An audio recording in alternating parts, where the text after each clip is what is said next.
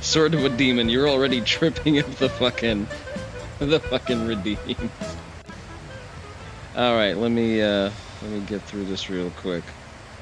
I am the favorite streamer of all British people. That's actually common knowledge. How's everybody doing? Give me a second. You startled me with whatever you did there, and now I need to quickly run an ad because we're not running ad free today because we're not discussing any politics. So enjoy this ad real quick.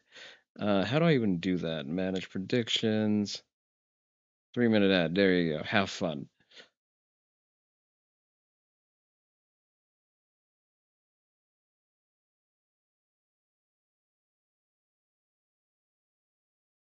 While that's happening, I'm going to. Oh, fuck, I forgot to grab my own stream link. God damn you. YouTube. What is happening? Time's up, that's 1 second. Fair enough. I'm not even sure what triggered that. I don't know what you did. But, okay, we're going to figure this out. There's going to be a number of new redeems, so I'm not going to give away the whole farm, but chat now reacts to certain, rather, Venian now reacts to certain words and phrases being typed in chat. There is a cooldown on activating them, and everybody's favorite redeem, the patch gotcha, is officially back. So let me big myself up a little bit here. There we go. That's nice and proportional like. All right. Now, let me find my own stream. There we go. That does look like my own stream. Let's kill the audio, grab the link, kill this. Fantastic. Oh, that's right. You're still watching on YouTube because the YouTube feed doesn't have any ads. Don't tell anyone. Do not tell anyone of this great power that you possess. All right. Let's copy this. Let's actually let people know that we are, in fact, live. I did not set the new name of the stream, didn't I? I sure didn't. All right. I really don't like having to deal with YouTube. It's not particularly pleasant or productive. Let's see. YouTube Studio. I would like to. That's the current stream that's happening. We're going to edit this.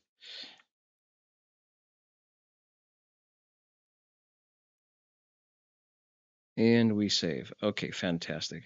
Now we can let this window go. Okay, give me a brisk moment to self-shill in a few of the appropriate places. And it's still saving the old goddamn tag. That's all right. That's all right. It's not an issue. I'm going to go quickly here. Project is likely loitering here. VTubers.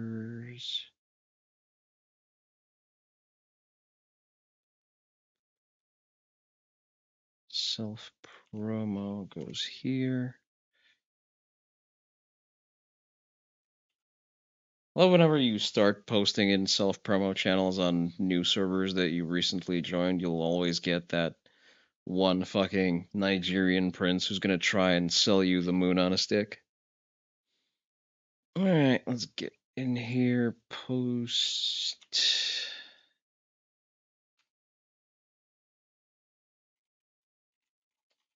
We're in fact live now. Okay, good. Now that that's out of the way, we're gonna do a very light React stream today. What the fuck is going on? What is triggering that? Yeah, I've watched this sequence from the beginning. What sequence? What are you talking about? I don't know what's triggering the sound. Let me actually go into my node graph because I don't see any redeems. It shouldn't be reacting to the YouTube chat. should be in the gotchas. Let's see. That's the patch gotcha. Okay, okay. Then it goes on okay. So, okay, only if there's a cooldown. It goes through here.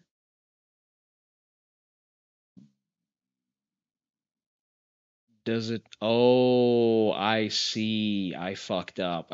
Okay. Let's quickly detach this from here. That's important knowledge here. I guess we're going to have to game plan this as I fix this. We're going to start watching the video, and in the background, I'm going to fix what I broke. Thank you for bringing this to my attention, sort of a demon. I'm going to watch an Enshin Ryu video while I fix this in the background. Karate isn't just another branch on the massive tree of martial arts. It's a philosophy in motion. Well, it's very specifically a branch on the tree of Kyokushin. Of fighting that breaks away from rigidity and embraces adaptability. Founded in 1988 by Joko Ninomiya, a former Kyokushin world champion, Enshin took the brutal, full-contact nature of Kyokushin karate and refined it into something more fluid, more strategic. At its core is a principle called sabaki, a concept that doesn't just mean dodging or counter-attacking, but completely redirecting an opponent's energy to gain the... Okay, so sabaki means to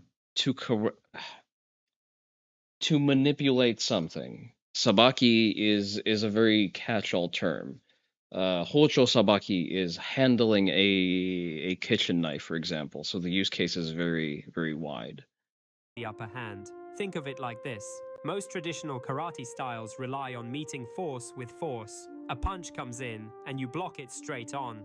Enshin, it sidesteps, angles out, and turns that incoming strike into an opportunity. I'm pretty sure that point karate in the form of JKS and JKA sparring has also discovered the fact that sidestepping is in fact real. So no, not exactly. Not entirely accurate.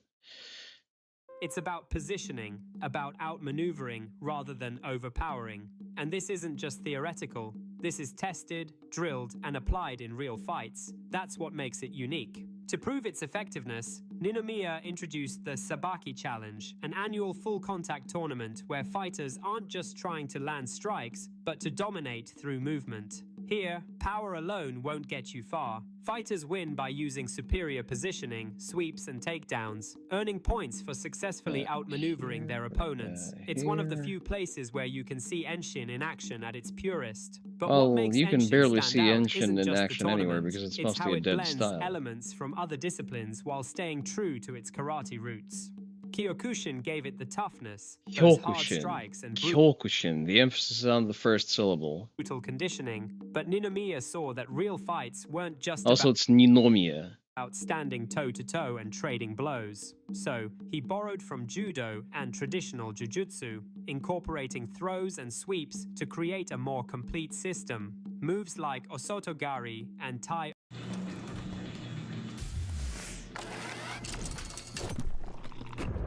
otoshi aren't just supplementary techniques, they're integral to the Enshin playbook. Striking and grappling merge seamlessly, making it one of the most adaptable full-contact karate styles out there.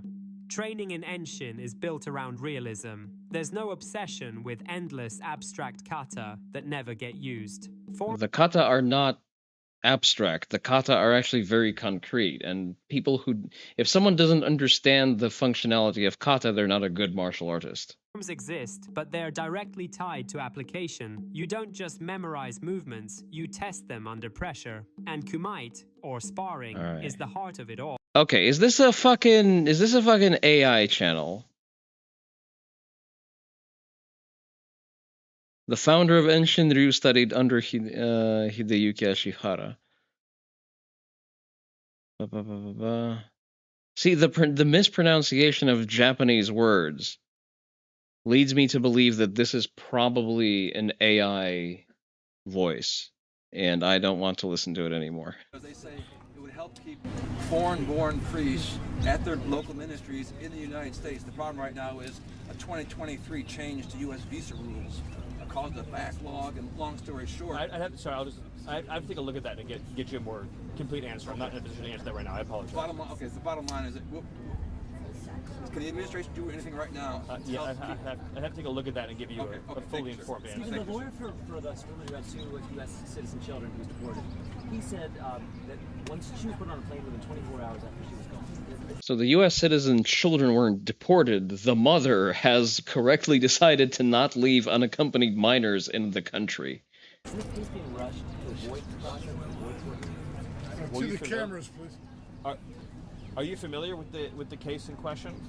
To the extent that yes, I am. I'm sure you are. So this person has had years of due process. In other words, the cases that you're referring to are individuals who have already received all of their due process, including a final adjudication of their claims. And Gotta beware of those content farms. Yes, no quarter to shit flingers. order to be removed from the country. In other words, they've been in the system for years. We've been told for years that individuals who have been freed, so remember, the Biden administration freed illegal aliens at the border, and then instead created a system where they're supposed to go through what's called the non-detained docket. That's when your case is heard for relief while you are living free. We've been told for years and years and years, no, it's not catch and release. It's not catch and release. They're going to show up to get their hearings. They're going to show up to ICE. They're going to go through the process, and when they lose, they're going to go home. Yeah, big if Well, true. we did the go home part. They lost the case. It's been fully adjudicated. They have a lawful removal order, and so they've been sent home. That's literally the process. The previous guys told us and Congress that Mayorkas told Congress was going to happen. That when you lose the case, you go home. If people who lose their cases get to stay, that's not due process. That's just the complete suspension of all of our immigration laws and national sovereignty. And of course, by the way, we're going to respect parental rights. When you're deporting an illegal alien and they want to bring their kids with them when they leave, of course we're not going to stand in the way of that. Now, I would say as a separate note, it's absurd as a country that we have a policy of declaring the children of illegal aliens to be automatic citizens. That doesn't even come up in this case because it's not relevant to the point that the mother wanted to bring her children with her. And of course we will honor and respect them. Hey, Stephen, can I follow up on that? Stephen?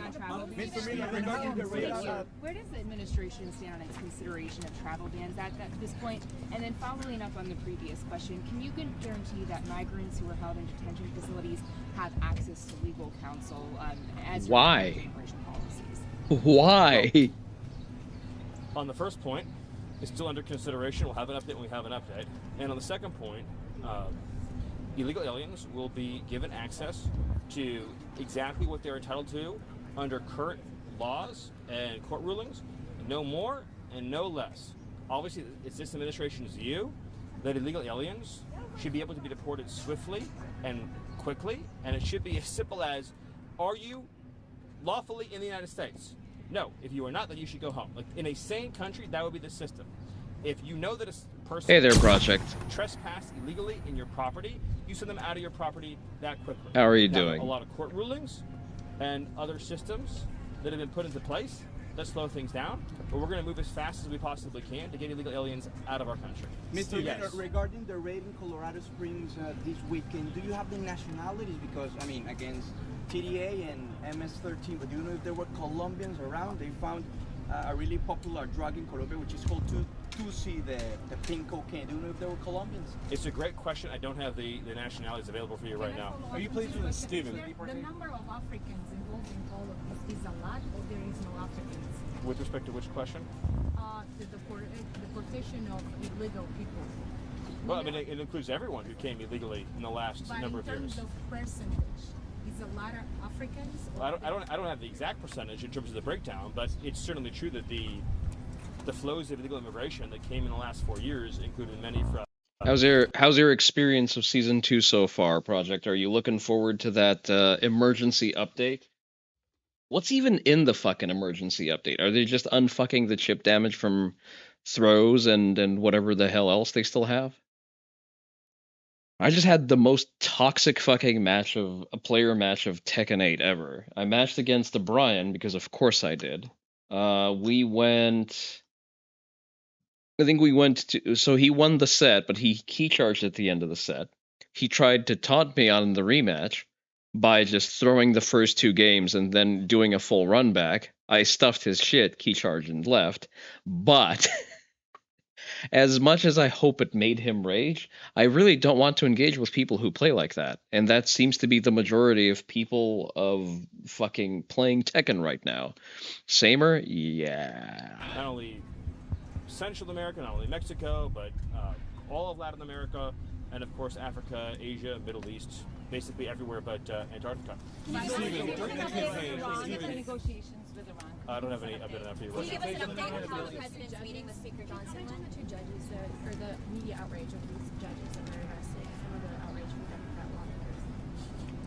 They know they're bullshit, know they can't be punished due to it, so they get cocky. He didn't even play...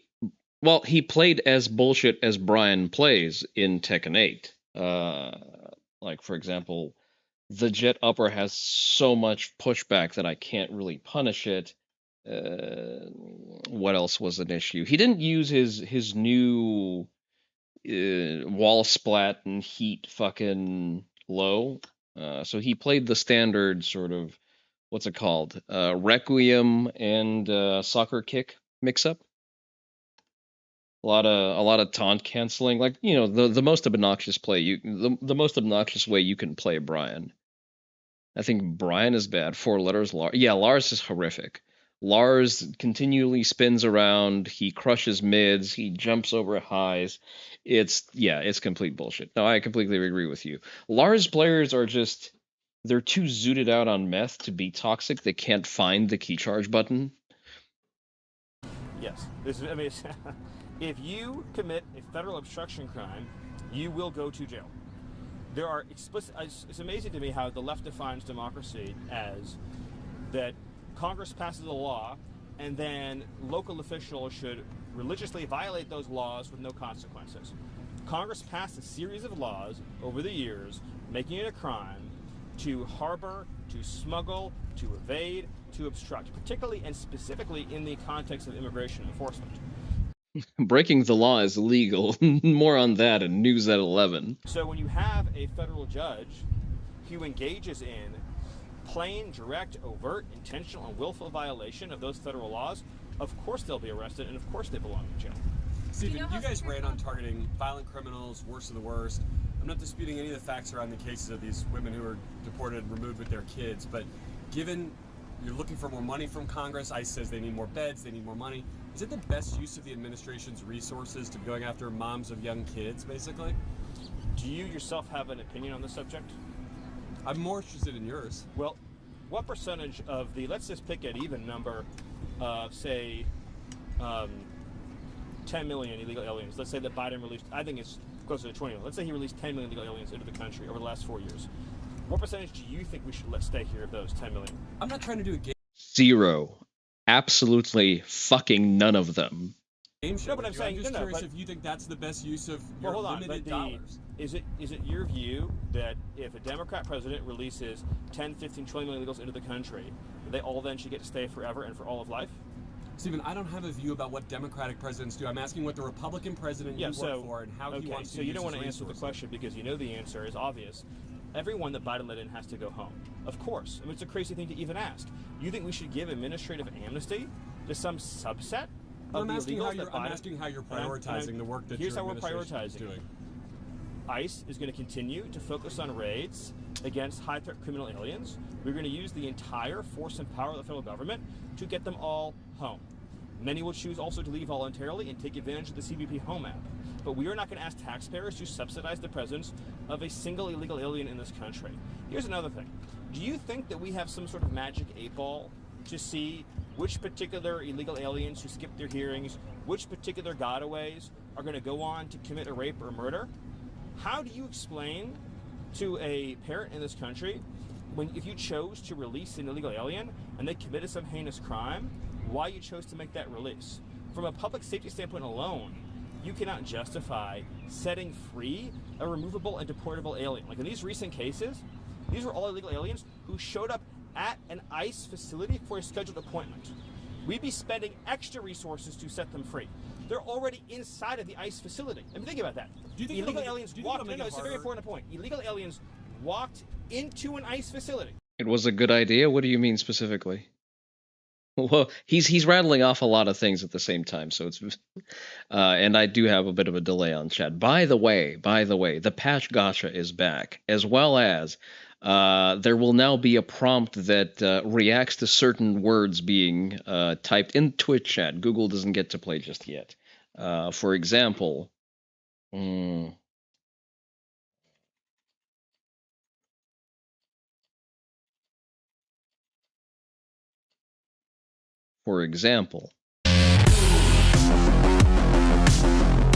working as intended. I love it. Now, it's up to y'all to figure out how to trigger those, because there's a number of those. His stances now give heat to him. Wait, what? Lars? You need to crack the you need the crack that the devs were smoking. That season 2 kush that Eris was asking about. When they thought that this was a good idea. I guess that part didn't go through. Yeah, apparently you've been typing that into a different window for a moment there. And we're taken into custody. Could you imagine telling ICE officers to release illegal aliens who announce and present themselves at an ICE facility? Would any other law enforcement agency do that? If a wanted fugitive went into an FBI facility and announced themselves, would they be allowed to walk out the door? That very all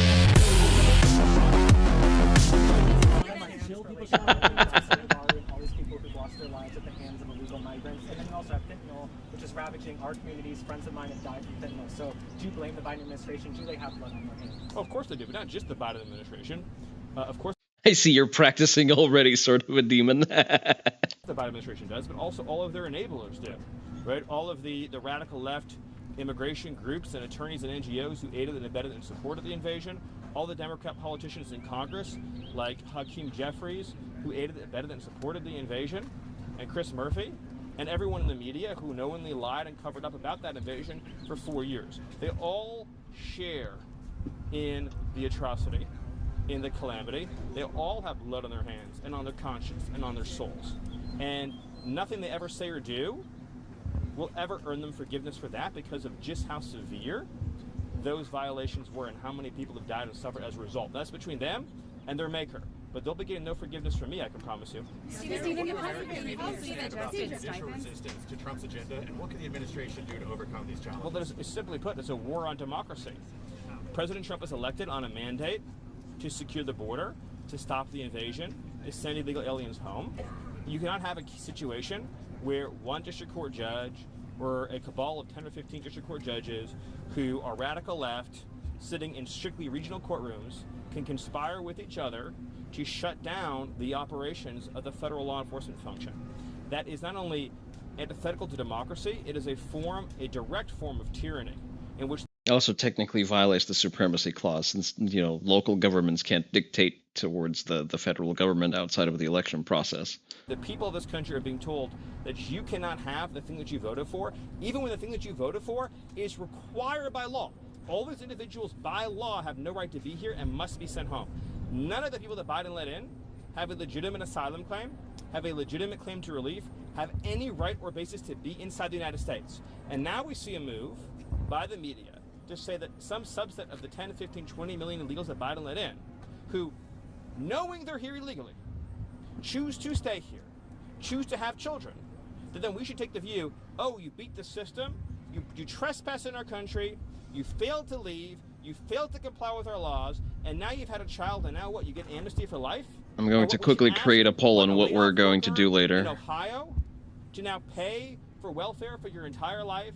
We should ask somebody who lost their job under a factory that closed down under Joe Biden to provide you with free education and free health care. You should wait an extra hour or 2 hours when your kid is sick in the emergency room because you have hundreds of illegals getting frontline care at an ER because they don't have health insurance, they don't have a job, they don't have any savings, they're here to live off of us. What, we should ask struggling Americans to pay for all of that? The whole thing is obscene and it's absurd. I can't even imagine how much time we spend debating how much generosity how many billions of taxpayer dollars, how much amnesty, how many reprieves we should give to people who chose to come here illegally and take from us and our people. The whole conversation is absurd and offensive. How important is it to have... I love how they keep coming to the White House lawn just to be battered to death verbally by by Stephen Miller. Public opinion. Not right now, yes. How important is it to you to have public opinion on your side? Do you risk losing hearts and minds Even a of the public? CBS poll showed overwhelming public support for mass deportation. Support for deporting illegal aliens is overwhelmingly popular, as is shutting down welfare, as is removing criminal threats, as is dismantling foreign criminal gangs. Yeah, by the way, don't let the left-art media gaslight you. Deporting illegals is overwhelmingly popular in a bipartisan. It is bipartisanly popular, both among normal Democrats who aren't insane gay race communists and conservatives. This whole thing is just amazing to me. We have an entire media ecosystem, an entire political party devoted singularly to the defense and protection of illegal aliens in general and illegal alien criminals in particular. How satisfied are you of how the Mexican government dealt with illegal immigration? Is this what they've done enough in your mind? Or do you think Thanks to President Trump's leadership, the Mexican government has done more than it's ever done.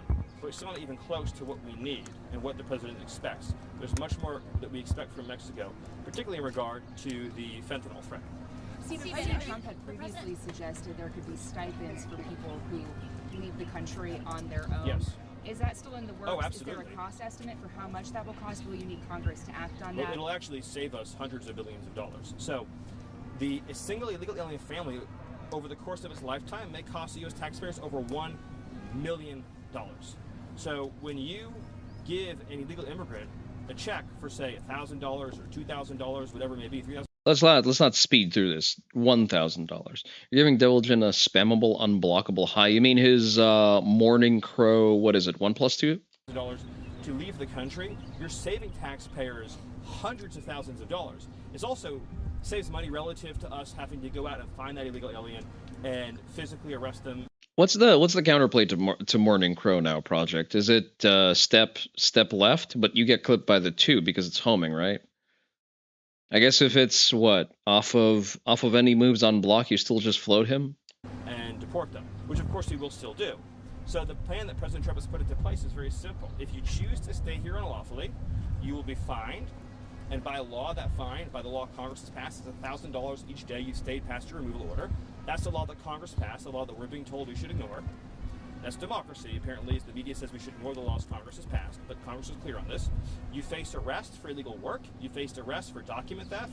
You face arrest for failure to register, as required by law. You face arrest for evading or obstructing your removal. And you also face deportation at a time and place of our choosing, including the total confiscation and forfeiture of all of your assets and income. Or you can choose to book a free flight and get a check and go home on your own terms, with your possessions, very happily, and live your life in your home country. That's more charitable than I would have done, but I think it's an honest offer. It is legitimate amnesty with a bonus on top. Time for 2 more questions. Are you frustrated or mad at the Supreme Court for keeping the TDA deportation stay in effect? Well, the FBI released an assessment, as I'm sure you've seen, that not only is Nicaragua acting as an arm of the Maduro regime, but they're actively planning assassination plots on U.S. soil. This is horrifying and it's harrowing. This is a foreign terrorist organization operating in the direction and control of an adversarial foreign regime, and we hope and expect that we'll be allowed to remove these terrorists from our soil as quickly and expeditiously as possible. One last question. Stephen, as a follow to that. I mean, I will accept the high-speed cool guys going to kick in some doors as a close second alternative to deporting them. As long as I get to watch and break down the body cam footage. Talking about your dissatisfaction with federal district court judges, you've been asked about the Supreme Court. At what point will the administration accept the reporter sounds offensively Australian. A decision of the courts, even if it's not in its favor? I don't understand. Wait, but only thing you can do now is float them. Morning Crow 1. Oh, Step Morning Crow 1 and Duck Morning Crow 1. Well, you don't really want to want to duck because you have, well, first Morning Crow 1 is a mid, 2-2 is also a mid. Ruined Nurse, really? Okay. Morning Crow 1 can be faster while standing 1-2 forward. Okay, but that's on hit. That's sure. On hit, you just take the mix-up.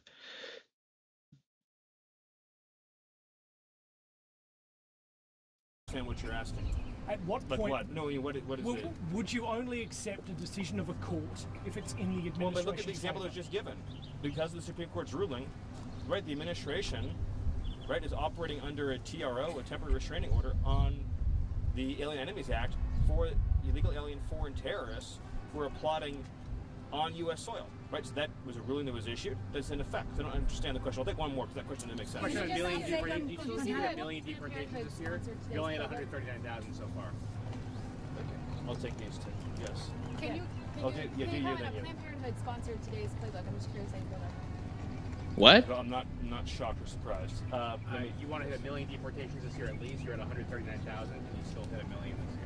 Well, the rate of deportation is increasing every single day. Remember, we inherited a system that was completely shut down. It was completely broke.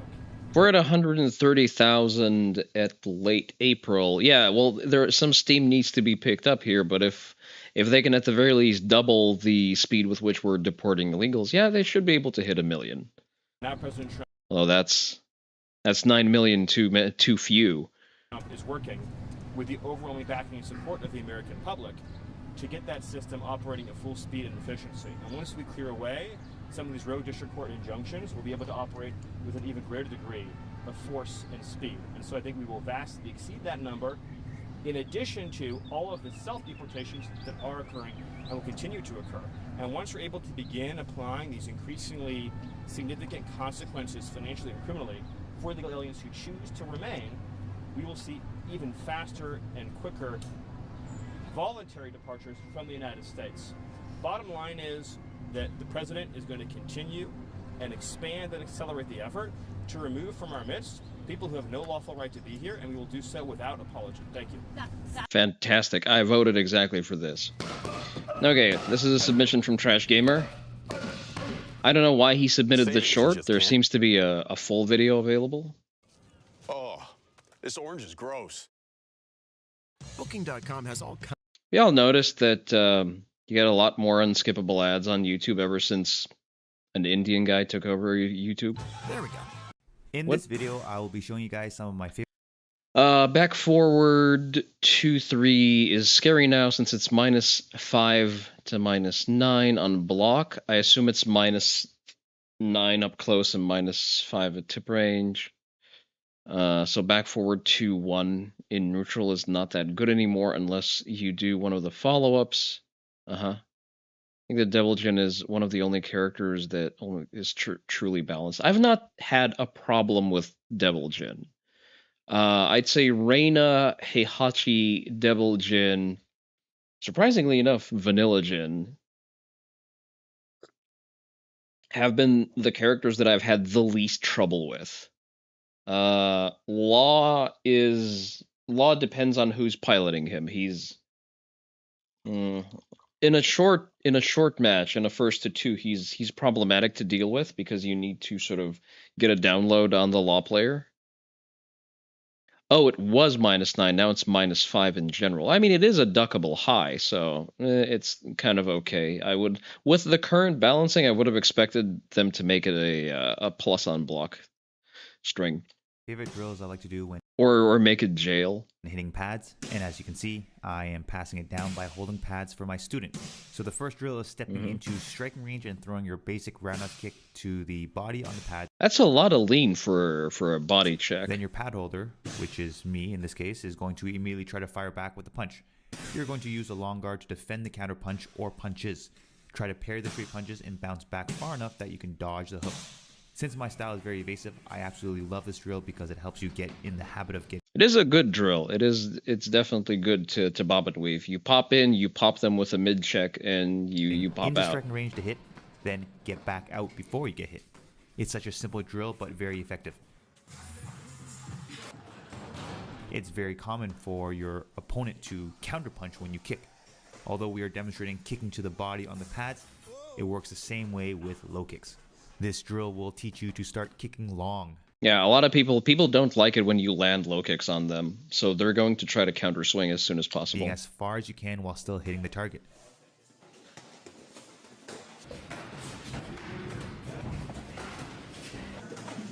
I really don't like big boxing gloves. I think they oversimplify defense, and they establish an incorrect muscle memory for force production. Oh yeah, Horong, yeah. Like Horong, main's average IQ is single digits now.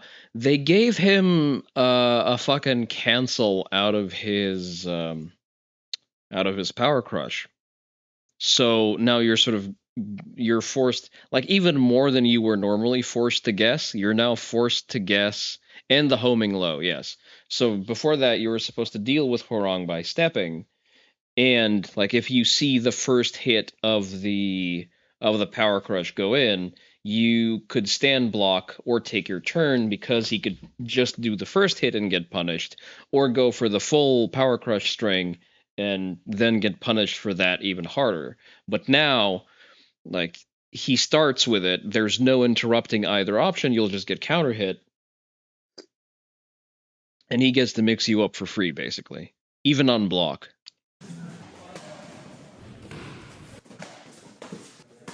Raven is also a problem because he has that his new teleport, and he has a low out of that, and I still, for the life of me, have not figured out how to deal with that. This next drill here is throwing the jab, and the pad holder is going to jab back, in which you're going to parry and into the lead body kick. It's also very common for your opponent to jab back at you after you've jabbed them. His defense is actually very good. He's working off as if he doesn't have gloves. I like that a lot. I like proactive defense on hands. So we are pretty much baiting them with the jab by jabbing first, then countering their jabs with our lead body. I do question that distance, because that technically isn't jab distance. A jab distance is a full 20 centimeters further in. Kick. Now, just because we are drilling this specific combination and counter on the pads doesn't mean it will always turn out like this in sparring. So although we are demonstrating throwing the jab and countering the jab with a lead body kick, we can also throw our jab cross or cross and countering any counter punch by leaning back and or parrying and into our lead body kick. I like stepping slightly back, so when I would throw a jab and then I would retract back and throw a lead high kick. Also, that catches a lot of people sleeping. Jab, parry the jab, and into our lead low kick.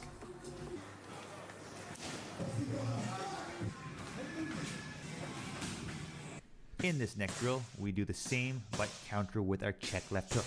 We're going to throw our jab, and our pad holder is going to counter our jab with a cross, in which we will cross parry into our check left hook.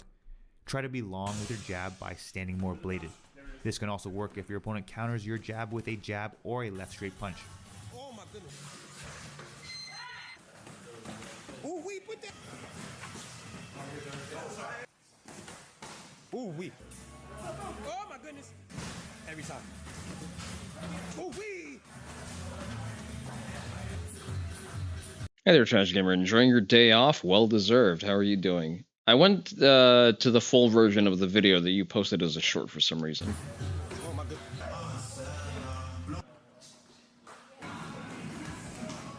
This next drill, we throw our jab cross, and our pad holder counters with the left hook, in which we're going to bring our right arm back to our face, carriage block by combing our hair, and firing back with a cross down the middle. We can also throw the jab, carriage block, and fire back with a cross.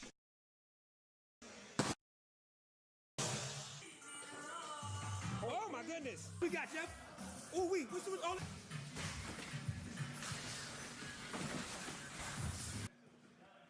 See, this is what I don't like about boxing gloves. They encourage this, for lack of a better term, fencing style, because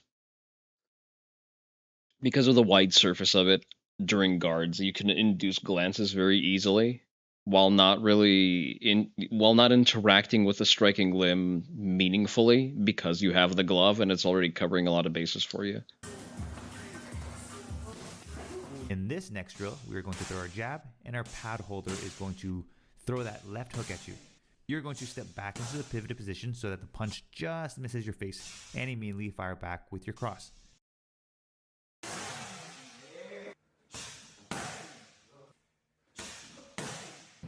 Whether you throw the jab or not, by drilling this on the pads, you will program your brain to lean back when a hook is thrown at you and fire back with a cross.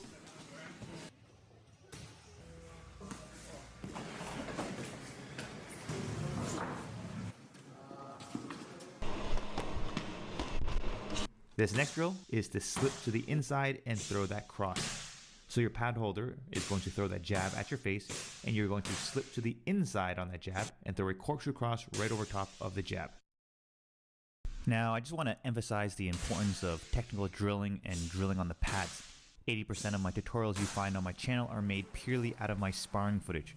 But what you guys are not seeing behind the scenes is the amount of time I spend drilling with no resistance, then with power on the pads, and then I attempt them in sparring. A lot of my students just want to spar.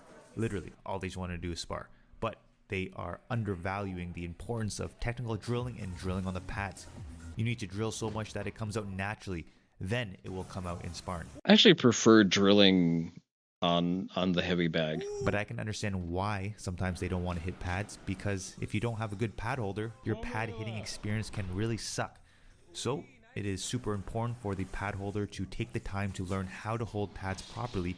See, my personal attitude is I generally don't want to be this close in the pocket. I just don't want to be in this range. I either want to be further out where I can maneuver and induce whips, or I want to be up close and grappling. And also for the pad hitter to learn how to properly hit pads.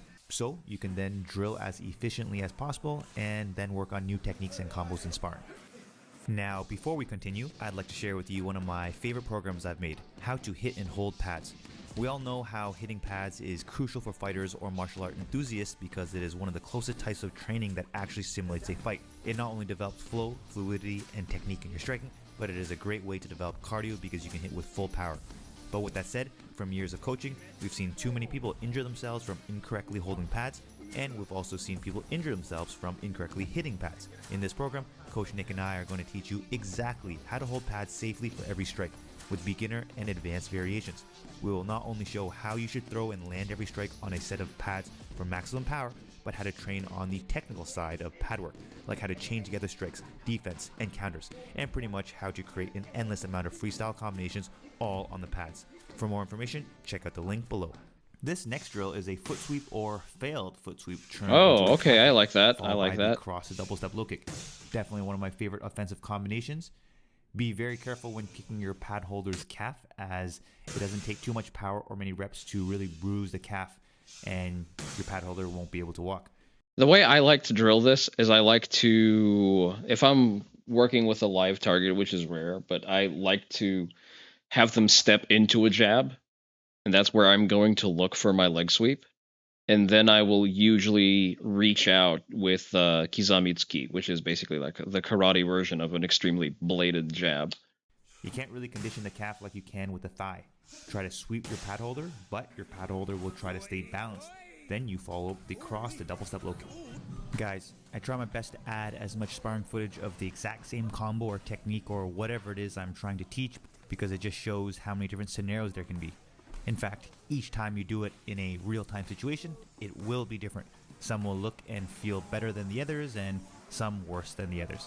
For example, sometimes I am actually able to off-balance my opponent with the foot sweep, and sometimes my opponent checks a kick, but I still follow up with the cross to double step low kick.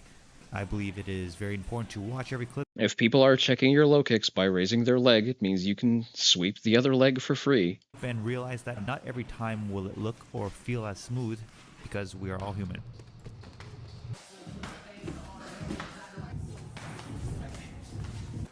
I do say from experience, one good leg sweep makes people very scared of moving. They become very concerned about removing their foot from the ground.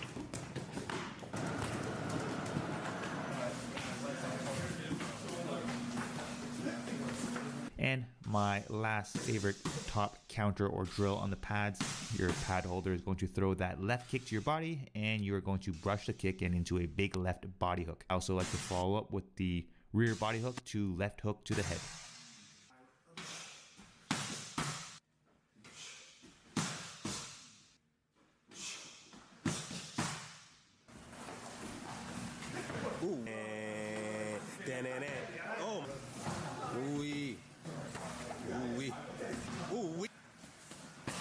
wee. Oh my goodness. Ooh. Oh my goodness. Another big reason I don't like to stay in that range. So if someone grabs my leg, I will usually try to go and pull guard. Ooh wee. Ooh wee. Ooh. Oh my goodness.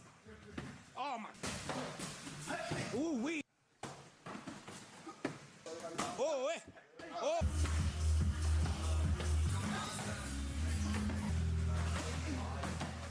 It's interesting that none of them have the impulse to jab check him for doing that. Rather cross check him.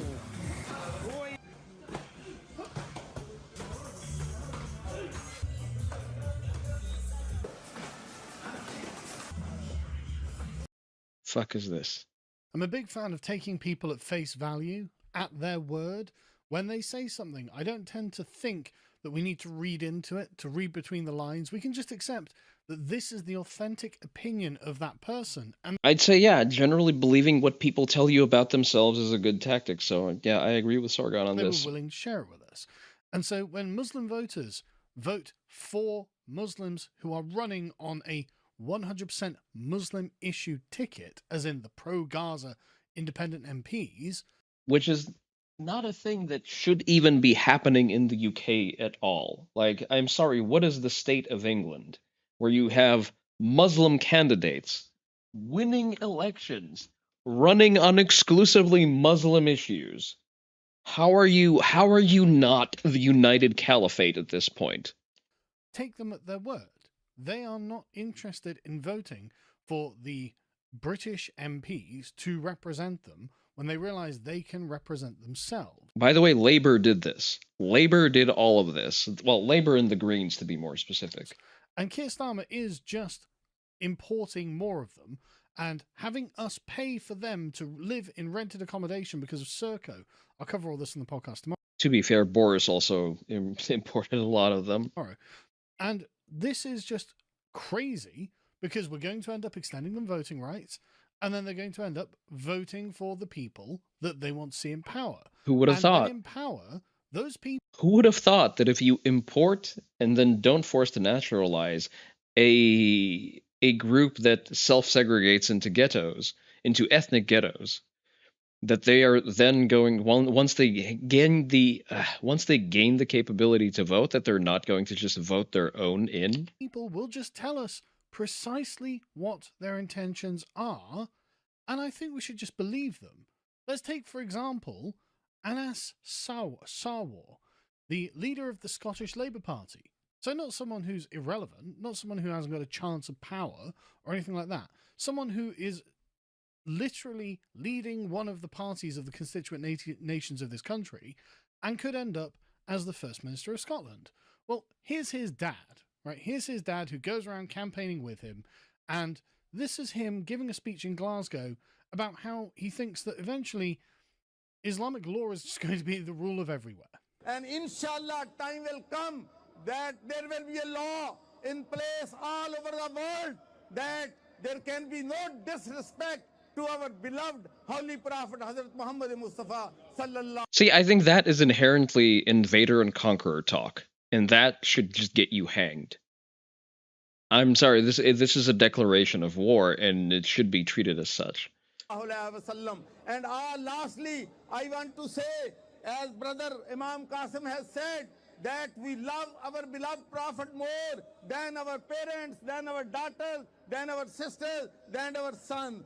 Explain to me how that is not extreme mental illness. So there is no way. The message is loud and clear from the people in Glasgow, Scotland, and 1.5 billion Muslims all over the world, that any disrespect to our beloved Prophet and any burning of Holy Quran will be unacceptable, intolerable, and the Muslims will not tolerate this. Or inshallah, Tolerate my balls in your mouth. I am sure that we'll be able to pass the law with United Nations and with European Union that in future, if anybody commits this crime, they will be prosecuted and brought to justice. Are you clued in yet? Are y'all excited to live under Sharia law imposed upon you by your quote unquote elected governments? And So I mean, I take his word that this is genuinely what he wants. This is genuinely how he feels. I don't think that in any... I don't encourage war crimes in general. Is sodomy a war crime? Depending on the context that it's deployed. I generally don't co-sign that particular tactic. How are you doing, Notary? any way he is concealing anything here. I'm gonna rerun the poll real quick, of what he would like to turn just this to make country sure into. we're all And still his on the son same page. Wants to make sure that Islam is paramount in schools and in the state. We will only truly get real power if not if we just have more Pakistanis sitting in council chambers and parliaments, but actually having more Pakistanis and South Asians sitting in the corridors of power making the decisions. And that's where I'll end tonight, is to say the change is coming. And the days where our South Asian community are viewed as a vote bank or a curry bank are well and truly gone. A money bank, you say? Big if true. Communities get to lead political parties and get to lead countries is now upon us. The days when South Asian communities get to decide. I'm just interested to see what the results of an updated poll are going to be. Me and Dom started streaming at the same time. You're fucking focused and need to start yourself. Well, listen, the tools are there. You can just go live, but make sure that you do have a premise that you want to consistently put out there. Go to, but what they are taught in those schools is also coming. And based on your behavior in my chat, I would say read up on TOS. I mean, that's just terrifying, isn't it? As if Muslims and South Asians don't have... What would I be doing in Ruined Nurse? I think you were here for the Ruined Nurse streams. Ruined Nurse is the, or you mean what I specifically would be doing? I would be playing more survival mode, because there are new outfits to unlock. Fuck you, you're not my dad. By the way, we have new redeems. So some of them are just the patch gacha that you're used to. We have 10 right now. I will be adding more. And the other one is your old and familiar, the old classic, the meme gacha. But that one now reacts to certain words being spoken in chat. I'm not going to give away any particular ones, but y'all pay attention to when you're typing, and maybe you're going to figure out the keywords. Have their own country. I mean, where is he talking about? You've got Bangladesh, you've got India, you've got Sri Lanka, you've got Pakistan, you've got wherever, right? You've got a bunch of countries, which is where they have come from. But now leading countries means leading Western countries, as in he wants Pakistanis to become the people who occupy the positions of power in Britain. That is a surreal fucking statement. That is just something that should not occur ever at all, under no fucking circumstance. And just call me crazy, but I don't like that at all. I don't really see why foreigners should be able to hold positions of elected authority in this country. That is valid. I don't care that some of their community live here.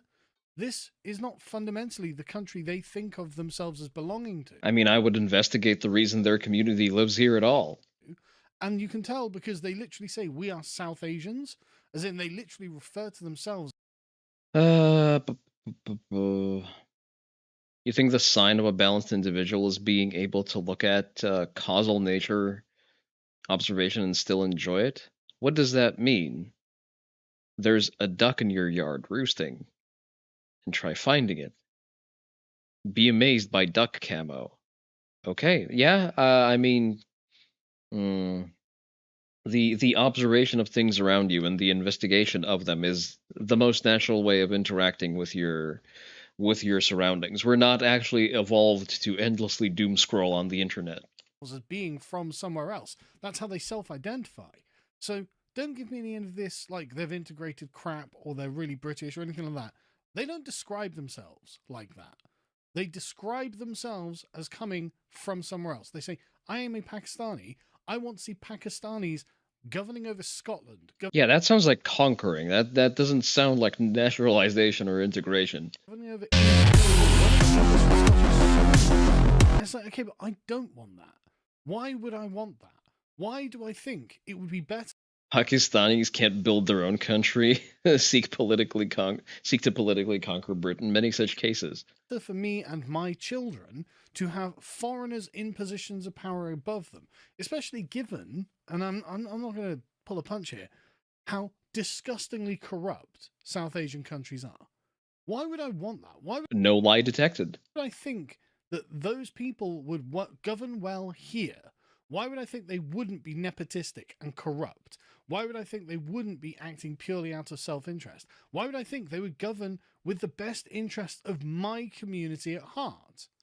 I really have difficulty fathoming what possible mindset you would have to think, oh, this is all completely neutral, right? His father's like, yeah, no, we're going to get Islamic law put everywhere so that you can't criticize the Quran, you can't burn a Quran, you can't do this, that, and the other, because we've got a weird love of our Prophet Muhammad.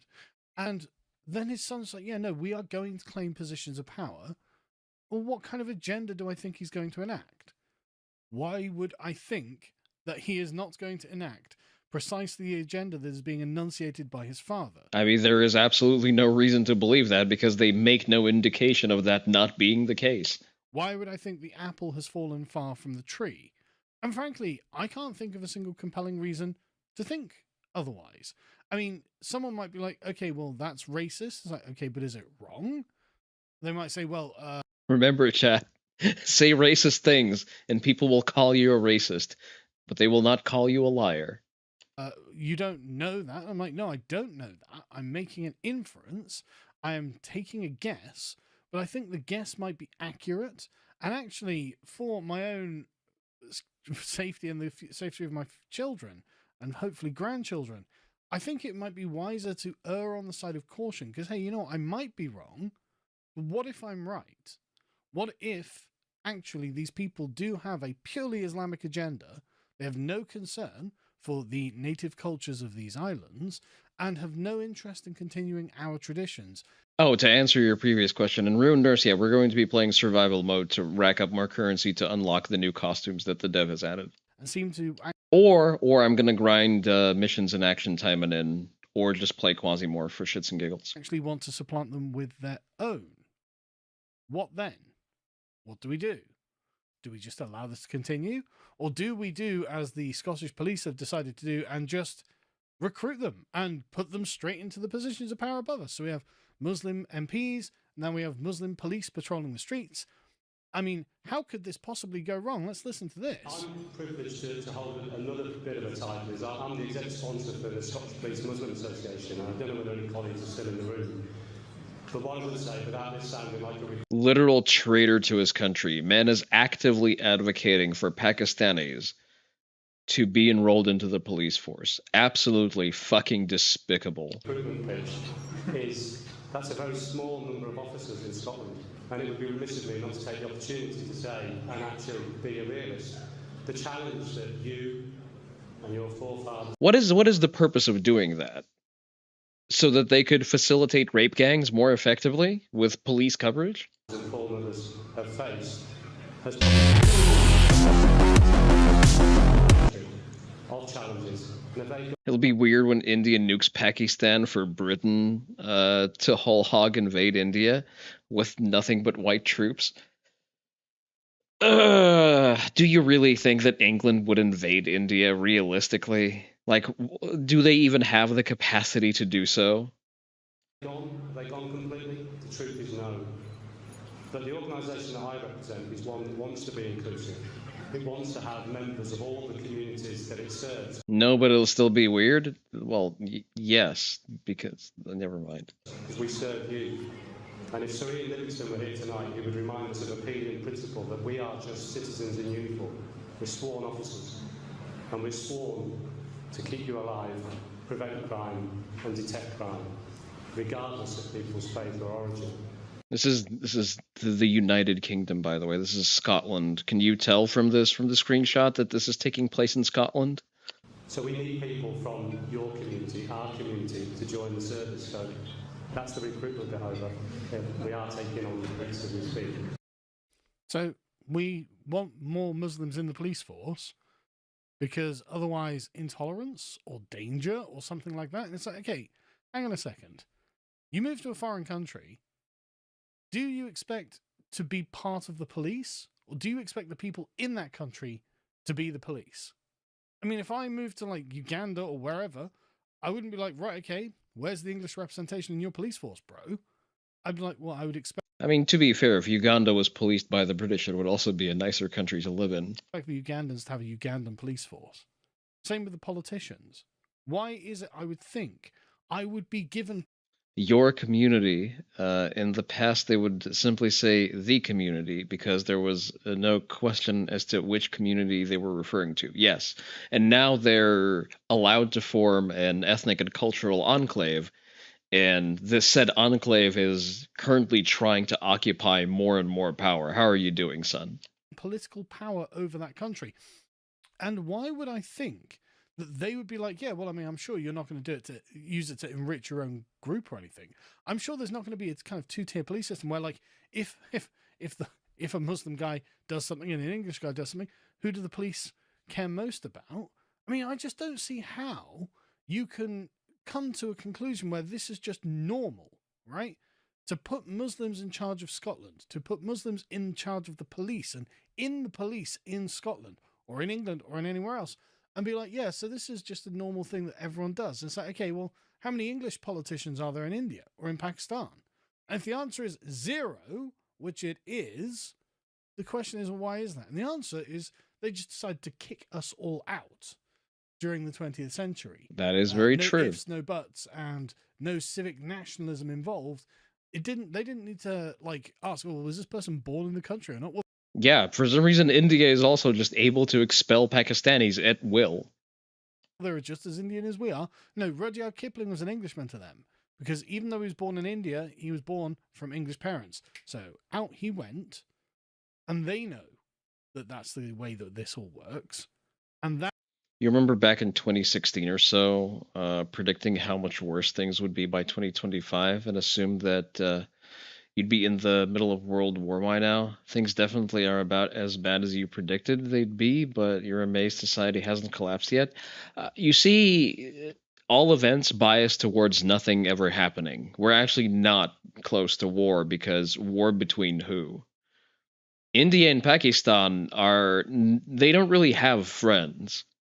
That's the thing about that part of the world. In that particular case, when it's an internal fight, nobody really cares, and everyone hopes for mutually assured destruction. Everyone is going to be like, no one is going to interfere on either behalf, and everyone is going to be there with bells on just to watch it. What about BRICS? BRICS is an economic union. They don't care. If that's what they did back in their own home. And if anything, they would hypothetically.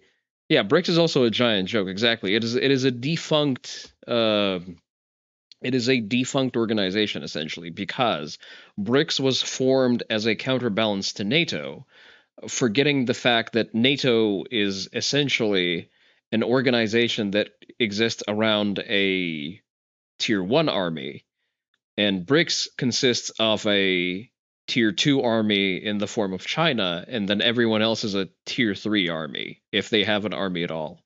You want China to jump in? They're going to eat India. Well, see, I would be interested in seeing that. I just doubt that like if we are to entertain the premise of BRICS, then China would be jumping in on behalf of India, despite the fact that they also have a territorial dispute over Nepal. And this is the sort of attitude they're bringing in now. Why are we approaching this with a very blasé, laissez-faire, live and let live? Surely these people won't just... They should add a Kazakhstan to it and become BRICS. Not for economic reasons, but surely for the completeness of it, the acronym. And Kazakhstan should be made aware of that this is the reason. Good night, sort of a demon. Thank you for checking in. India wouldn't tolerate China's presence under any circumstance because, despite everything, they're not that stupid. I don't know. The median IQ tells a different story. Make sure that we don't have access to power in future. I know I keep calling China West Taiwan, but in a fight between China and India, I'm going to be rooting China because the Chinese immigration has at the very least been less damaging to the environment. What's your reason for being here? You are the K. Kazakhstan is a satellite of Russia for all intents and purposes, and they don't really have an economy worth speaking of, even at the scale of BRICS. If we just hand over political power to them, why would we do this? Why are we? Now that I think about it, BRICS isn't even a military union. It is strictly a trade trade organization. So it is basically the double like a spin-off of the WTO, but that specifically encompasses the third world. Giving up our inheritance to people who have countries of their own. I don't mind them living here. I'm not even saying that none of them could ever be I kind of do. I kind of mind them living here. elected. What I'm saying is, I also okay. I understand that Sargon needs to water down some of his rhetoric because he does live in the UK. But I can glow as hard as I want, and I don't like them living here. I don't like them going into elected office. The EU is a trade union. No, it's not. Prior to the UK leaving, they're very excited about building a literal military. Yeah, exactly. That's why I say they were not envisioned as a they were envisioned as an economic union, not to be confused with a trade union, because those are different things. They were supposed to form an economic bloc in order to be a counterweight to American economic hegemony. Cautious here. And we need to think about the ramifications of what we're doing. Because, let's be honest, these places are not the most liberal of places, and the people in these places are what make them what they are. And so, I just don't think these people are going to create the kind of liberal paradise you're looking for. I think they might try and turn us into a caliphate because, I mean, this guy... that's what they're telling you, so... literally seems to be saying it, and this is his son. So why would I think that it would be any different? And for some reason, they're already these people are already in control of the Scottish Labour Party. Well, what stops them from gaining control of any other parties? Do we think that they're just? I mean, the reason he wanted to take control of what was taught in the schools is so he can impose an Islamic education on the children. Yeah, pretty much. I don't think it's an unfair statement or an unfair assumption. Why are we giving up that which is ours to a foreign group that we have allowed to come here in still relatively small numbers? Because, I mean, Americans were like, see, but the Muslims are between like 6 to 7% of the country. They're really that's 6 to 7% too much. Very small constituency. Why are we giving over power to them? I just don't understand it, and I don't see what the purpose is, and I don't see why it would be good for us to do so. And the thing is, I think that this sort of nervous police officer, please accept me, is generally quite snide. Like, just, it's pathetic. It's absolutely pathetic. It's treacherous, and it's servile cuckdom personified. Guys, I'm an anti-racist. You're not going to call me a racist now, are you, dude? They're gonna just use you to get what they need, and then you'll be replaced. You'll just be voted out in the same way that Labour MPs were in England. They imported the constituency, and then they just voted for Muslims. This is going to happen to Wes Streeting. This is going to happen to Jess Phillips. This is going to happen to, I think it was Lisa Nandy as well, and just a bunch of other ones, where they're like, the Muslims are realizing, well, actually, we don't have to vote for Labour. We can vote for our own, and we will. And what will our own do? Well, I think it's actually not very much of a secret what they'll do when they gain control. So why are we allowing this? And as far as I can tell, the best defense from the left is, it's not really happening. You're misinterpreting this. And I'm like, no, I don't think I am. I think we can just take them at face value. Yeah. That's great. Whenever your enemy tells you what they are going to do, you are best served believing them. I'm going to take a quick bathroom break, and I shall leave you with Wisconsin. What should I leave you with? A camping channel. At what point does a piece of territory cease to be the territory of its alleged owners? Well, usually when a different group seizes operational control of said territory.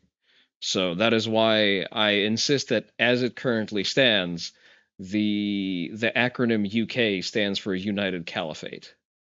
Y'all get to watch some Japanese news, and I will go quickly take a bathroom break. JAF によりますと、県内の信号機のない横断歩道では、歩行者が渡ろうとしていても、およそ4割の車が一時停止しないということです。尾長小学校は登下校で地域のボランティアにも横断機を積極的に使用してもらい、交通安全に努めることにしています。麻薬取締法違反の罪で起訴された大学生2人が大麻を使用したとして再逮捕されました。法改正以降、大麻を使用した疑いでの逮捕は県警では初めてです。福山市の大学生小林真奈也容疑者と三原市の男は先月8日から9日までの間、大麻を使用した疑いが持たれています。2人は間違いありませんと容疑を認めていて、SNS を通じて入手し、加熱して吸引したと供述しています。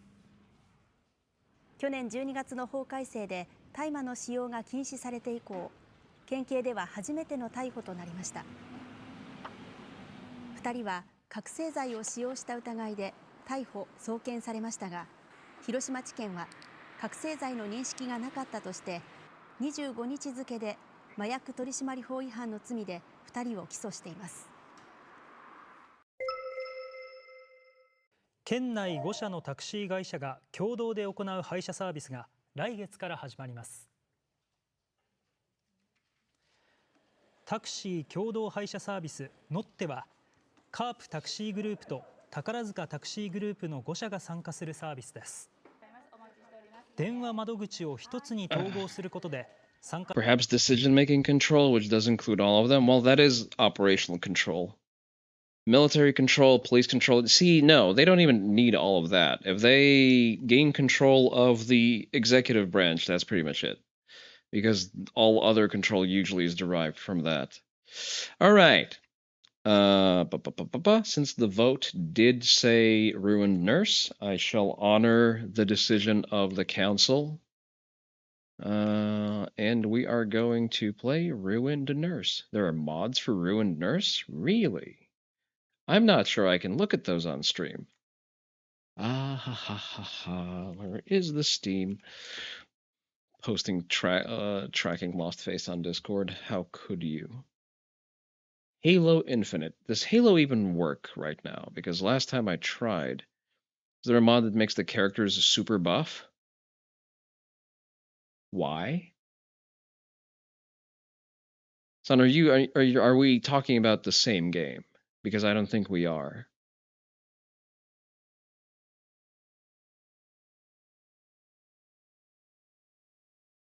They're about as buff as they should be at this point. They're at optimal buffness.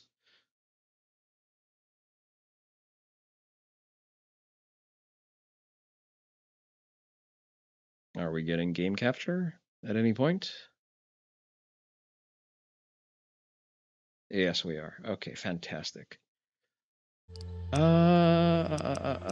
Costumes. Oh, that's Nell, but I don't have the... Oh, the Abyss School ones are just available for... No, available for purchase. Okay, so I need to unlock those first. Coin shop. Bunny Girl costumes for Delcy. Okay, 10 coins each. I have no coins. Long boots, you say? Ho ho ho ho. Shoot-eye kid.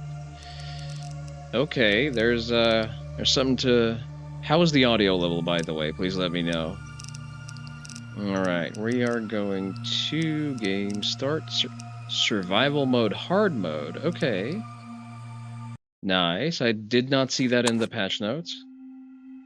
I mean, I already cheat when I play this. Yes, I am aware.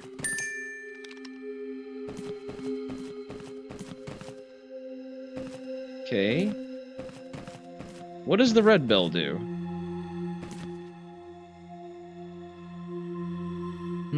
It's a little loud in my ear, but tell me if it's okay for all of you. Okay, 1,500 points. I am going to... What are we going to do? Emergency medical kits. It's new. Increase item drop rate. Yes. Increase HP. Increase Nell damage rate of fire. Giving Nell a shotgun is usually a good investment. Magnet. I will automatically obtain it. Aha! Automatic ammo collection. That's good. I like that. I like that. Probability of items being placed on the map. So let's put a couple more into here. And the rest we dump into handgun damage. To make sure that my mouse sensitivity is where it's supposed to be.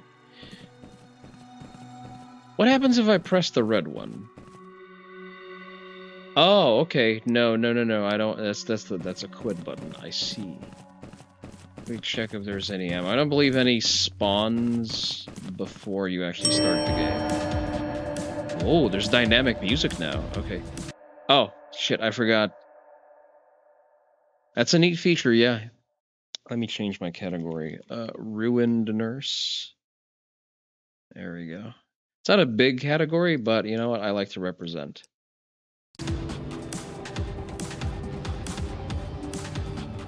I do want to turn the music a little bit down, background music. I know that it's supposed to be like battle music or whatnot, but still.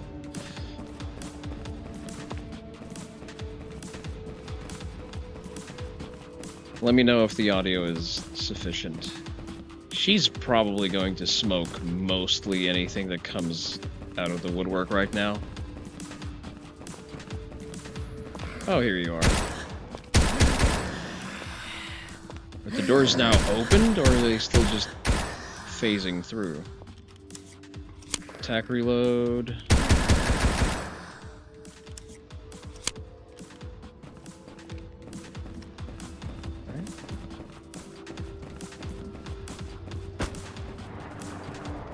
She seems to have this covered.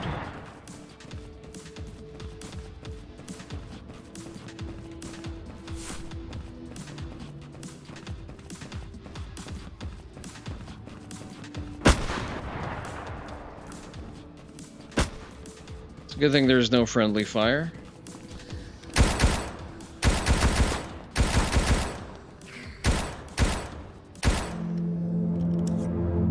Otherwise, arming Nell would come with its own host of issues. Okay, we have 100 points. We're not going to spend any this round because I need to open one of the rooms after that. Oh, this is much more convenient. Okay, the magnet was definitely a good quality of life investment.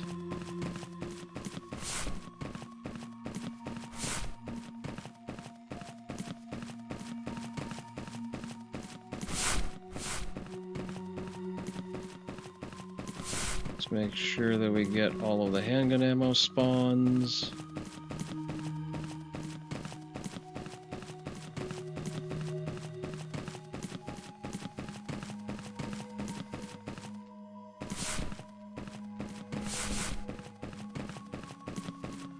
We're doing pretty good for ammo.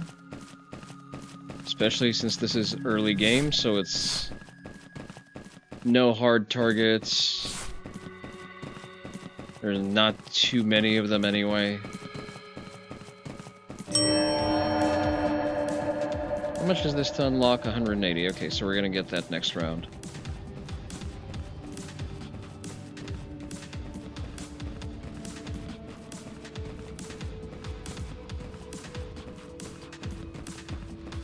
At this point, the game mostly plays itself. Make sure to stay out of her crossfire. I hear high heels, but I don't see anyone just yet. Oh, there she is. I'll let them agglomerate a little bit more. We can appreciate the jiggle physics on Nell.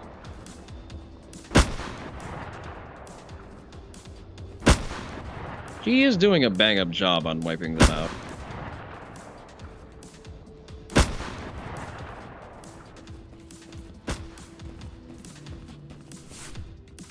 What are you? You're a scalpel, right? No? Simple shambler?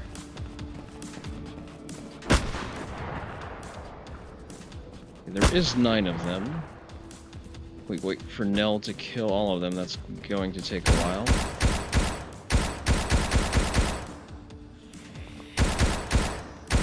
We do have the ammo to burn.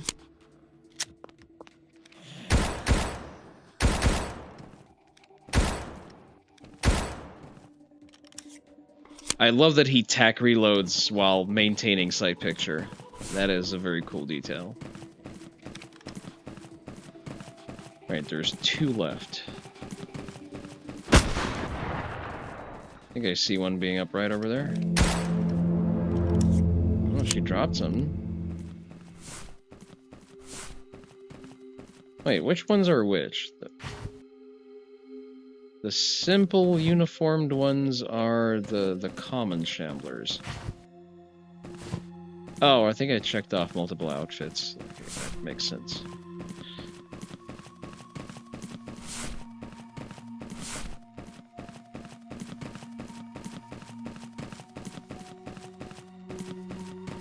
Whoopsie? What do you mean?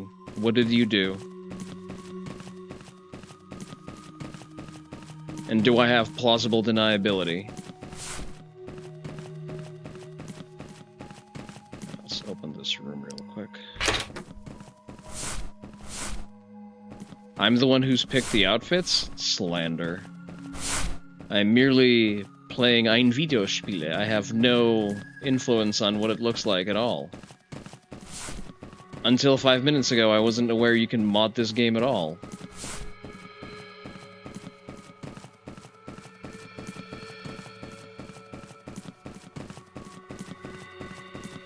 Yeah, we're doing pretty good for ammo.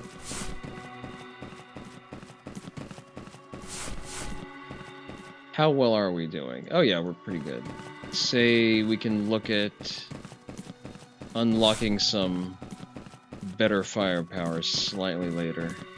We don't really need any of the rooms with the current spawn of the ammo. We realistically only need Nell's room.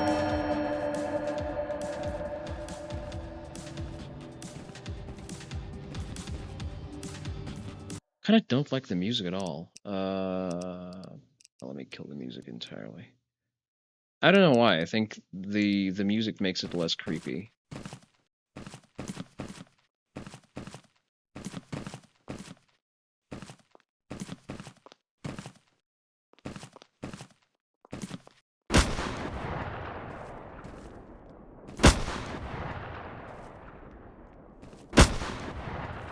I'm gonna let her work. Yep, there do be some jiggle physics.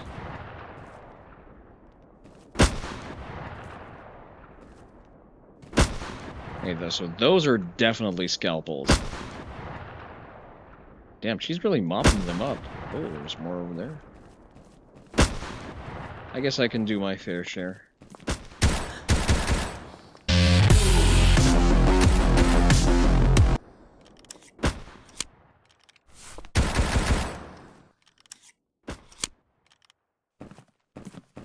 Oh, this commitment to certain firearms handling. Hate the shotgun projectile speed. It's whatever.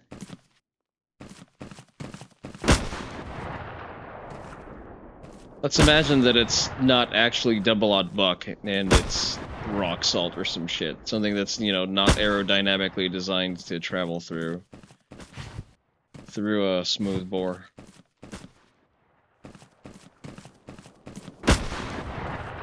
I let her smooth my bore.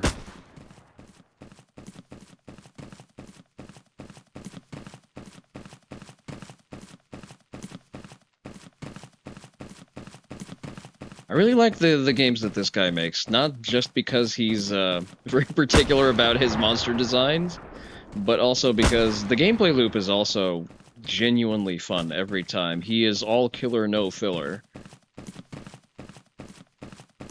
You're so glad you figured out the virtual sound cables? Alright, is that a critique of my sound? Or did you have a specific thing you'd like me to balance out? Alright, 180 points. What do we do with that? Nope? Okay. What do you mean by virtual sound cables? You mean like routing your OBS into... you're committing a non sequitur, I see. You know what? Let's up the handgun damage slightly. Hopefully the point economy hasn't been updated to prevent my preferred cheesing tactics.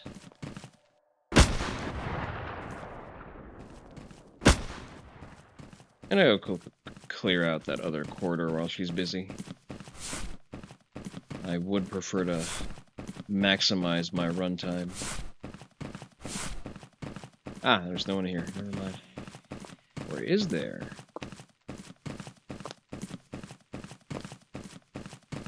It would be funny if the dev randomized the part of the spawns. Oh, okay. I guess that works. Holy shit, they go down in 2 shots now. Basically, you grabbed a program to try to fix your mic in Helldivers 2. Roleplay a scanner mute. Oh, a scare mute. She's a beefy gal. Doesn't go down in 2 shots. Because it just does not want to use your mic. It didn't work. Side effect, you can now use that program to direct audio sources into OBS. You can also direct audio sources out of OBS. Because my use case for virtual sound cables is going, once I get around to actually setting them up, is going to be... Damn, girl, you sleeping on the job. That's a scalpel? Okay. Did give them a different dress, I remember that correctly. So my use case is going to be routing my nicely filtered and curated audio into Discord. Because I do not like the native gain control and sound suppression of Discord.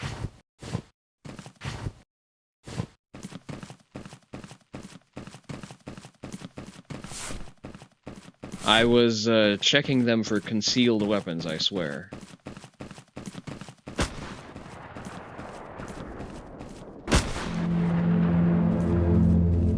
You really like the enhanced armor coverage of the bunny suit? Yeah. You may not like it, but this is what optimal performance looks like. Well, not this. This is just a nurse uniform.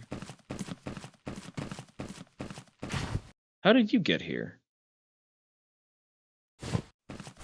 I'm an appreciator of the fishnets.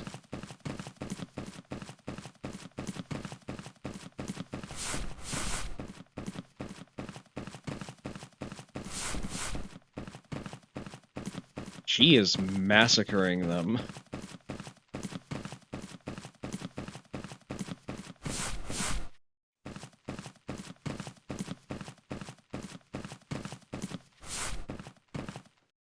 Let's see. Magnum unlocks at 500 points. I assume the shotgun...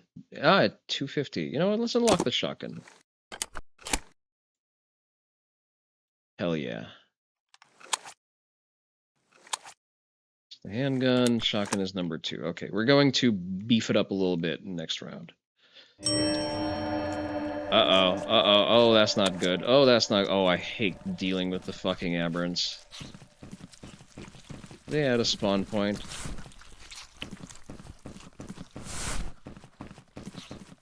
None here.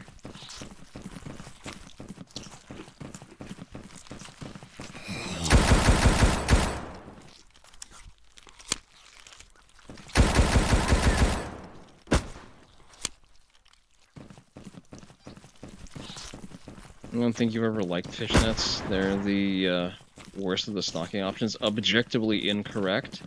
My condolences on your bad taste, Notary. I hope someday they'll be able to medicate that.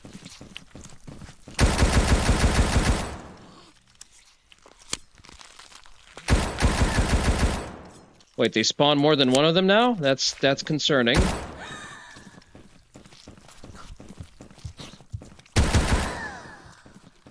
Okay, Okay, at the very least they go down relatively easy.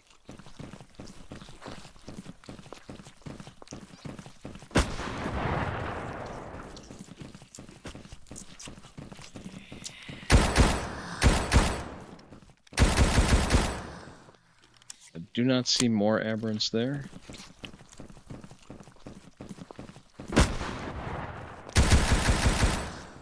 That wasn't a scalpel stabbing another enemy. That was a quiet running towards the sounds of my gunshots, because she only reacts to me and not Nell.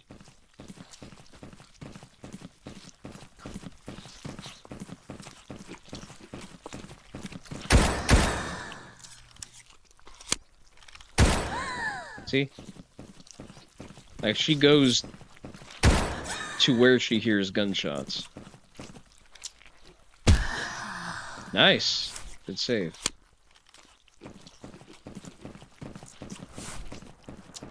Keep forgetting quiets have scissors. Listen, please allow me to tism a little bit. You are a VTuber fan. Just like the whole hog on the attack sound. You are correct. That would be cool. It would be cool if they were attacking enemies that make sound, but none of the enemies actually make a lot of sound to register like that.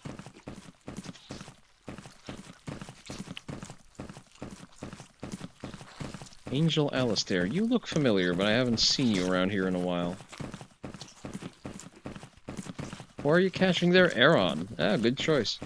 What is he, Steel and Rock Pokemon?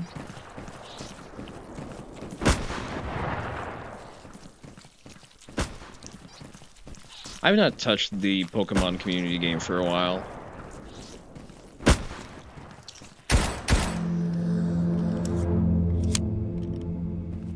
Oh, okay, fair enough. You've been absent for a while. Welcome back.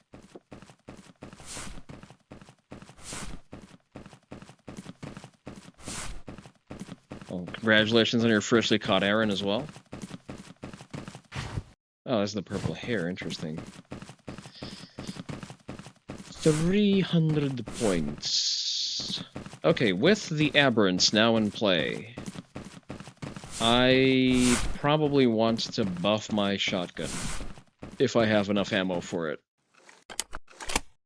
Which I barely do, actually.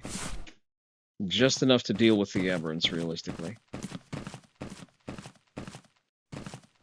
Okay, what can we get? Handgun ammo, shotgun, increased damage, yes. Magazine count, also yes.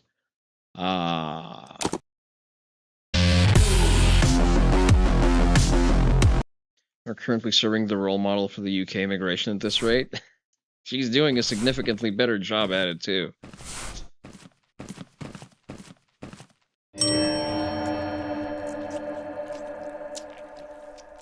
Alright, let's go patrol the aberrant spawn points. Oh, hi there! Do that real quick.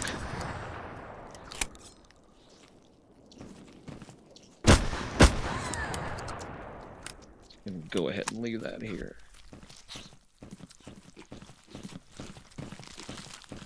I hear you. I hear you. That is disgusting. W sound design. Please never do that again. Is it just me, or are there more aberrant spawn points? Feels like there's more of them. I may be tweaking out. May you ask what inspired the title? So there has been. The VTuber community has suffered yet another classical woman moment, a highly concentrated one at that, and it is mostly being covered through the medium of Google Docs. And someone has decided to refer to said Google Docs as Google doccys, which is funny, but I still refuse to read those. Because like, what the fuck is the news value of that? Women be scheming. More on that in News at 11.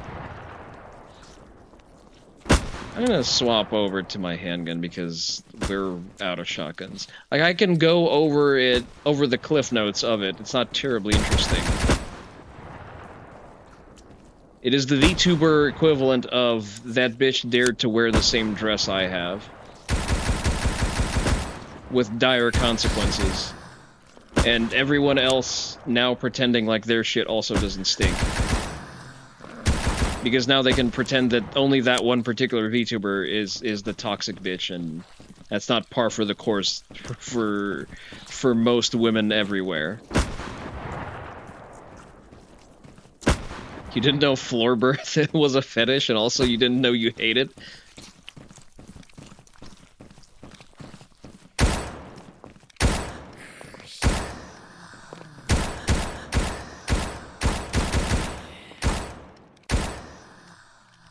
I'd say that's an accurate attitude towards that.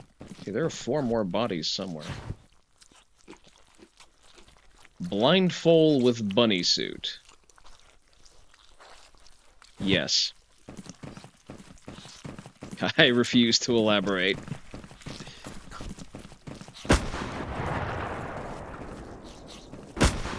Fucking mulching sounds. I hate that so much. Wouldn't mind the cliff notes, wouldn't kill too many of your brain cells. So are you aware of a VTuber clique, sometimes referred to as the Bikini Bottoms? It's the... oh fuck, I forget their talent agency. But basically it's the... it's a group of you are not. Okay, so it's a group of... the fucking what? The Bikini Bottoms. So, it is a group of allegedly indie VTubers, who I suspect being astroturfed by talent agencies, but that's besides the point. Those would be Akumanimune. Where is that one last stray body? Shy Lily, Bow the Whale. One of the aberrants gets stuck.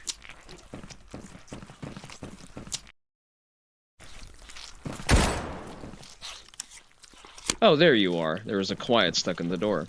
So that clique. That clique also included, what's her face? Tricky and Cinder.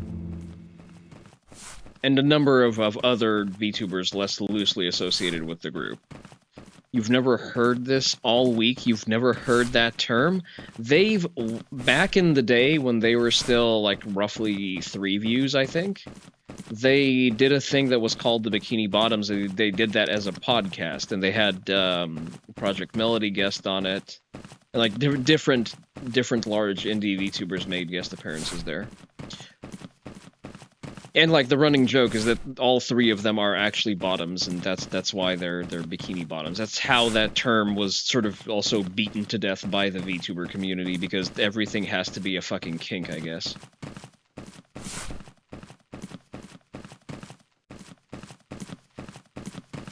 So, right, and it turns out that Cinder was trying to coerce an artist into an exclusivity deal without actually, you know, paying for any of the goods, in order to prevent people from getting a model that was made by the same model parent as her. We're not going to delve into the logic of that because it's stupid. That was something that she was trying to do, and she was trying to do that first through negotiation tactics, which didn't fall through. And then she tried gaslighting that artist through basically reputation assassination of other competing VTubers, or VTubers she thought were competing with her.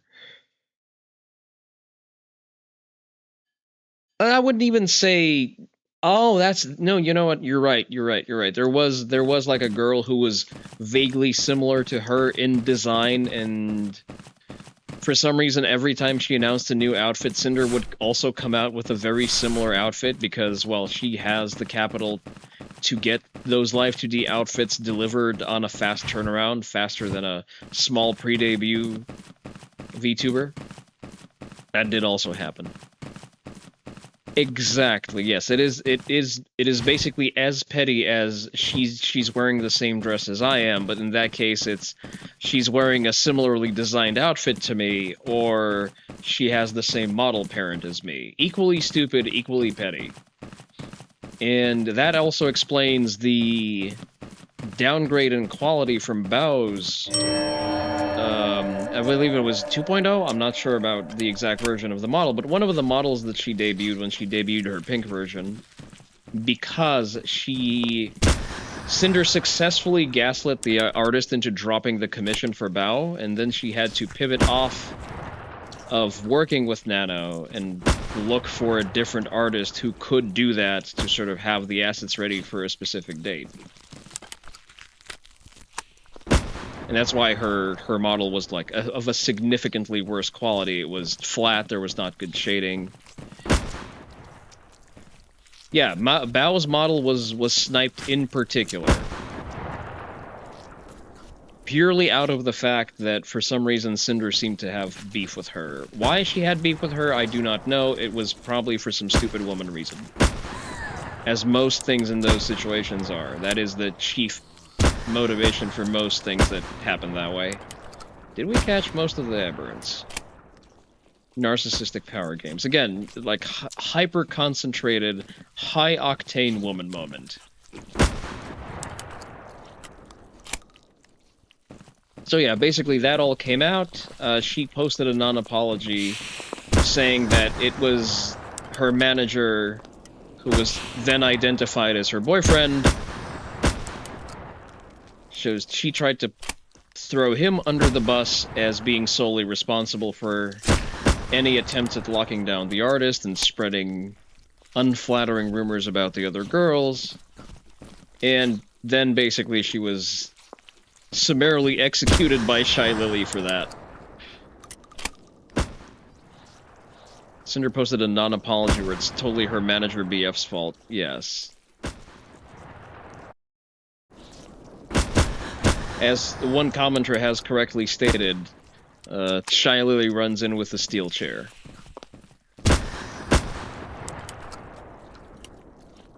I'm pretty sure that most of the damage to her current viewership actually came from the fact of her having a confirmed boyfriend, and other VTubers outright stating that yes, he is her boyfriend. Like, all of the other shit, nobody cared about, especially not The Sims. But the boyfriend, that's a deal breaker. And I will remind you, they all have boyfriends. The ones that don't have boyfriends, they have husbands. Do not give money to strange women online. I will bully you and make fun of you.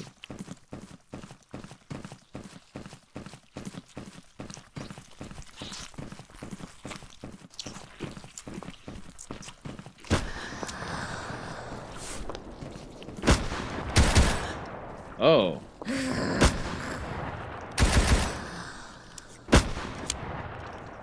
There's 6 more of them. Let's pull her out of there. I don't like her zooting out like that.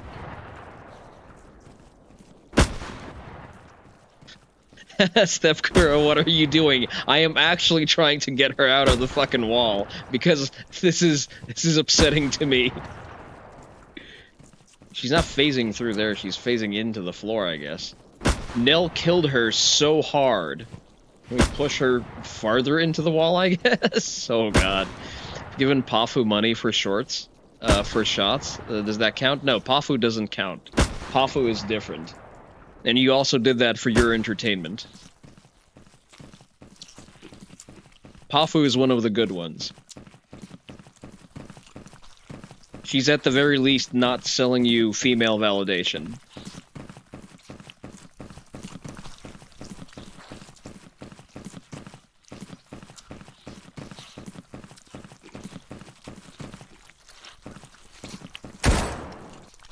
I guess another quiet is lost somewhere in the meshes.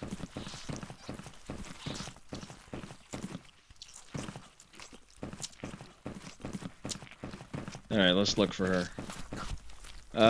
Yeah. My tinfoil hat theory, seeing as how everyone had a dock pointed towards Cinder, I think a lot of them just took that opportunity to just offload any, any baggage they were potentially holding on to in that particular situation because she became a permissible target. It's not that the other ones don't do that, it's just that she was the one that got caught. So now she's being summarily executed. Because, I'm sorry, but it requires a little bit too much suspension of disbelief to entertain the fiction that women congealed in a group that's not managed by someone else, see Hololive, are not going to engage in toxic power plays. We talked about this, they communicated, but the pieces in the pattern then slept on it a day. Sure, listen, no, Terry, I'm not disputing that the things that were said were true. I'm saying that Cinder is not the sole toxic female in a in a bucket of snakes. I would find that extremely difficult to believe. I am sorry. Okay. Let's unlock the Magnum, please and thank you, because we need some firepower up in this bitch. Magnum, increased damage. Yes, I would like more damage on the shotgun. I'd say 4 shots in the shotgun is enough. And add an extra magazine count into the Magnum. You'll love to see it. That reload animation makes me angry. Yeah, but I think, like, I don't disbelieve the things that were said in the docs. I disagree with the... Okay, I forgot that this is when the lights turn out. I really don't like this. I'm going to snipe a couple of aberrants that I see coming out right now, and I am going to probably resort to sniping. Probably gonna go back to room camping. Is that a fucking lumen? It's probably not a lumen. I don't think the lumens are supposed to come out yet. Uh-oh. They do pitter-patter very loudly, so that's good. As long as I'm paying attention, I should be fine. Begone, thought!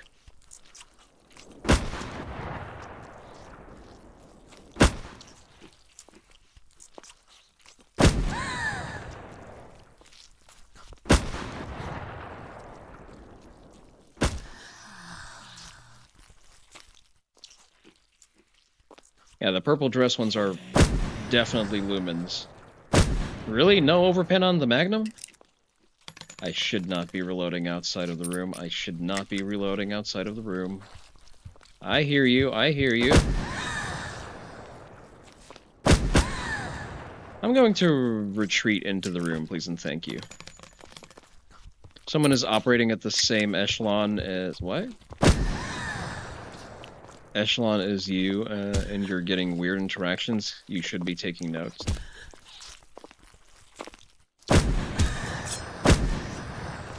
Pretty much, yes. I'm stun locked. Yeah, she did manage to take a swipe at me. I don't like the fact that I can't switch away from a reload animation. I don't appreciate that.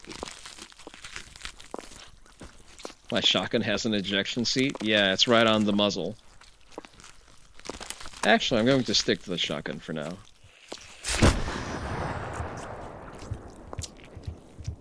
I think these improved a lot of the physical interactions on some of these.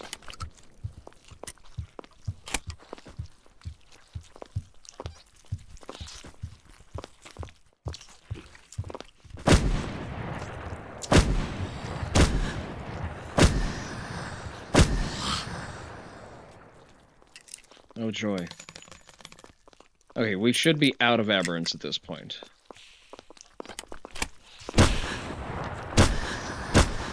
Don't crowd, there's plenty for everyone.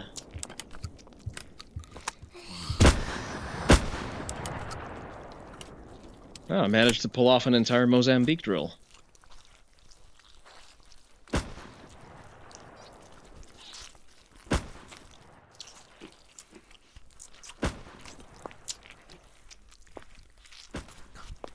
Scantily clad women crowding in the funnel, many such cases, exactly. Not an unfamiliar scenario for me. I robbed a brothel.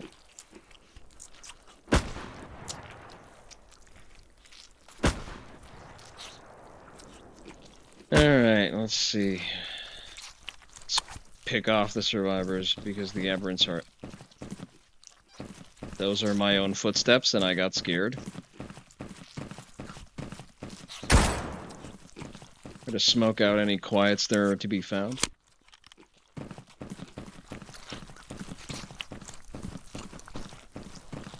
Oh, hey there, Crane. Did I see you get a gift sub to Kirsch's channel earlier today? Don't you ha me. I've seen what happens in VR chat. I've seen what makes you I've seen what makes you pog. Your huzz mean nothing to me.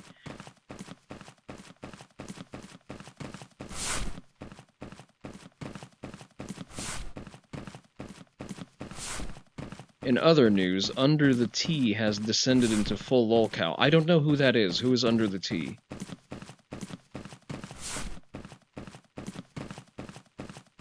You have no clue? Pretty sure I saw you on the gifted list.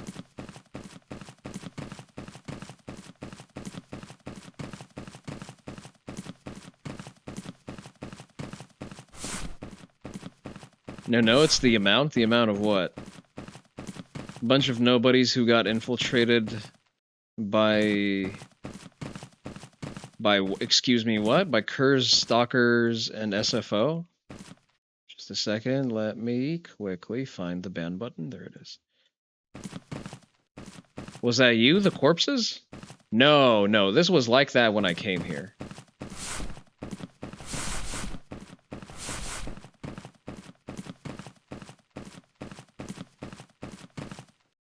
I'd like a little bit more oomph in my shotgun.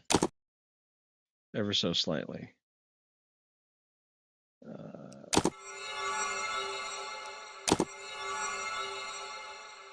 Do I want more movement speed?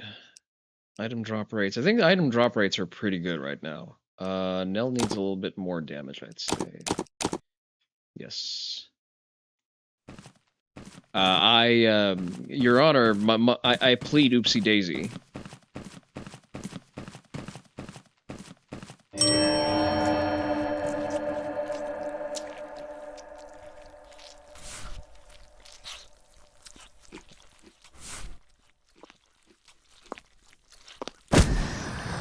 Hey there, sugar. Okay, one of them is starting teething. You give a melon magnum, does she have full-out accuracy? Yes, she... Especially since the magnum is a hit scan weapon.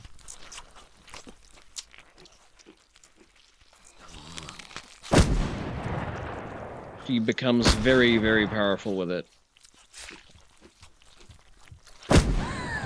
I hear you pitter-pattering there.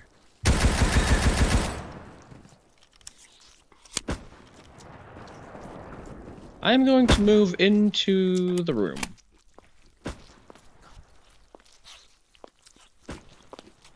I mean, we can try giving her a magnum, it's just not a very good use of points. If I max out her shotgun spread, she already does a lot, and it's funnier because they ragdoll really hard when she hits them with a full wad of buckshot.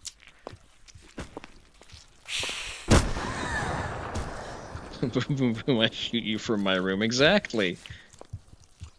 Oh no, I said hit scan.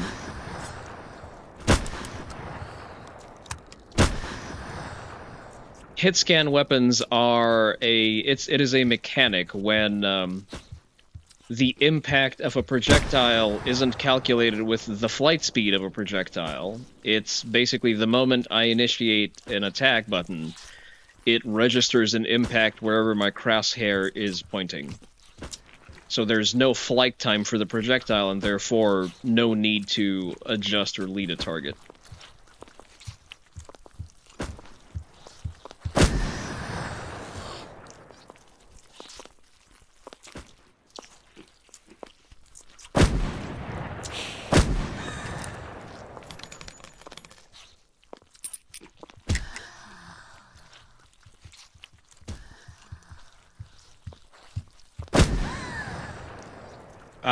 Sorry, I was looking respectfully.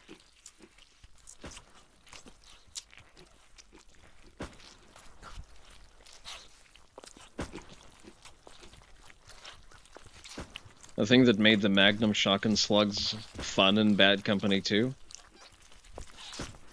I'm trying to remember if the sniper rifle in Halo... It was a hit scan at one point, but I forgot when it stopped. You were looking disrespectfully? How dare you?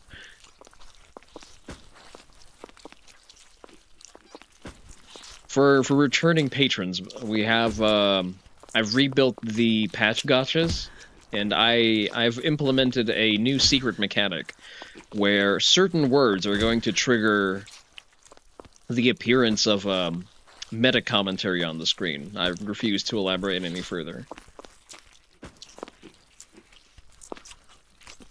Actually, hold the fucking phone. Why didn't it trigger on the thing that you said? Just a second. Let me check something. Did I already break it? Because I think that worked previously. Let's see. That's here. Uh-huh. Okay, that goes here, that goes here. That should work. Probably was on a cooldown, maybe. No, it shouldn't be on a cooldown. Let me see. Let me try to grab Notari's message again. Huh.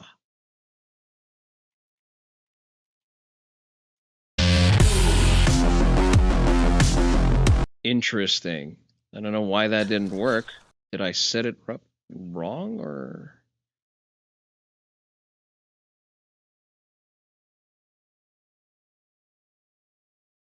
Contains case insensitive. No, that should work. Interesting. Well, sometimes it's just like that.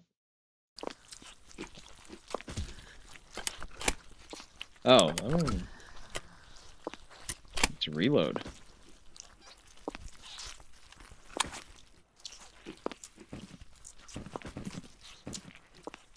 If we only have Shamblers, then she's going to mop them up fairly quickly.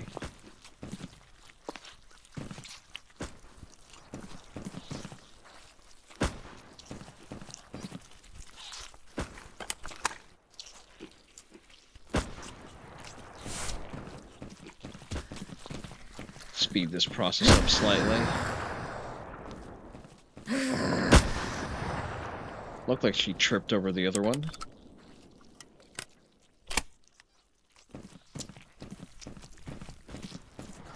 But she has that corridor handled. Okay, the pileups are getting kind of ridiculous. How are you doing, Crane? I haven't seen you in a while.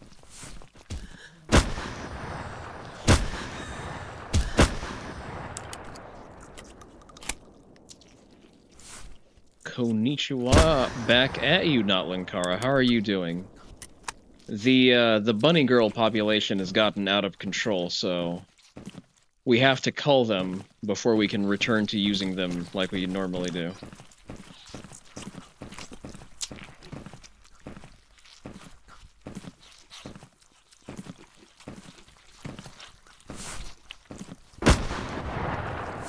There they are.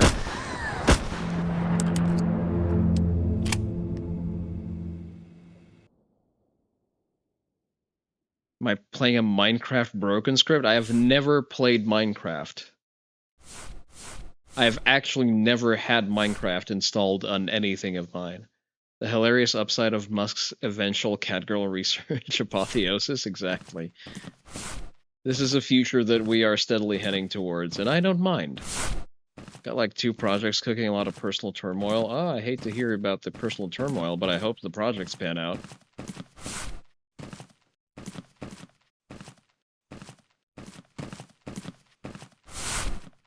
Swoop this up real quick. Do we have here?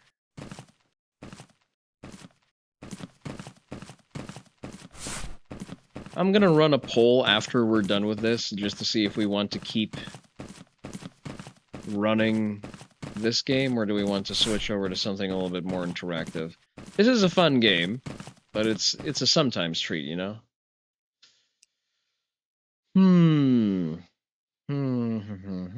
Let's give Nell some more damage. Do we want to give... Oh, we don't have the points for a Magnum. Projects are exciting, but we're cortisol maxing. Can't recommend. Movement speed. Kind of want to bump the reload rate.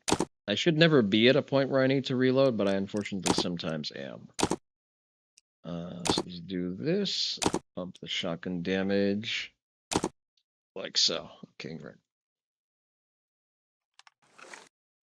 Leaflet made an AI song called Allergic to Cat Girls. Thing is, people with cat allergies are triggered by saliva, which is left over on fur, etc. So the true danger of cat girls' allergies is No, Terry.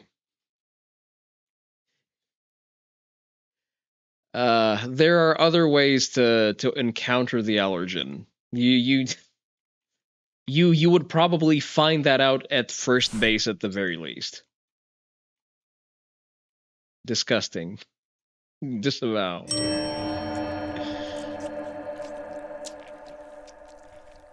But yes, Oni Dojo, I strictly recommend to not cortisol max. If you have to, consider supplementing with controlled amounts of ashwagandha. Extremely controlled amounts, by the way. Make sure that your liver is able to metabolize it correctly, because that's not always the case.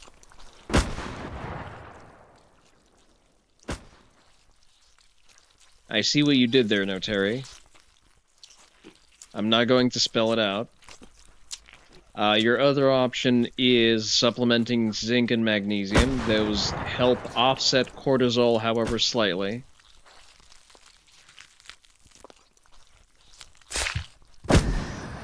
I was almost mauled by that aberrant trying to read whatever you wrote there. She's still coming out? Yeah, she's reconsidered.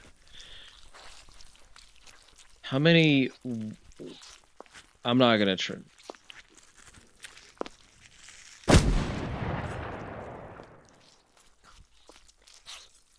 How many vorophiliacs are allergic to cats?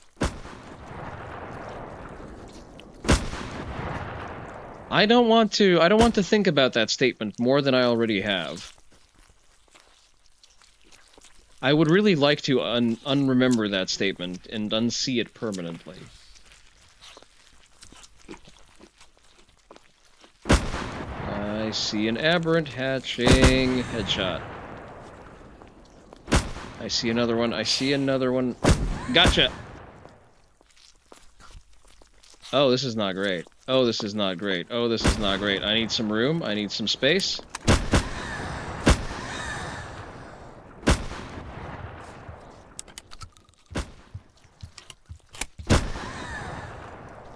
Sometimes they just fall over, other times they just go into the stratosphere, and I do not have any clue as to what affects that.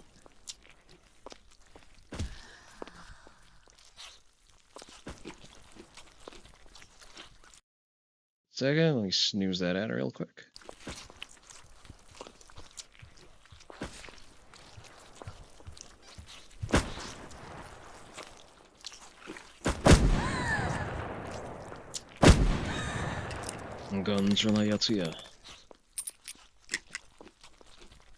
Alright, going back to our home defense solution. You're surprised there isn't a mod that replaces the zombies in Project Zomboid with anime girls? There has to be one.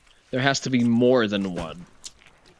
There's definitely a mod that adds bunny girl zombies. That I know for a fact.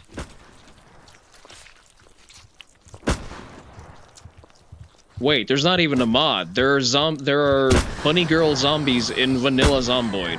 What am I saying? Or no, maybe not. Maybe that was a mod. Yes, it's the cosplay mod. Never noticed, did that Lumen not have a face? Not putting that in your search history, but you would encourage someone to search. I'm 100% sure that the bunny girls exist. You like the blonde with the purple hair with the purple? You can fix her. It appeared to not have any face. That was interesting. We're gonna take a look at that. I don't know where she flew off to. There are going to be more. They flock towards the lights being on.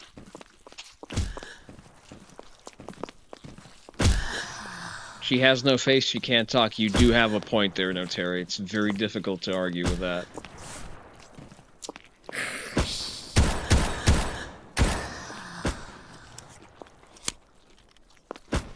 Oh!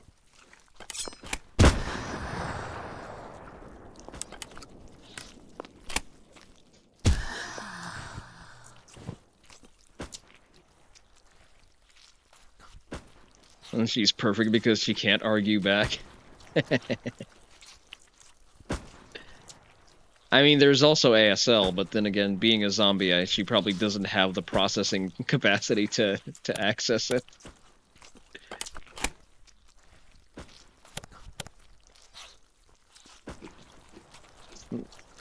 Yeah, there's probably no argument with most of them being, you know, that they're kind of lobotomized zombies. Current round 10. Are we in the last round?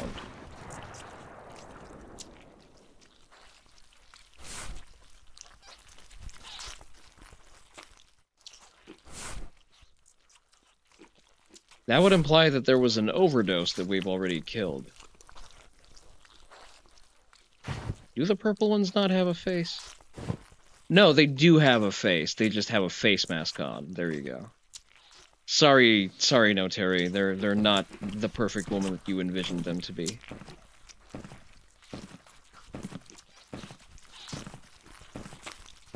Speaking of lobotomized zombies, did I hear the news that the reason why most Redditors are brain dead is because most of them are bots trying to convert people into being stupid?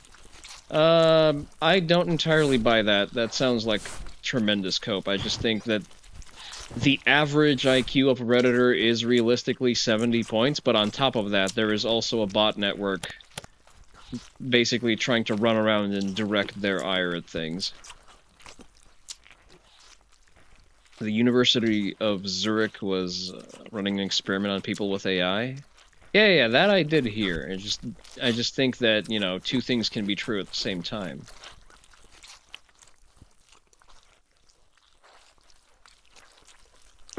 Yeet. I did not see a single overdose. Reward coins 15. Oh, there is a playtime now. Fantastic. Turn to title. You wouldn't say most people on Reddit are bots? Most of the people on Reddit are bot susceptible. Yeah, exactly.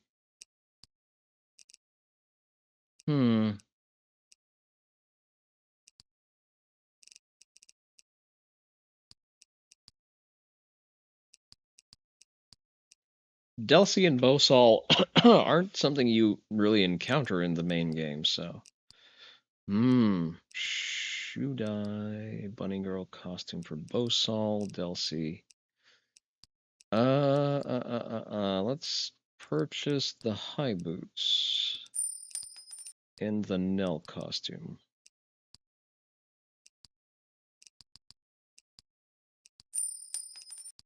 Okay.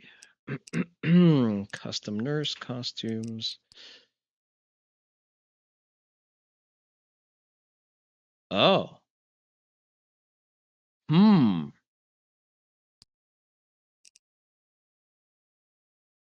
Okay, chat, hear me out.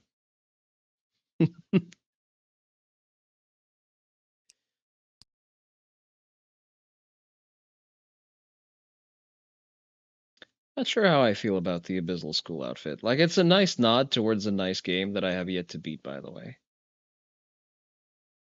But it feels like a step down from the bunny girl, you know?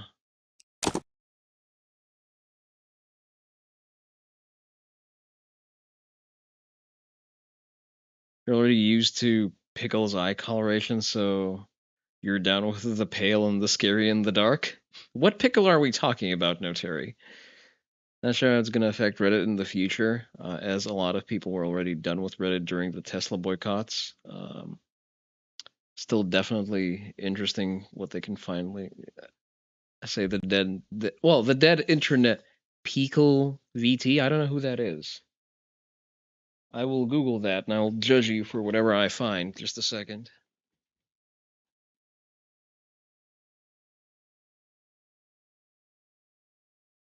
I assume that's a searchable handle on Twitter.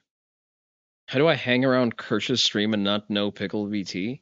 By not paying attention when women speak.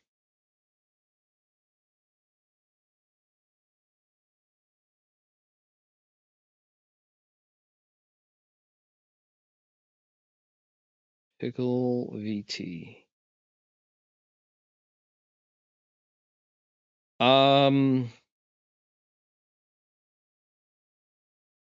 Okay, sure. Objection retracted. All right.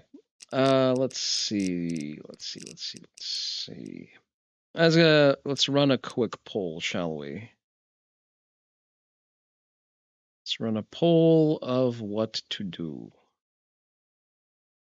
Let me bring up my stream manager. There should be a better way to do this. Why is Gotcha looking at boxes of snap caps? Sorry, I'm getting distracted. Let's see. New poll. Next game. Ruined Nurse hard mode.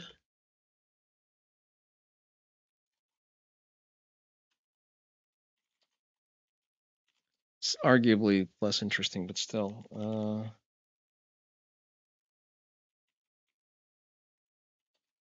What else can I offer? Fuck it. Let's go this. It's a 5-minute poll. What am I going to do for 5 minutes? I didn't think about that. I did not think that far ahead.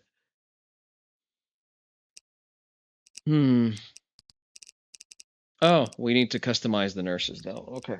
I think the receptionist can stay the way she is. That's fine. She's not terribly interesting as she is. Oh, okay. That's not as interesting as I imagined it. I kind of like the lace-up boots more. There's probably a use case for that. I just need to figure it out. Quiets are canonically barefoot because they're quiets. Lumen. What say you, Chow? Do we give the tall boots to the Lumen? Let's remove the other options. And we keep her a lilac purple, right? It does kind of work, right?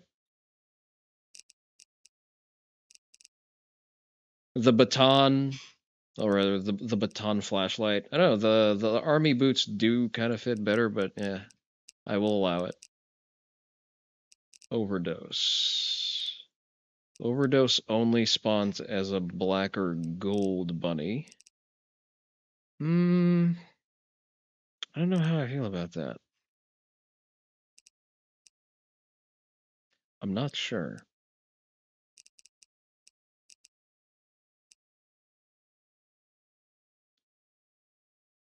It's a very tall boot. Yeah, you are right. You are right. Okay, but overdose is barely spawned, so it's kind of a moot point. Quiets are always in gowns. I kind of want to spruce things up a little bit. You know what? Let's do this.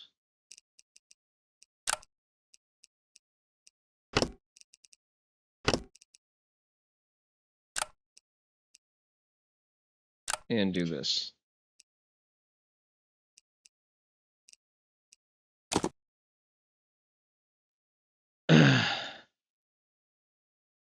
Silence, bridge woman. Now talk about sounding in your neo-Nazi mom.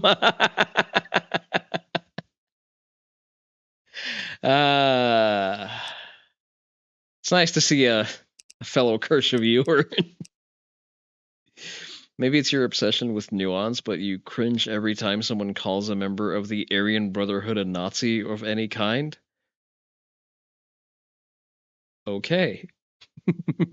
I was under the assumption that there's some overlap.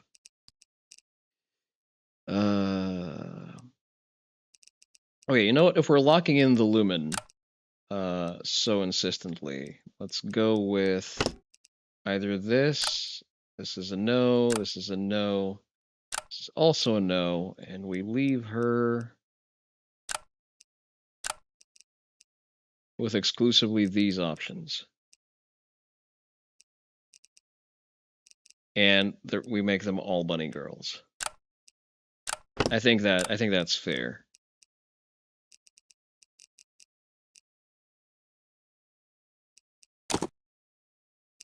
How are we doing on the poll there? You realize it wouldn't complicate things. You wish there was a way to vote for more than one option? I can enable that with points, but that would just take a preference, you know? Okay, hard mode Ruined Nurse seems to be winning so far. You were torn between hard mode. I mean, we're going to run hard mode, and then we're just going to rerun another one. Most people that identify as progressives lean heavily towards socialist belief. And what does Nazi stand for? National Socialists, exactly. Yeah, we're just gonna revote after we do this because I can mostly play this. Okay, what the fuck is this? Oh. Okay. Nah. Listen. Can we back this up? I don't feel like I want this. Delcy appears as an enemy every 3 rounds. Tekken 1. Thank fucking God. That's very rough. For those of you who weren't here last time when we played the campaign, Delcy is basically a boss with a cooldown and who's effectively immortal. Oh boy. You need to specifically game out this mode for which specific. Yeah, and you don't have Nell to rely on for mopping up the small fry. It's all you. It's all you with the aberrants. All right, let's do some Tekken. I love democracy. Okay. I'm probably going to tilt over from Tekken very quickly with the current state of the game, but that is fine. I'm actually playing more Jin recently. Now let's watch IRL lolcows and fighting games? What do you mean? Can you, not Linkara, can you be a little bit more specific with your request? Am I the lolcow in this situation? I'm not sure I entirely appreciate that. Tekken 8.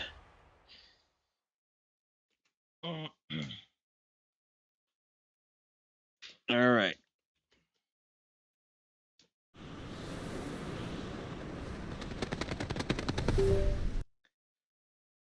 Oh, yeah. I mean, listen, it would be an interesting exercise. Most fighting game crackheads tend to be lolcows. See, Tekken used to be different. I'm going to play one warm-up game, and I'm probably going to play some ranked. If anyone wants to hop in, let me know. I'll set up a lobby, because that's going to be more enjoyable.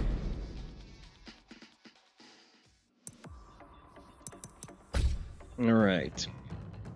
Fighting game players used to be different in general. You are not wrong. I mean, it depends on the fighting game. Jin Kazama. Ikuzo. Reina.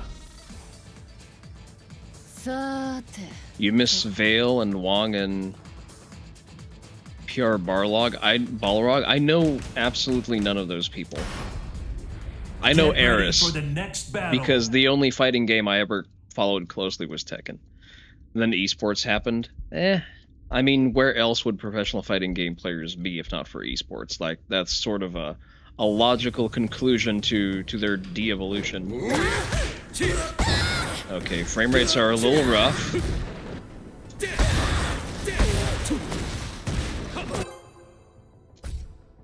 I do not remember my optimal combos, by the way. Get ready for the next battle.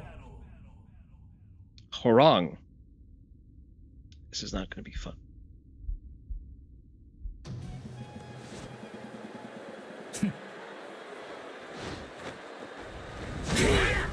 Round one. Fight. Does he know? He does not know.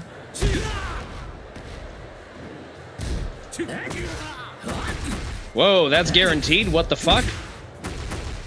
Okay, I need to pay attention to the game, otherwise I'm gonna get smoked by a Horang player. Oh, he knows. Well, he knows a little bit.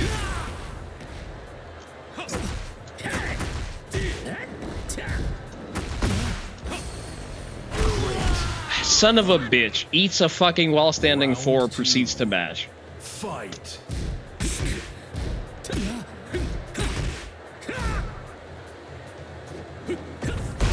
Oh, nice whiff fetish. Why does that guarantee a hit? Who thought of this?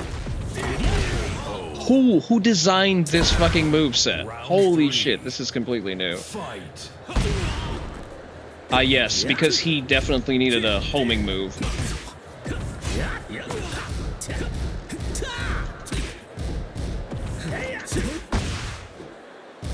Oh, he's learning.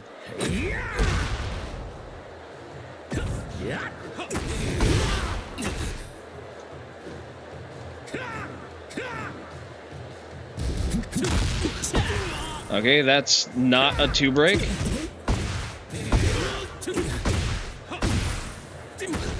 I am so sick of this shit. Oh, and he key charges. Okay, let's do this. Let's do this. Let's do this. Check the profile. Oh, and he win quits. Oh, you scared little bitch. You barely clutched against me while I was reading chat. What is the force without... What is a Horang without mash? I know, but the fucking mash was also kind of wild.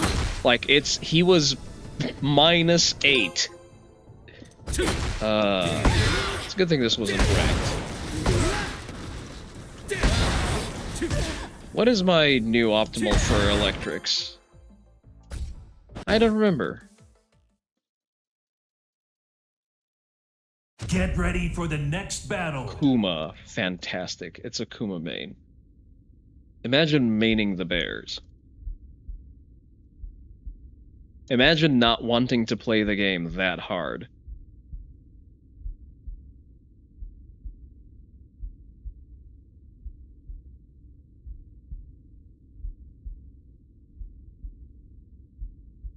I think the thing that happened with Tekken 8 specifically, especially in Season 2, is that all of the historic players filtered out because of the current state of the game.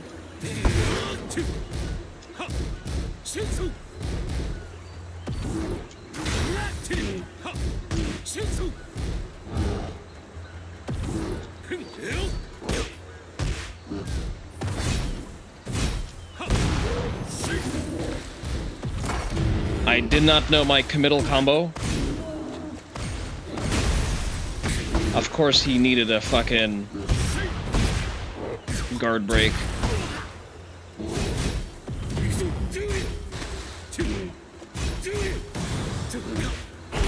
Son of a bitch, and he ducked.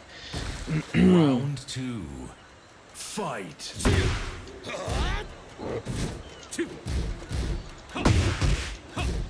Does he know? He does sort of know.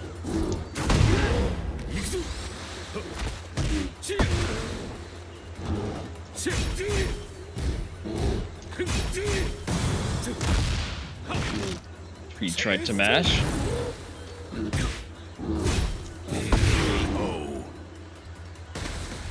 Round 3. Not even probably college student. College students usually are capable of learning stuff.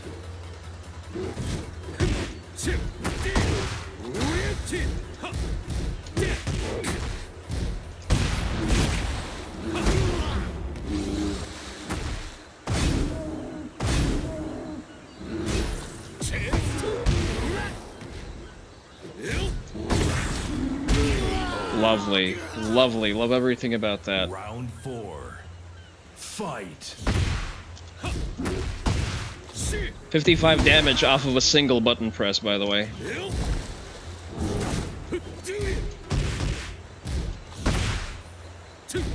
What the fuck? That's supposed to be minus 15 on a trade.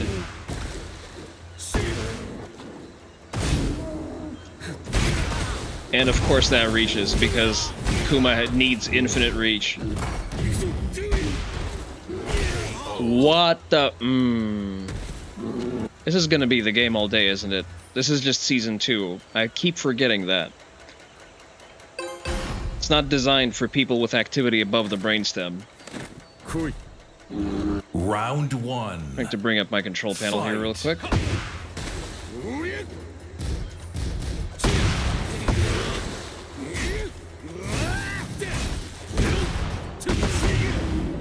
Most furries play King. Want to know how you know? Had the misfortune of seeing R34 on Twitter timeline. See, like, if I'm not paying attention to the game and just reading chat, I actually win games, which is depressing.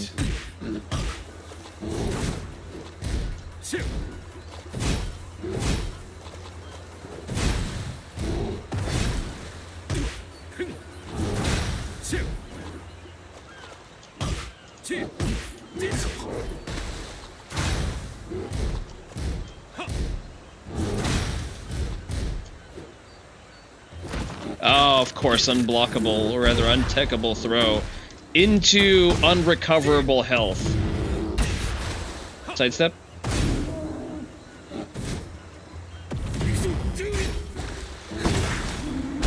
Instant impact mid. I hate this so much. That's why I resent heat as a concept. It's things that shouldn't exist in the gameplay at all. Such as a single button 55 damage string. How the fuck did he just jump over a mid that clipped through his model? Excuse me?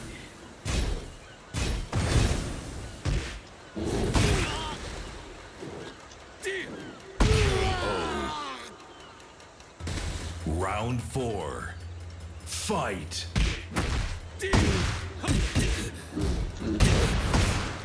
He really just challenged me at +3. He really did that.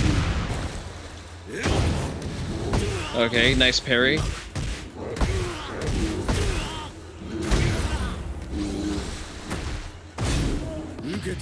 Oh, okay, good bait, good bait. Single button electric, because the bears definitely needed that. Holy shit. So the thing is, like, my big problem with the heat system is that it has heat smash. Yes, it's a single time consumable resource, blah blah blah blah blah, cope and seethe. It is a single button, instant activation, no barrier to entry, no execution barrier. Of course he fucking Get ready for the next battle. no barrier of execution into an instant fucking 55 damage, which is a lot. Sad thing that you know that is 100% gay bar bullshit without looking, despite the female furries 100% wanting King to grapple chain them into impregnation. I don't want to think about that statement too deeply as well. Really, no wall splat. Listen, Doki Bird plays King not because she's a furry, but because she's bad at the game. No one who's good at the game plays King. Disabuse yourself of this fantasy. King is the character who's made for people who don't want to play the game. Rather, they want to force others to play their game plan. Get ready for the next battle. I am really collecting a full fucking suite of these characters today, aren't I? This is just going to be the entire stream. Alright, let's figure out the matchup. Because there's a specific thing that I do not understand how to counter on Raven. What about Dragunov? Nah, Dragunov is... He's cancerous, but manageable.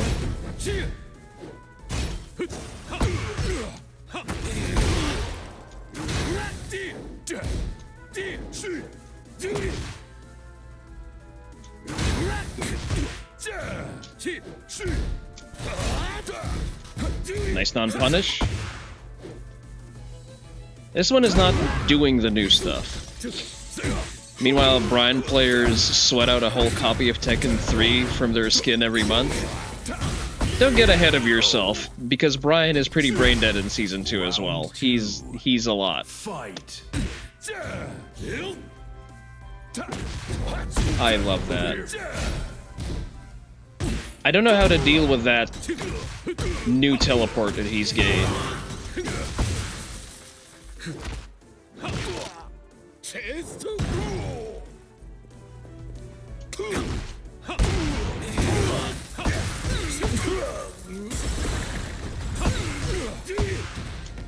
Ah, so close. It's not over yet. Hellfire. Know for a fact that all of their reports are gay free porn or retarded. Wait, what?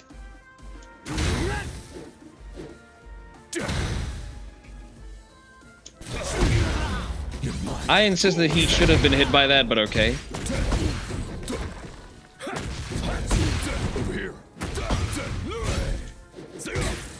Like, what am I supposed to do with just the empty teleport into mix-up?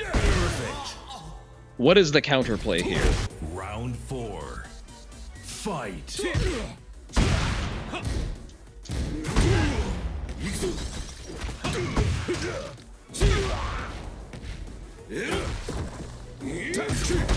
Nice sidewalk. Whip something for me, please.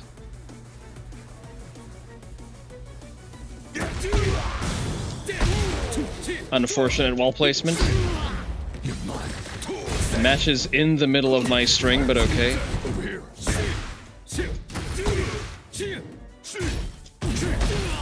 No power crush for me, okay. Again, no power crush for me. Because fuck me for wanting to take my turn after blocking all of that bullshit.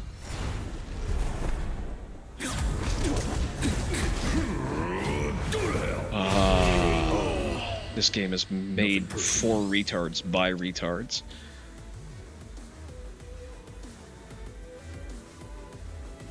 So you saw that entire interaction, right? Like, I block what looks like a fucking ultimate that you have access to from the beginning of the game. Every round. 1. Fight. And I am still so minus that I can't even power crush to interrupt any of that shit. Should have launched him for that.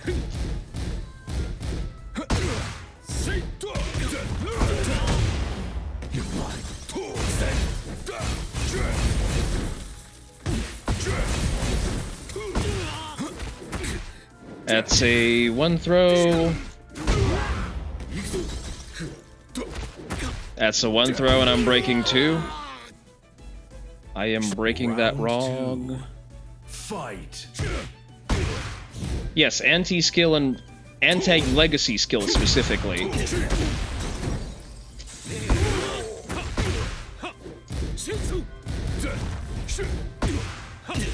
It's not over yet.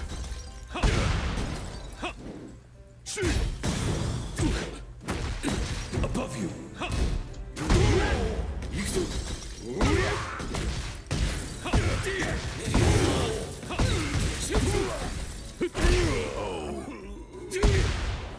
Good news, the creators of Necromantic made a new song recently.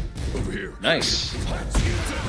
I don't have any strong opinions about fucking Toho. I've never experienced neither of the mainline or any of the other games. I do like Necromantics. I think it's a cool song.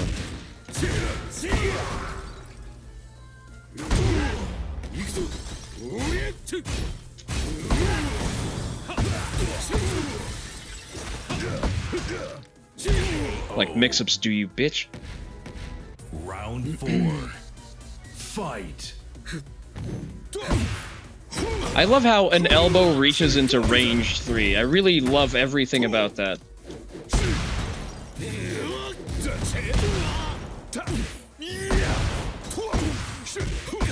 It's not over yet.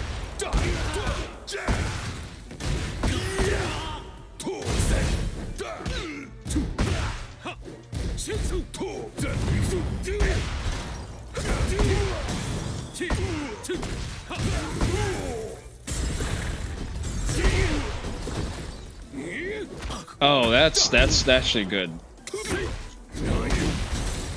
I clocked him directly in the face. Final I hate the round. new get-up system. Fight.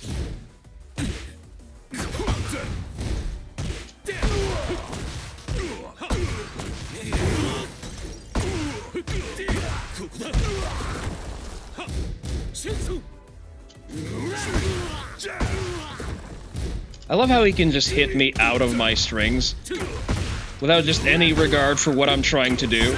It's not over yet.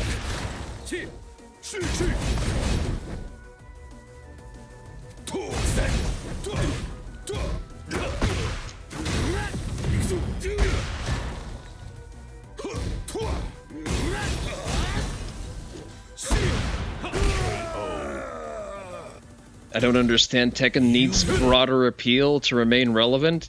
Really? Does it now? Because it seems to be doing just fine with the 3 million autists buying the game over and over again. Tekken 7 did pretty okay. Fight.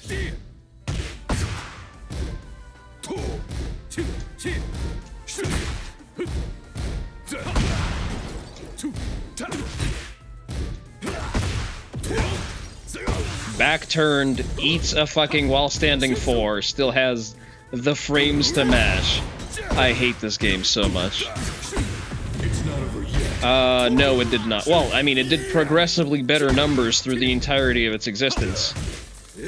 Because people wanted to play Tekken.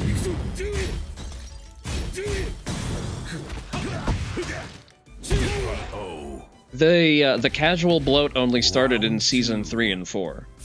With the DLC privileged characters.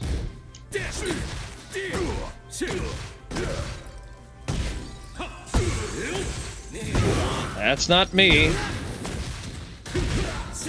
All of the lag is on his side.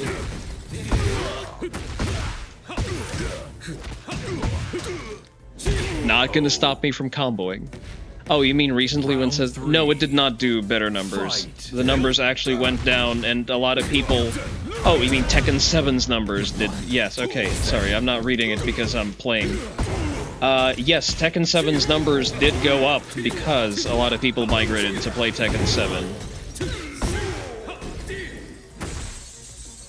Completely fumbled that gigantic combo that I just got for free.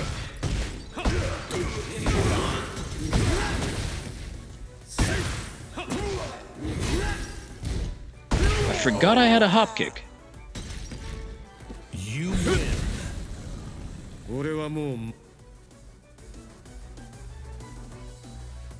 Okay, I'm gonna play him one. Okay, I think we're sufficiently warmed up for ranked. Let's flush that rank. Get ready for the next battle.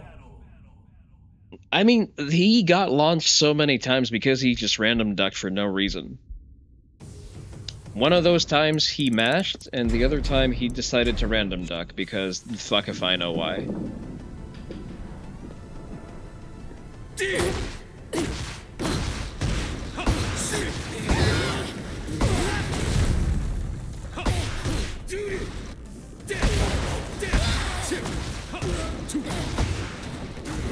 Damn it, don't reach.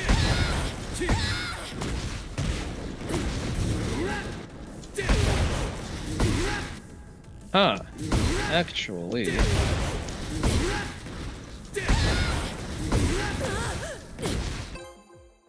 yeah, sure. Console unwired, that's usually free points. What I've observed so far is that people on console, on average, play worse. Get ready for the next battle. Oh, no. And people on Wi-Fi play even worse. It's Lars. Alright. Let's see if random blocking, guessing low every time is going to do us any good. We're both on a demote match. You'll love to see it. One. Fight. Huh?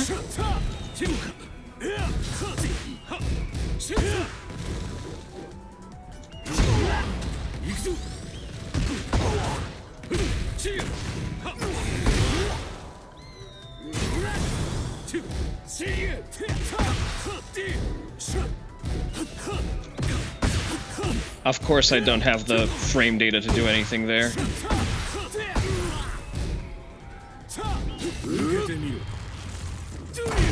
I hate Lars so much. You're surprised there hasn't been a fighting game where there's a character that whenever they win a fight, a female character, fighting a female character, they'll tell them to shut up and make them a sandwich?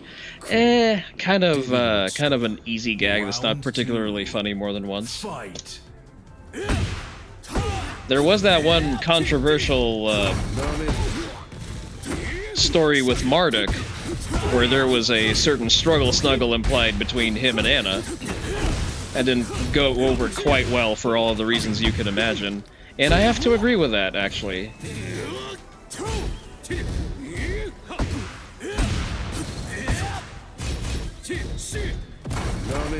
He just never stops pressing.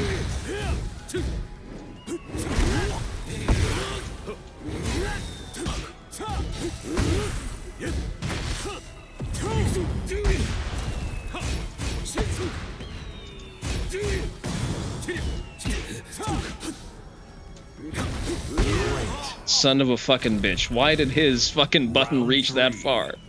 Fight. What the fuck is this?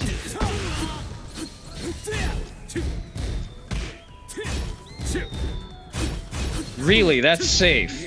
That is... why is that safe?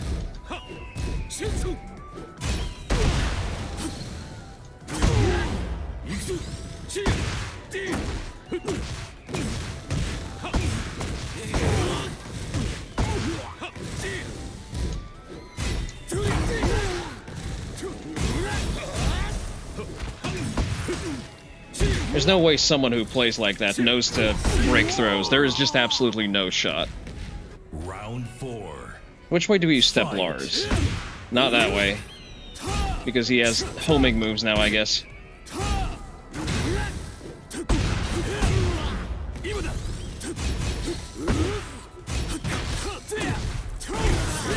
And I just get flattened like that on nothing but guessing. Plus on block, really? Okay, I need to lock in. Fight. What the fuck is this? Like... zero collision whatsoever.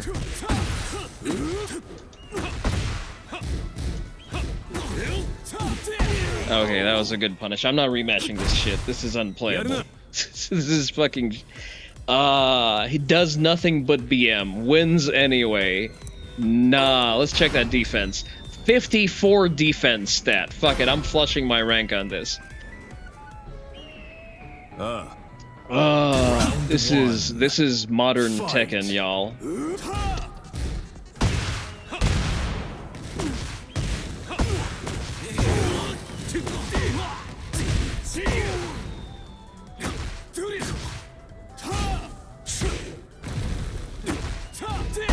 You need to notice how he gets up with a button every time.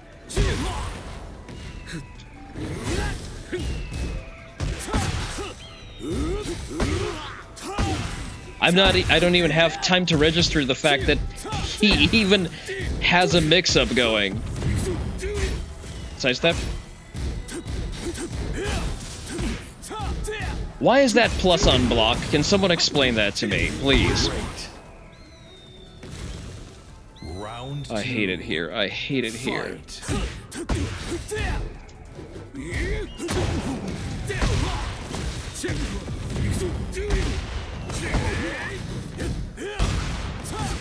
Wakes up. Oh, God.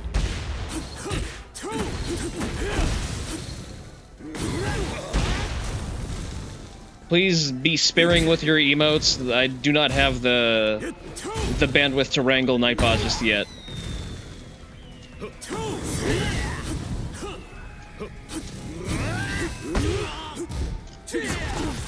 High crush, sure.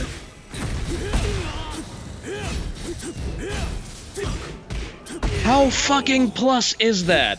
Why do I have to take a mix-up into another mix-up? I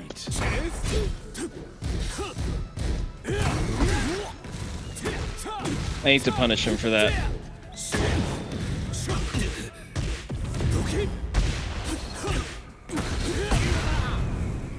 Okay, that's gonna scale like hell, I'm not too concerned.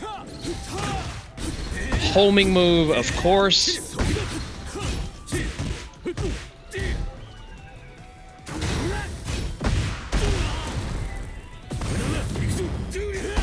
What the fuck is that tracking? Or rather, lack thereof. That's plus?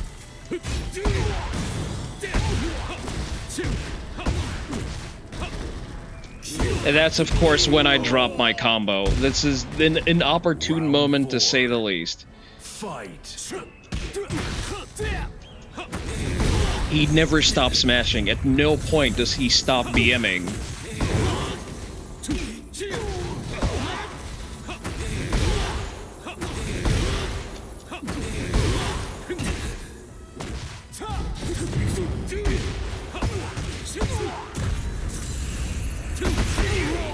I hate this so much. Final round. Fight.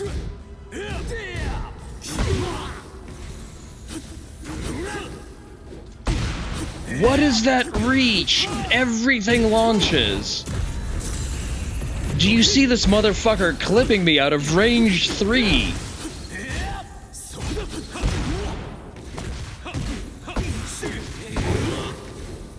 That's it, I'm going for damage here.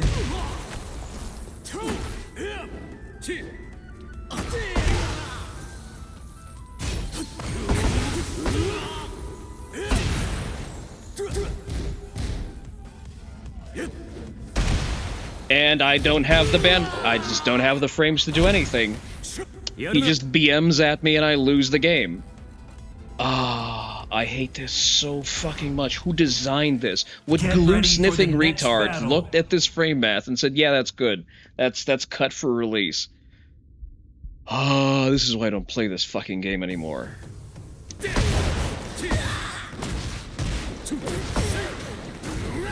Whenever someone tells you that Jin is a problem, but doesn't mention Lars in the same sentence, please know that that person should not have the right to vote.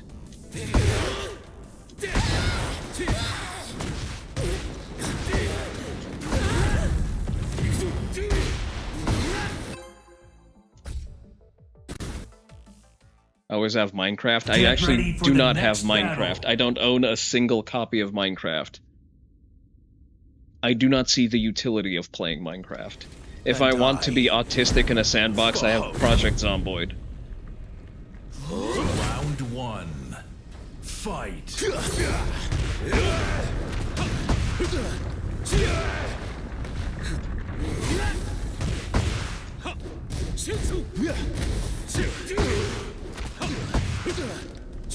You see this brilliant level of gameplay?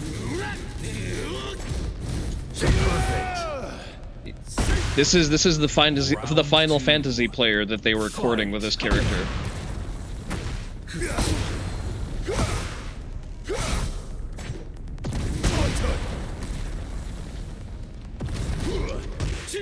I'm just gonna keep doing this, and he will never have a remedy against it.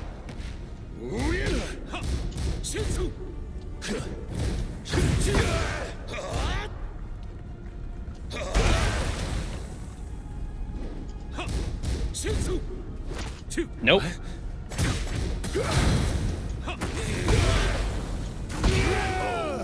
He will have no counterplay, I guarantee. He's probably going to quit after this. Round 3. Fight. Step.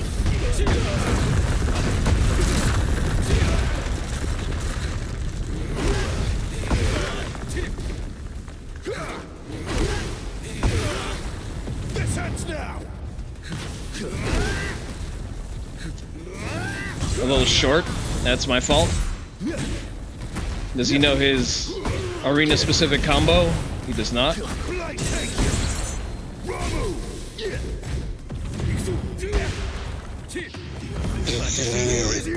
Rage Art, of course.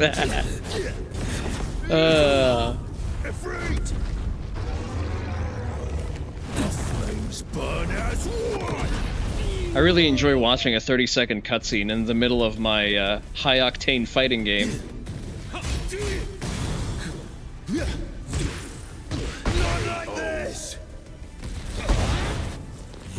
Okay, let's see what he's got. He's probably not going to rematch, not after getting blown out like that. Oh, okay. He thinks he's got something cooking there. And I for hope. Round 1. Fight. I ducked the first hit, but okay. Does he know? He does sort of know.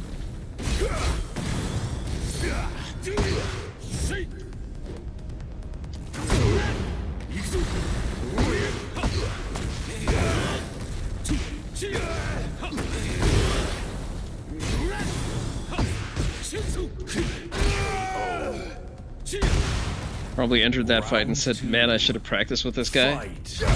He probably thinks that the character is busted. Couldn't be further from the truth.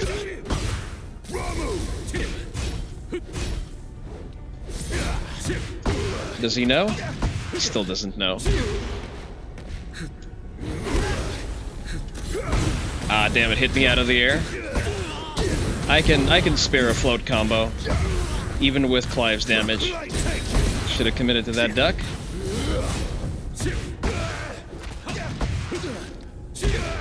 He's not gonna figure it out, is he? Too slow. I hate it so much.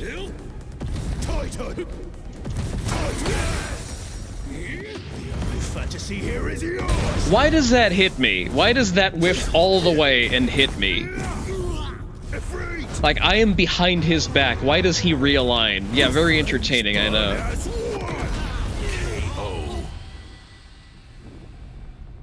Round 3. Fight.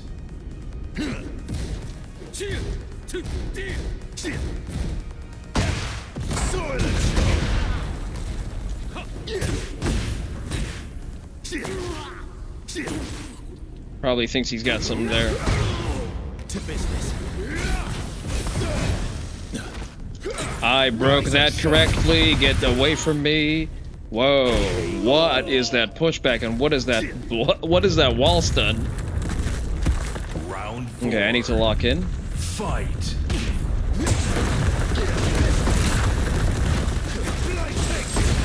Oh, lovely. This ends now.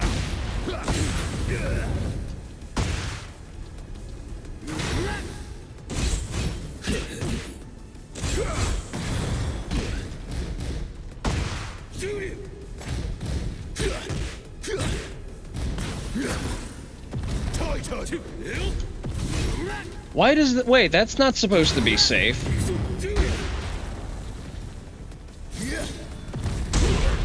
Great. I hate it here. I literally just fucking lost to the bullshit. Okay, let's run this back. So normally, under normal circumstances, if you try to power crush at +3, you just get counter hit for your trouble. But I guess the Final Fantasy character has privilege.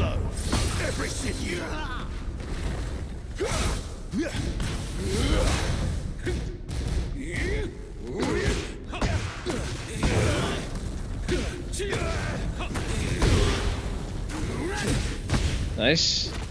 What? The fantasy here is yours. Okay, sure. That's gonna be a lot of health. Like, I'm going to be one mix-up away from death.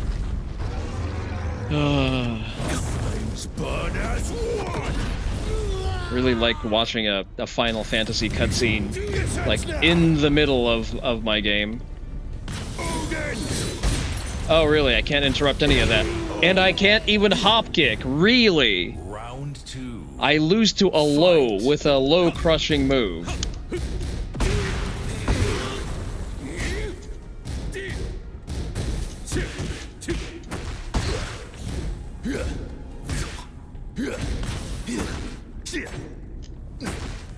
Amazing.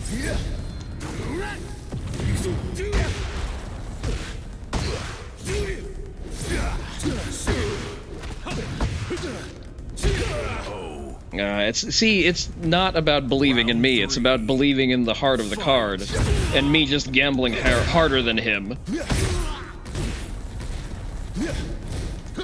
If anything here was even remotely about skill, he would not have any kind of chance, but this is Tekken 8. This is Tekken Casino.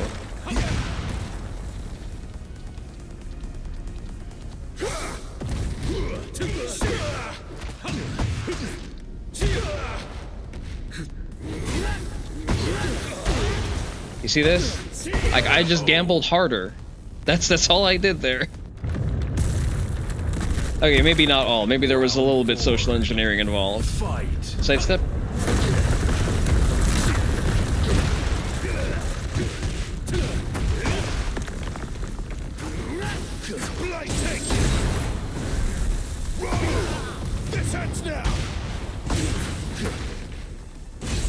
I need your luckiest gacha pulls, chat.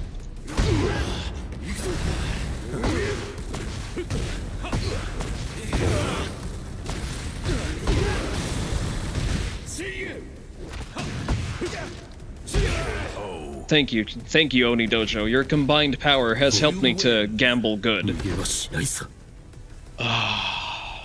He didn't break a single throw, by the way. I kept doing the same throw. I didn't. There was no mix-up. He got hit with the no mix-up. Because apparently you can touch fucking Fujin in Tekken 8 and not know how to break throws.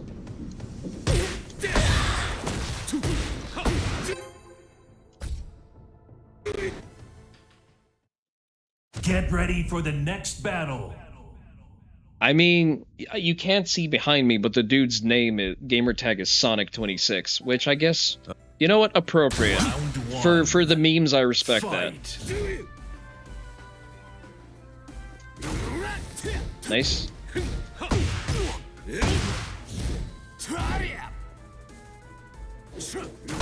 You know what? This is a better Lars. This is a better player than the guy who I lost 2-0 to. Let that sink in.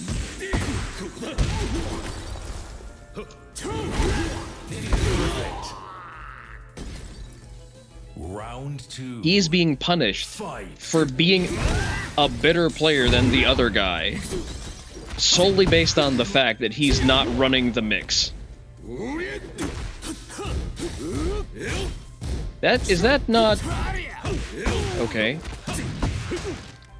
I was under the impression that Lars' stance lows are -14 and up. I guess not.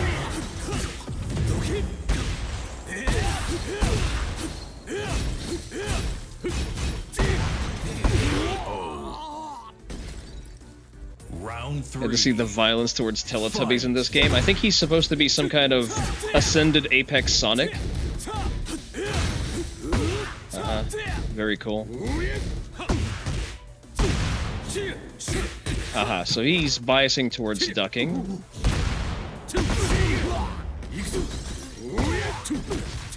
We love people who duck.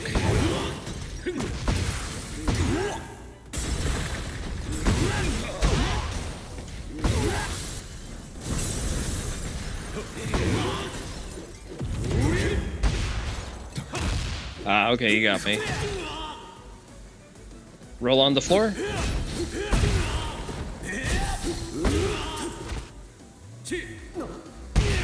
Son of a bitch, bad trade. Round 4. Fight. There is no party here, there is only sadness. Hey there, Mr. Hellion.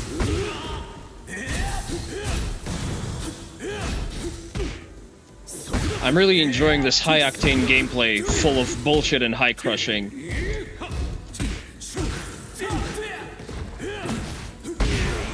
And I just got wiped at the wall because I guessed wrong. Fight. Mid check.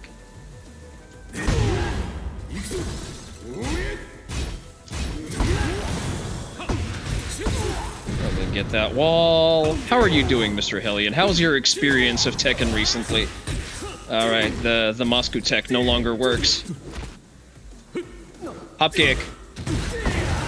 Was worth a try.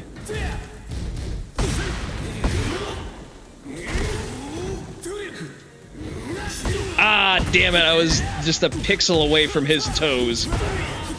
He would have gotten, like, the maximum amount of negative frames he could have gotten. I beat him anyway.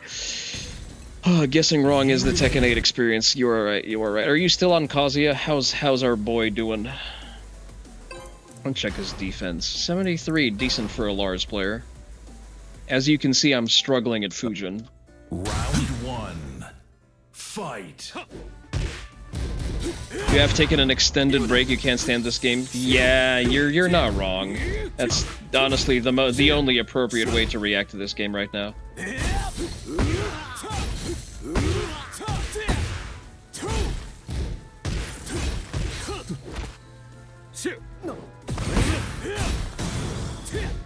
You see that, right?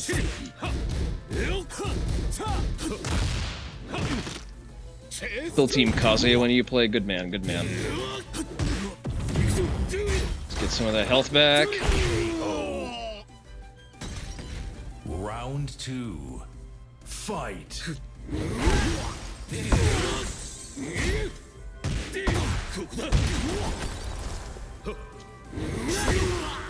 Just close. How have I been? In Tekken-wise, not great. I lost the 2 Tekken Kings that I paid with my sanity to get, thanks to this marvelous patch.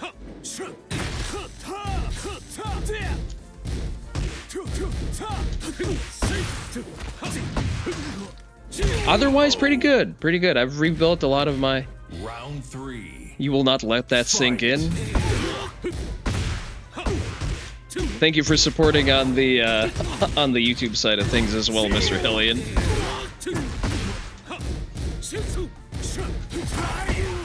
I was supposed to do a power crush, but I will take it. Round 4.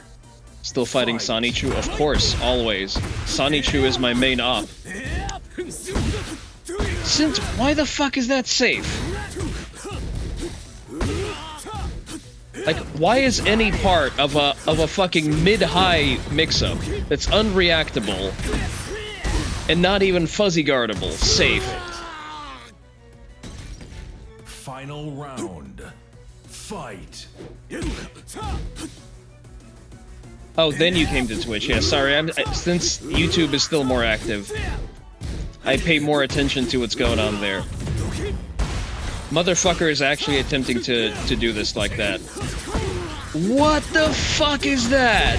Holy shit, I just got fucking spinner-rimmed into nothing. Very fair, very entertaining, much engaging fucking esports material gameplay design. W. Harada. I'm so happy to be part of Murray's vision.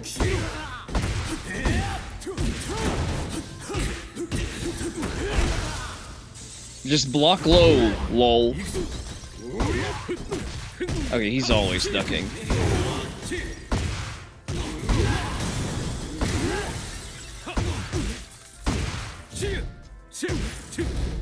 He does know better than to mash it -3. Gotta give him that.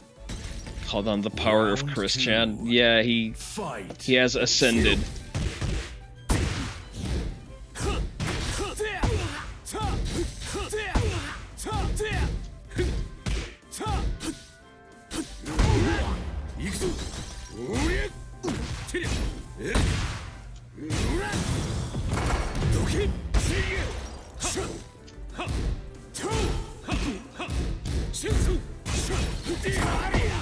Power crush, sure.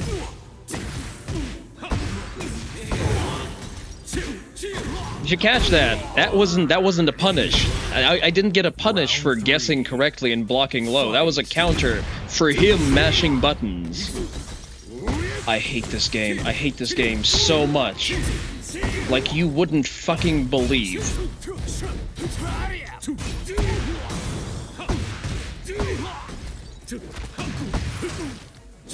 Why would you sidestep when you can block low, motherfucker? You win.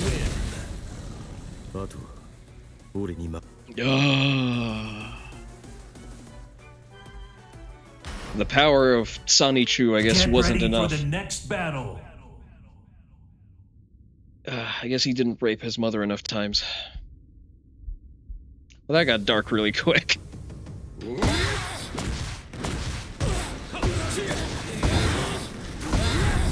See, not Linkara. Fujin sounds like an impressive rank, and it used to be, but it's no longer is. You can actually sniff glue and eat paint and get Fujin pretty much instantaneously with certain characters. I'm pretty sure that I can BM my way to Fujin with Eddie. Like 3D, playing a 3-3-3 Eddie should give me access to an instant Fujin. Okay, I need to pay attention here. Pressing it +5, sure.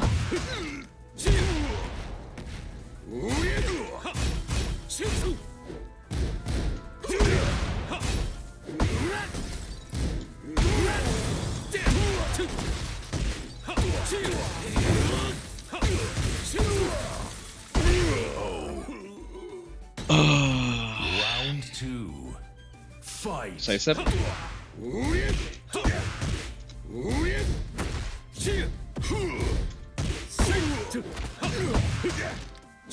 Probably not a great pick in that particular situation.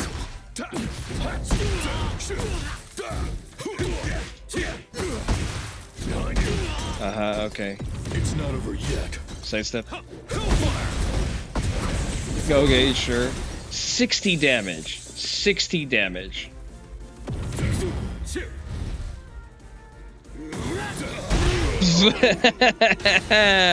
Am I fighting Kanye West? I'm not sure. Fight.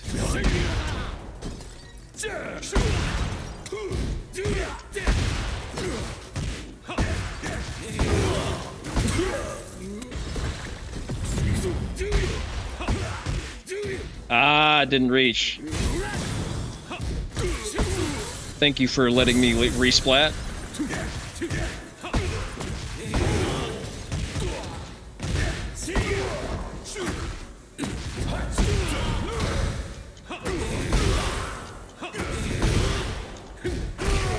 You know what? I'll take it. I will take this. Bro just walked into a heat smash, literally, yeah. I don't like heat smashes. I think it's a stupid mechanic. You should not have anything that's a single button 50 damage anything. Round 1. Especially with armor, especially with like single frame impact.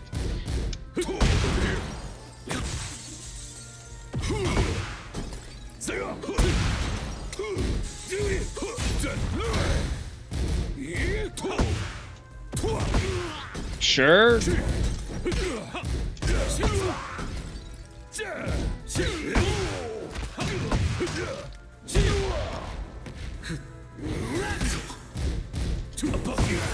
That used to clip him out of the teleport when you did that. Round 2. Fight.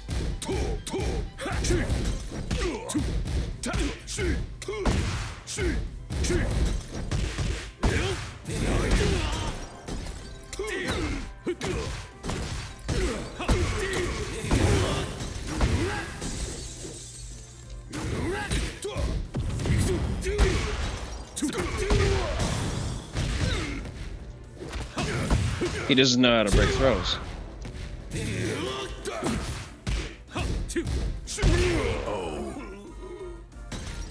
Round 3.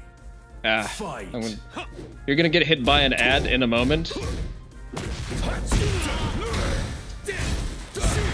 +5. He continues to mash.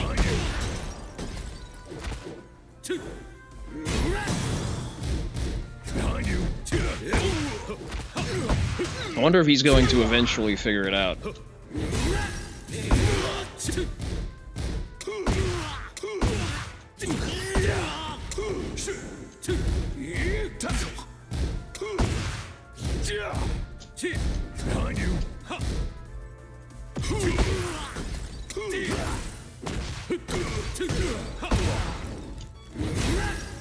It's not over yet. Yep, saw it coming. Round 4. Fight.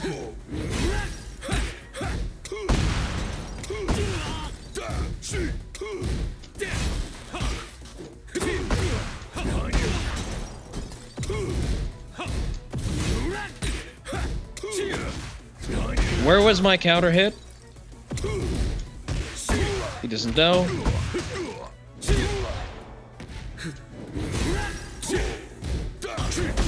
It's really hard to... I'm gonna read that in a moment. It's really hard to smash more brain cells when all you have are 2. Yeah, it is this game in a nutshell. Final All right, I gotta round. lock in. Fight.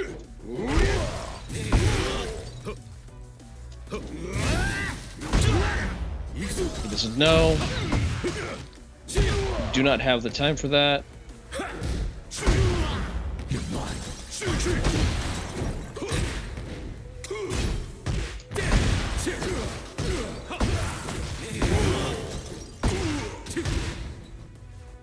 Over here.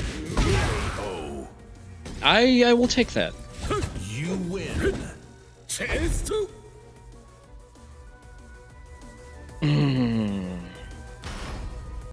This is why I don't Get play ready this for game the as next much. battle. Because it's stupid.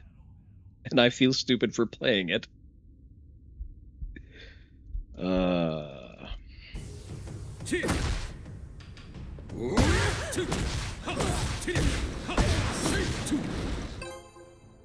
Yeah, sure, let's go.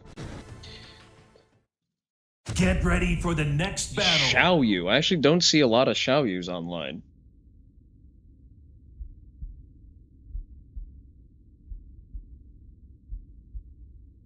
Xiaoyus are a very mixed bag. Some are character specialists and actually play the game.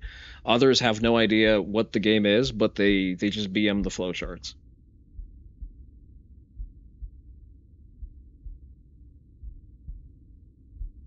What is my anti-Xiaoyu? I think Zan 4 is my best anti-Xiaoyu move. Round 1. Fight. Haha. So I'm gonna be one of those.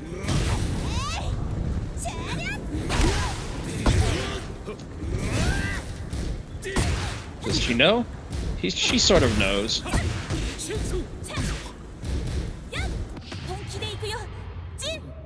She really did that. She really did that. Round 2. She got to Fujin playing like this.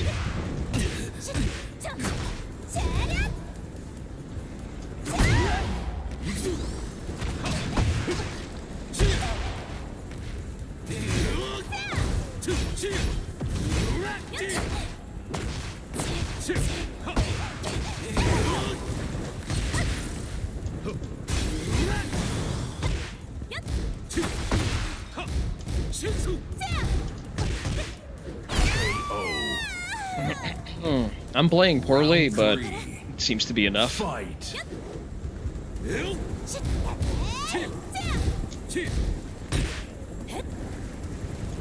I'm waiting for that back turn. 4, I think it's a 4.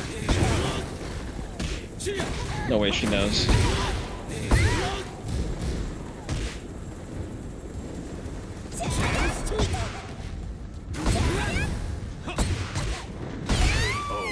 Thank you for playing. That's a Fujin Zhaoyu. That is Fujin in season 2. Although to be fair, that would have been Fujin in season 1 as well. Round 1. Fight.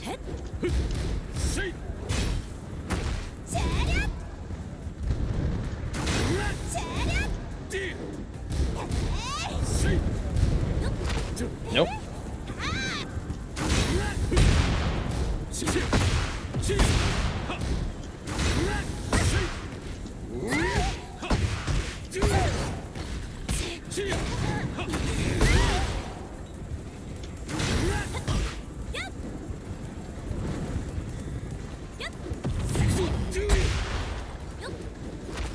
I sure love it when my mids whiff.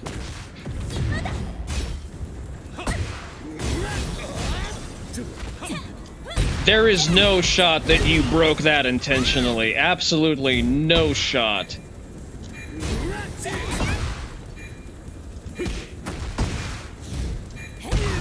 Son of a bitch. Part of me wants to buy this game and deliberately stay on Fujin so it keep brainlets with obnoxious Asuka grift. You could gatekeep with obnoxious Asuka grift all the way up to Tekken King. She is a legitimately ridiculous character now. Just gonna go for damage.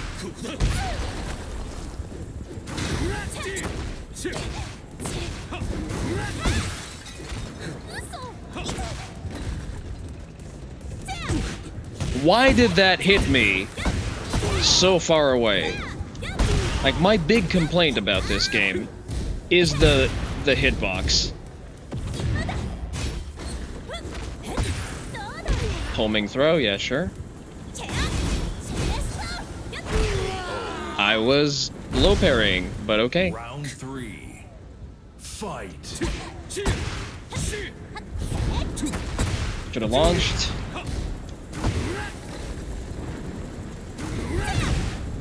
Good punish.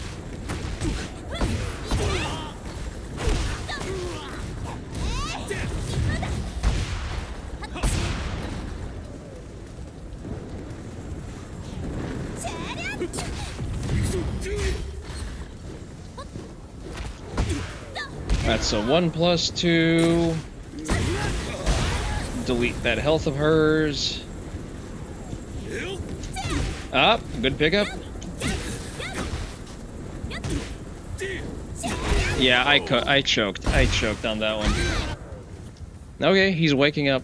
I can pull this out. I can pull this out. I can do this. Just not that impressive of a player. But yeah, Asuka is pretty much a free Tekken King now. Oh, we're doing this? Okay. Okay, we're watching cutscenes, I guess. Round 1. Fight.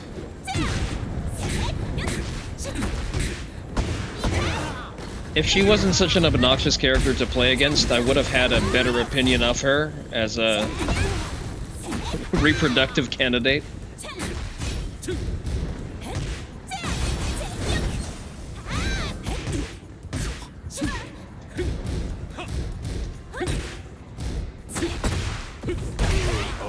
I sure love being punished for attempting to take my turn. Fight.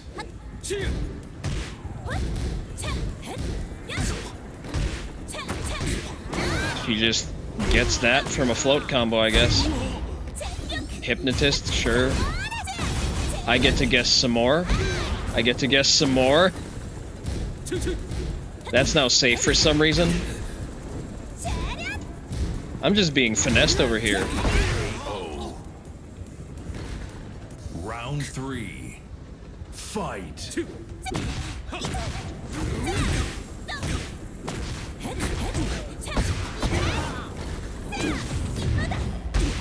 Notice how my forward 2 has to be actually hitbox accurate.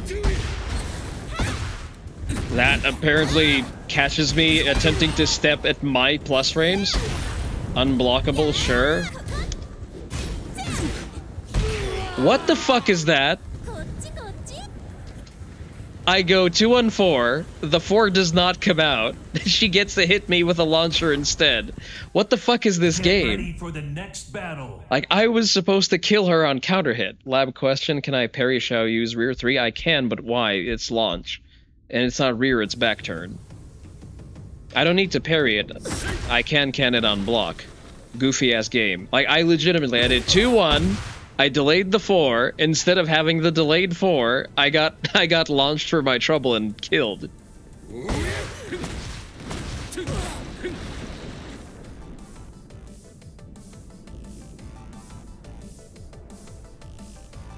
Back turn, wait, Mr. Alien, do you remember which one is back turn 3 and which one is back turn 4? Because 3 is the big back turn launcher she has, right?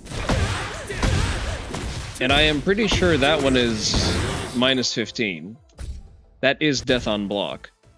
What is her back turn 4? Get ready for the next battle. Because I don't believe she used to have any kind of safe option there. It's just a mix-up between her back turn low and her back turn throw and the mid. Fight. Oh, it's a king, okay.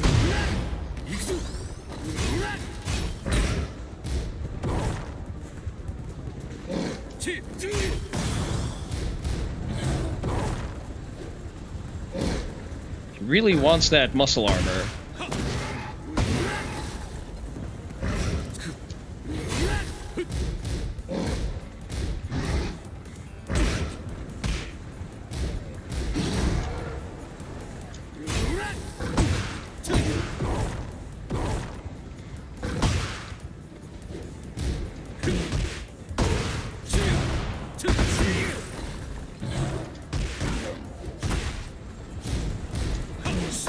Interesting gameplay. You think 4 is the launch? Okay, then what's the 3?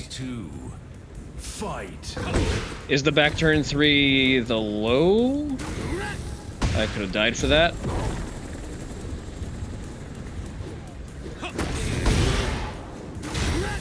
Too slow. Oh, wrong break. That's not gonna be wall. 3 is the low? Okay. Then it's the same. You block and punish because it's stagger low.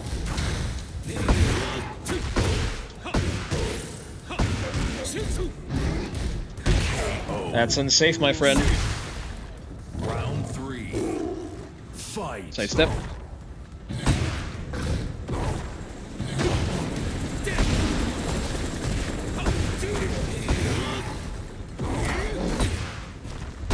Fair enough.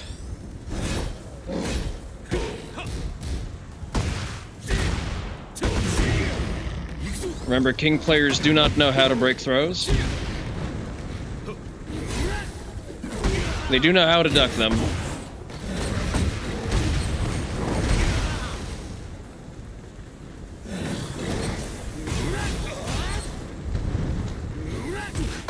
Good whiff punish.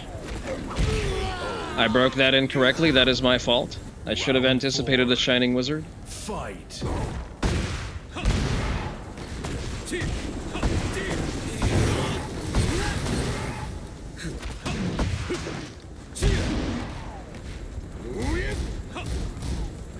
Good patience, good patience.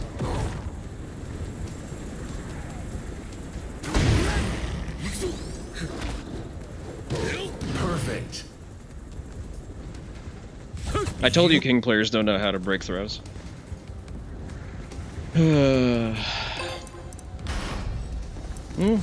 Solid defense.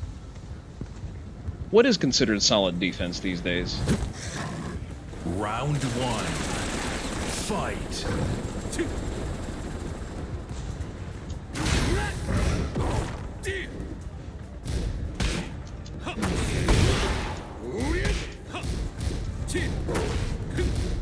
Does he know? Oh, I don't know. Not playing Tekken 8? You're kind of right. You do got something going on there. I ducked. I didn't break correctly. I broke correctly.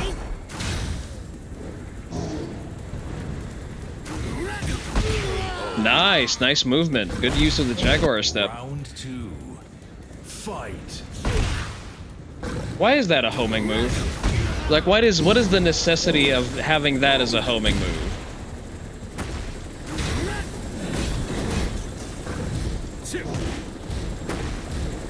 Good.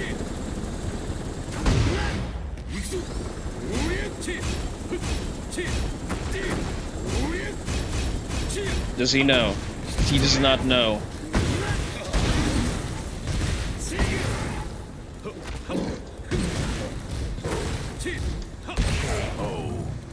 I actually hit someone with a 10 hit.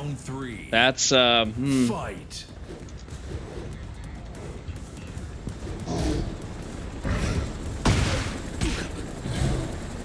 Want to try that again?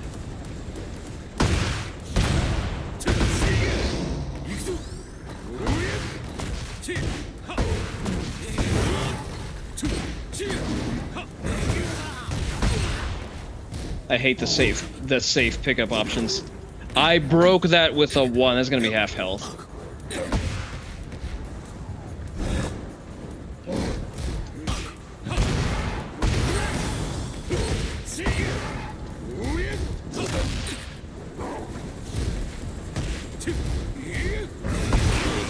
I will take that. Panther Mask King is all black. Fight. Nah. He does that. It's a alternative luchador mask. I kind of like the leather mask slightly better than the full furry drip.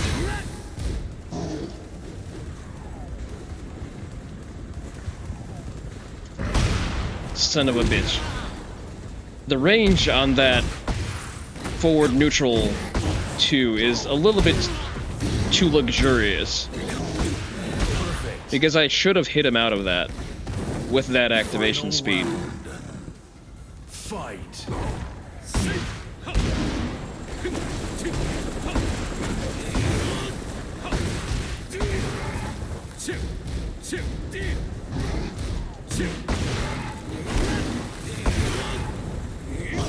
Oh, nice sidestep. Check this electric though. You win. Okay, 150. So hypothetically, I need to win 9 consecutive games to get my next promo. I don't think I have that in me. I don't think I got that dog in me. Perhaps I should learn to play Dead or Alive.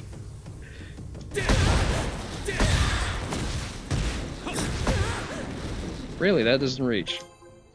Sure, console player on Wi-Fi. Why not? Get ready for the next battle. Console player Wi-Fi. Fujin Brian named Heihachi. Okay. No skipping. Round 1. New virtual fighter coming out. Had I considered getting carpal tunnel? I already have carpal tunnel from wave dashing.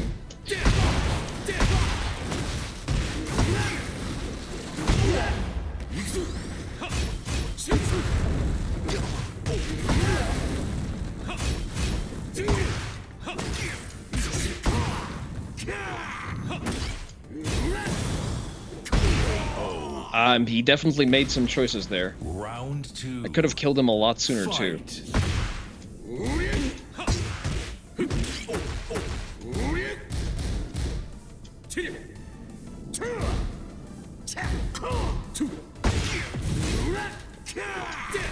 Is that no longer a punishable string? Have I missed something?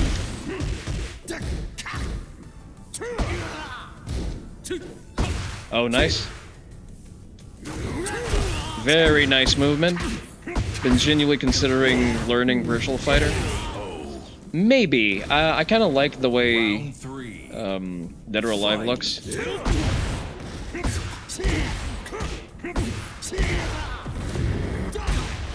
Like, as proven by Reina and my I ducked and died, okay. Sure is fun when you have an all-mid string that just does that.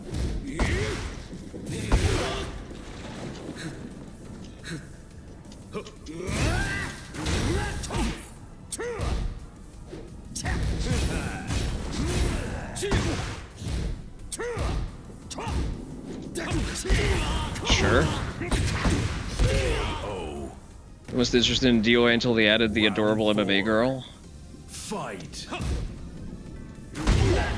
I was generally disinterested in DOA, but unfortunately they're not making any more Extreme Beach Volleyball games. So I have to work with the cards I am dealt. Wake up knee, sure.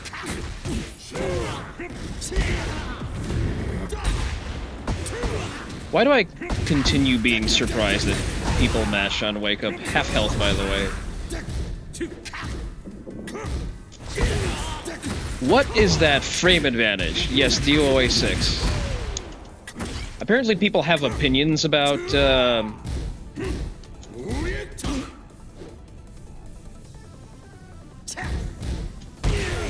Yeah, there was no shot for me to win that. Okay, this is an interesting use case. He knows how to move, but he does mash like hell on wake-ups. I guess 6. People have opinions about 6 not being good enough, but I don't care.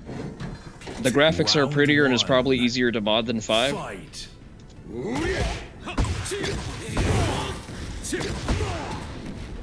Could have gotten that wall break. Aha, okay.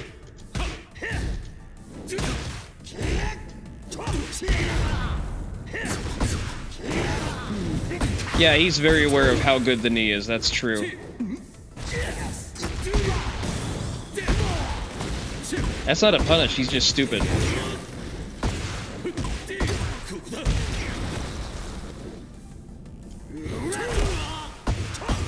Why does that launch? Brian is legitimately a problem.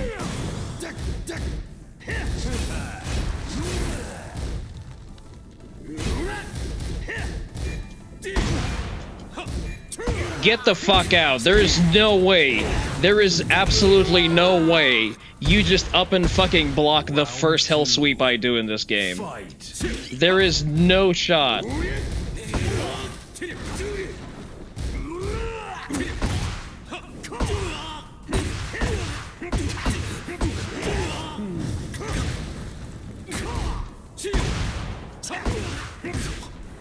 +3. No, never mind. He's what, +9, I think, with the counter hit?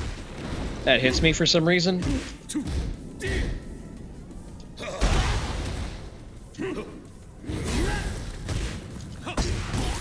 My 4 decided to not come out after the down forward 2. After the down forward 1, rather. Wait, I have a demo stick. Round 3. Fight. I've just remembered that I have a display for my inputs. So that you see that I'm not gaslighting you, and the game is actually missing inputs.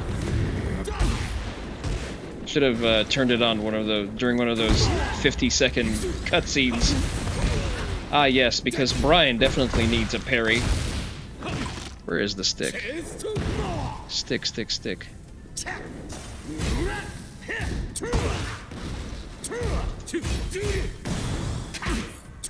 I'm sorry, what?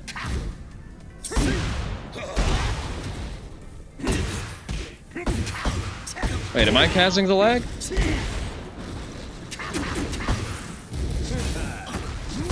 I can't do anything. I just couldn't do anything. That delay is not enough for me to rage art. That is such dog shit. Wow. Oh god. Okay, at the very least we have this on display. Get ready for the next battle. He should have been dead at the wall there. He ate the down forward 1 and I inputted as a down forward 1-4, and it just, the game decided that no, that didn't happen. I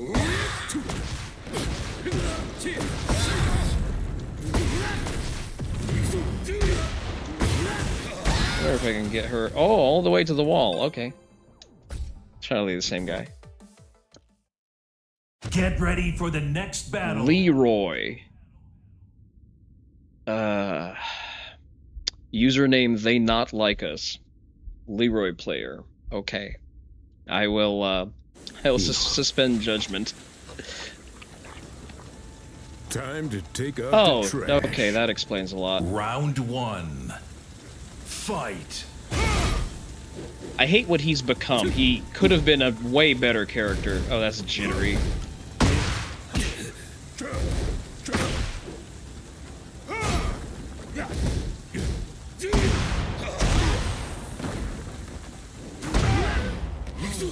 Parry this.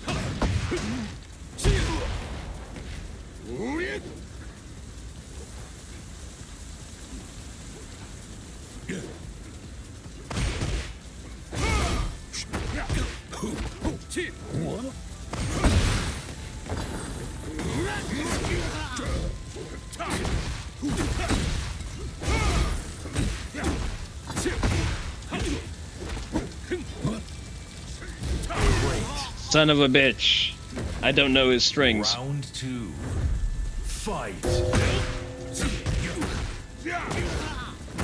Mashes out of ballerina spin. Sure, okay.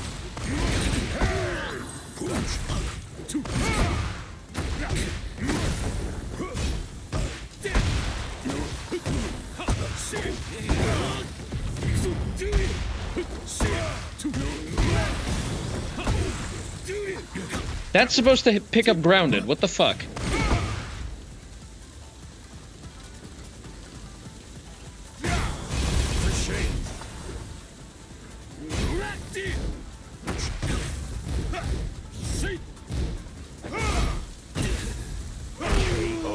God damn it. Okay, that was good poking.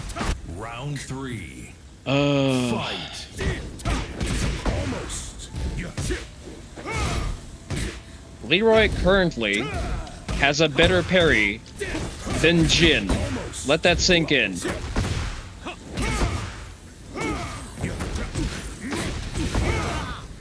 I hate it here. That's not the correct pickup.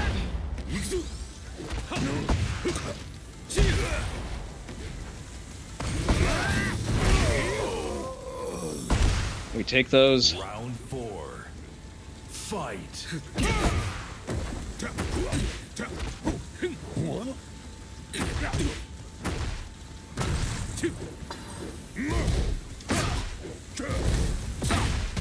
I don't have the frames for a power crush.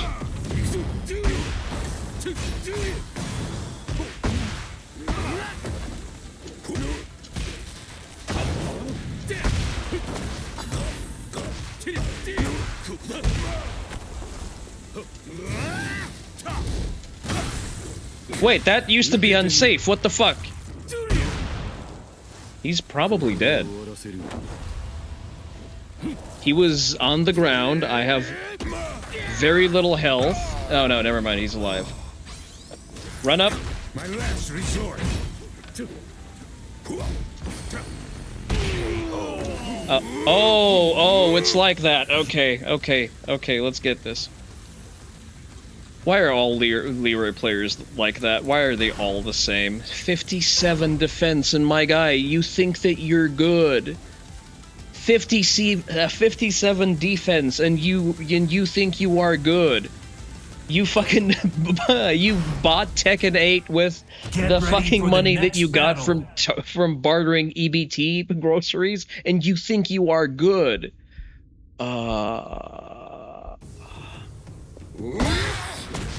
How do you think the...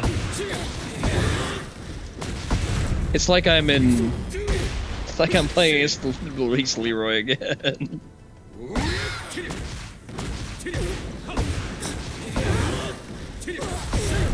I mean, he's kind of right in the fact that I'm not like him, because he is subhuman on every dimension. So yeah, I'm definitely not like him. Oh, that doesn't reach.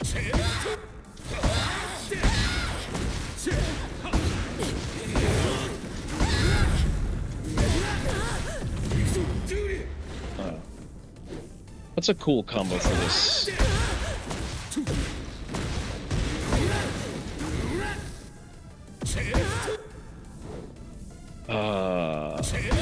Goofy ass game. Holy shit. Wasn't he also a console and Wi-Fi?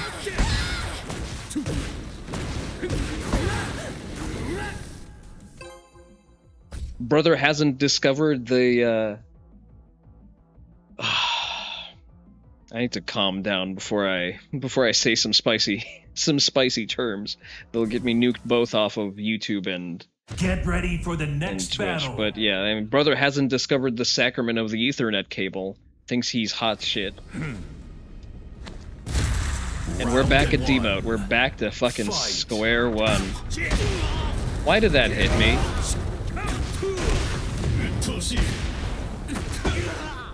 I need to lock in because this looks like a good player.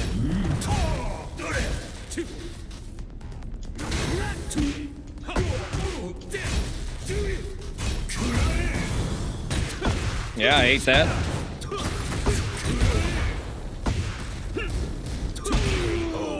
Okay. Round sure. 2. Fight.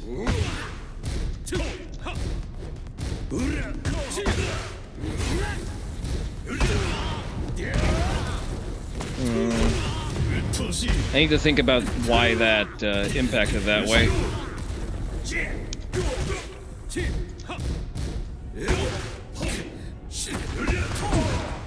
He's one of those, okay. Noted.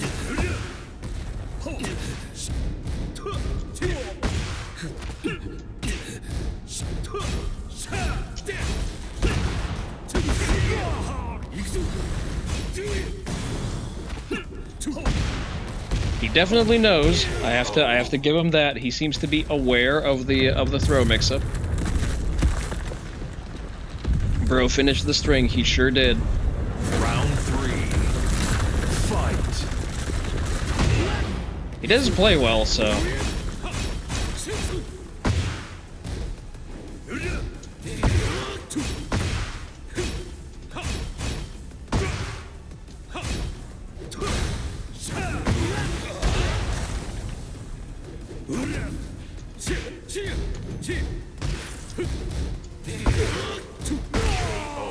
I don't know what he was fishing for there, but okay. Round 4. Fight.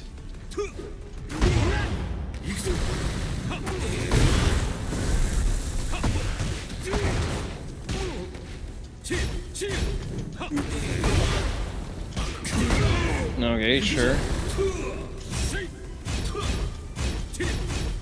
Is down forward 1-4 not unsafe again? Because I recall it being -11. Damn, I slept through that.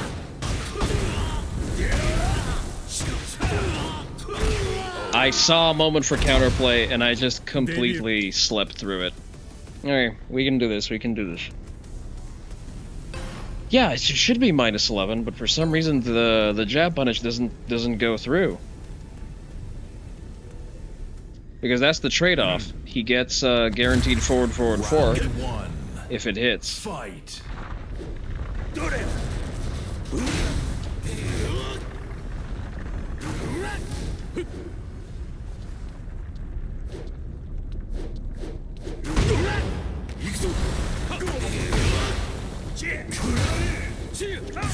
Okay, that's not how I punish that. Input recognition in this game is kinda ass. I did notice that, yes.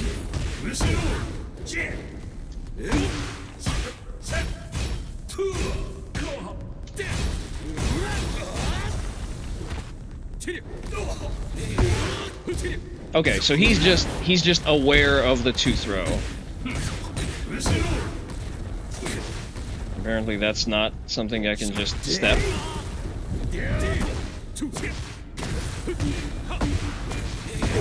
That should be death, right? There's no way this is not death. Like, there's no way Rage Art does... Yeah, there you go. Round 2. Fight.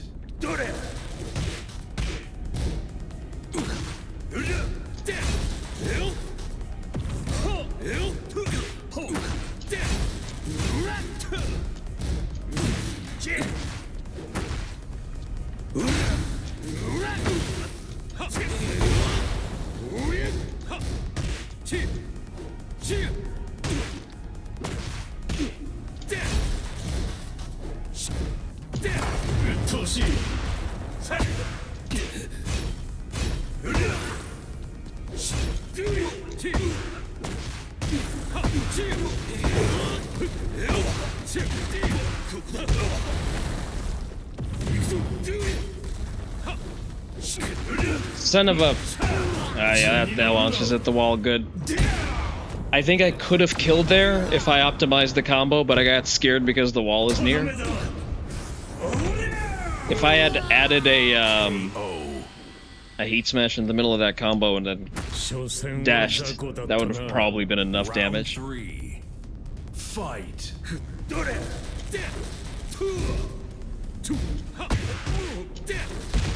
Nice.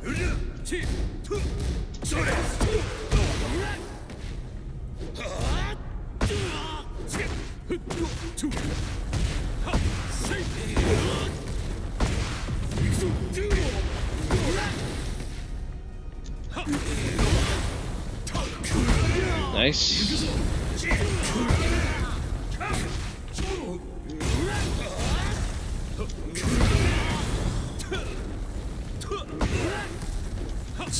Oh, son of a... That's probably death. I hate playing on player 2.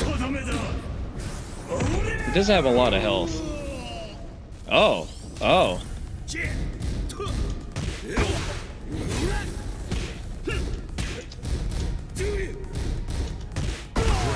Thank you, good sir, for finishing the tsunami kick. Much appreciated. Round 4. Fight. Okay. I respect the gumption with the keep out electric.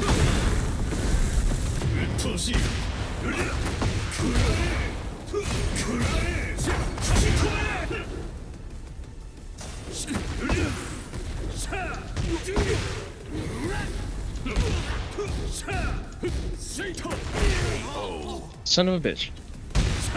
Final round. Is that not unsafe? Fight.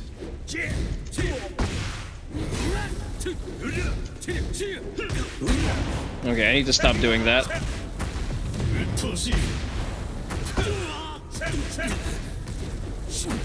I was ducking, get the fuck out.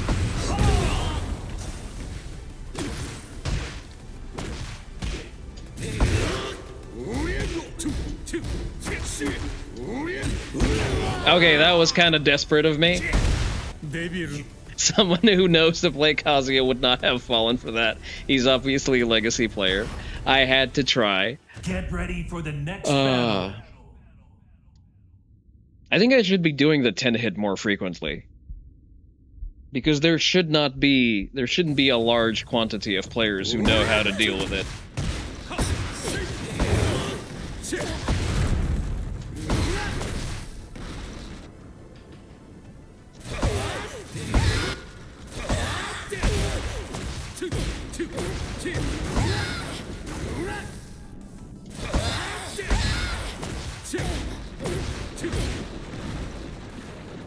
Not what I pressed, okay.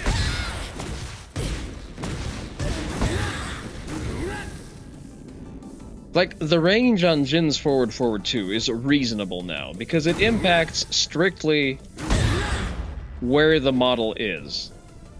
Some moves have what I would refer to as ghost range or phantom range, where it hits you even though the model isn't even in the same zip code where you would expect the impact frames to be. Or Get the ready impact for volumes. the next battle.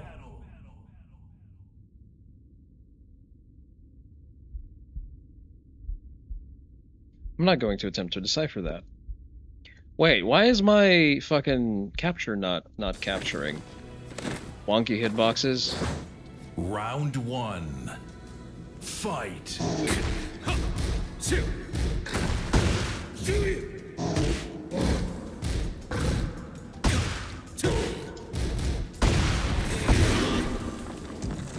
Let me click off.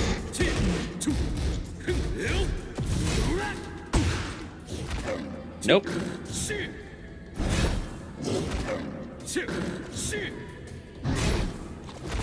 Well, good.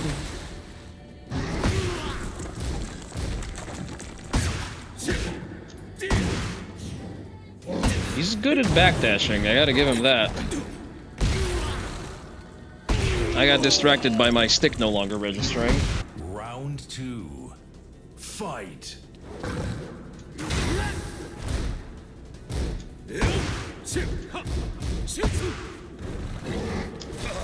Oh, get the fuck out. That should have reached.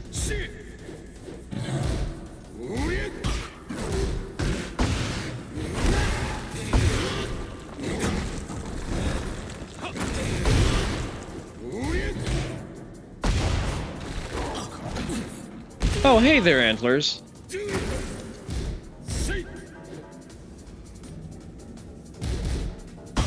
I blocked that. I didn't press. Let's not flush this. How are you doing? It's been a while. Yeah, I haven't seen you around.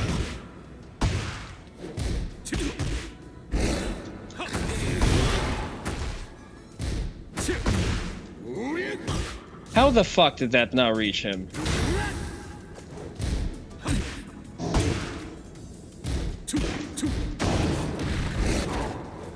I am having some thoughts about this player.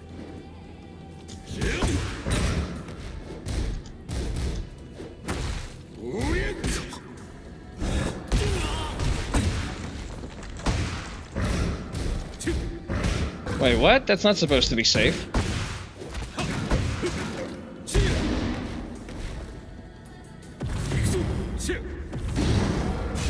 Sidestep. Oh yeah, I have nothing to do if I catch him like that. Hope I am well and I am winning. I'm sort of winning as long as I'm not playing Tekken. He's either very aware of those strings or something's not right.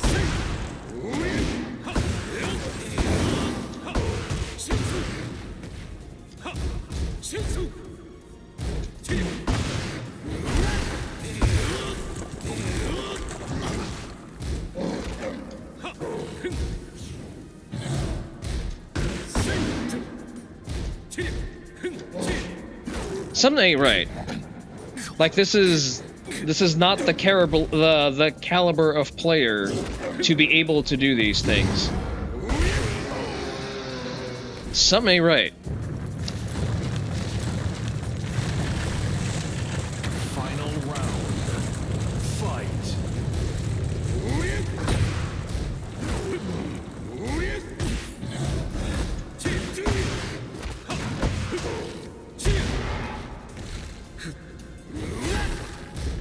Maximum frame advantage.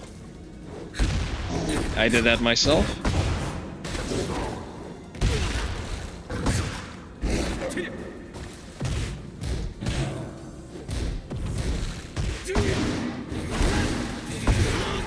I guess I'm just paranoid.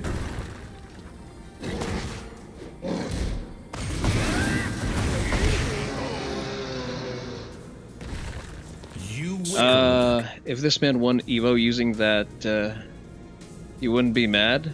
Because it's a compliment to living up to his drip? Ugh. Let's at the very least claw back my Fujin.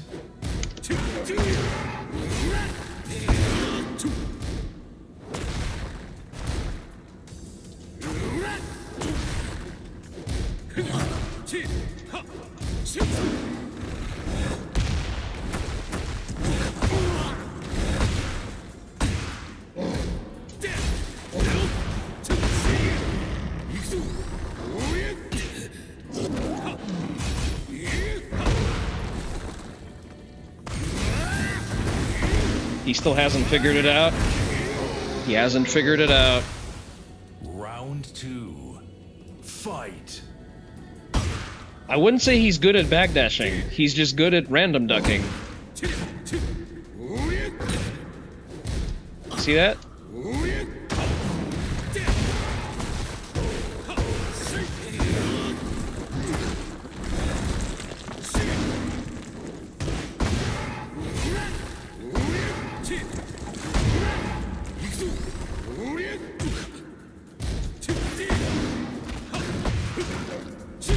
Okay, never mind. I was just falling prey to the flowcharts. Round 3. Fight.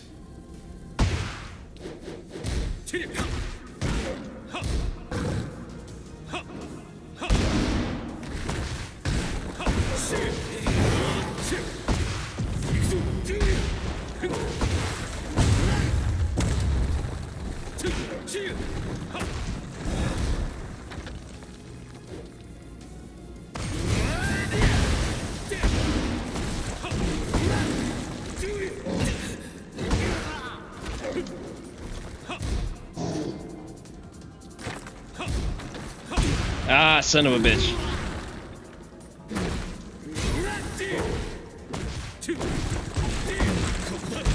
I think this is the first time I've ever hit someone with an electric like that for a launch.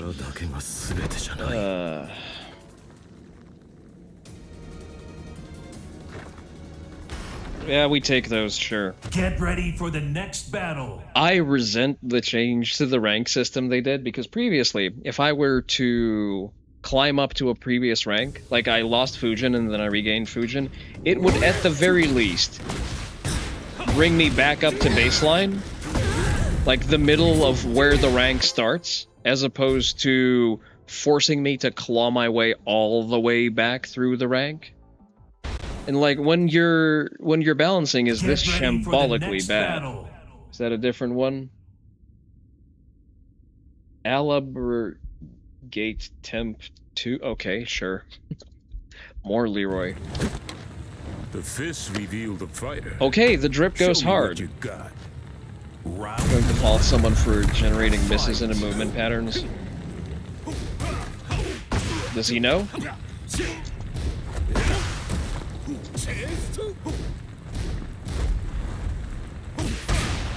Not sure why that hit, but okay.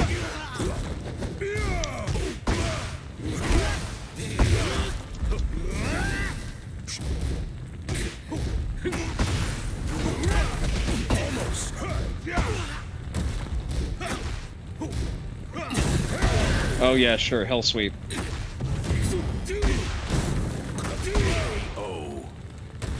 Is minus, still mashes, okay. Fight. You beat this.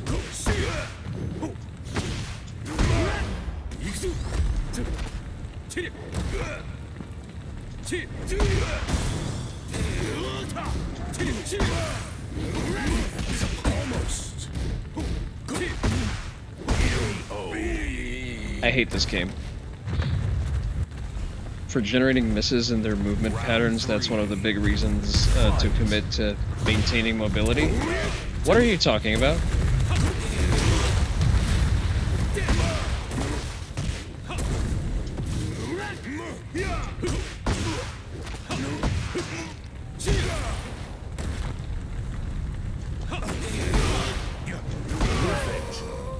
This is Fujin. This is a Fujin ranked player. This is a Fujin ranked player.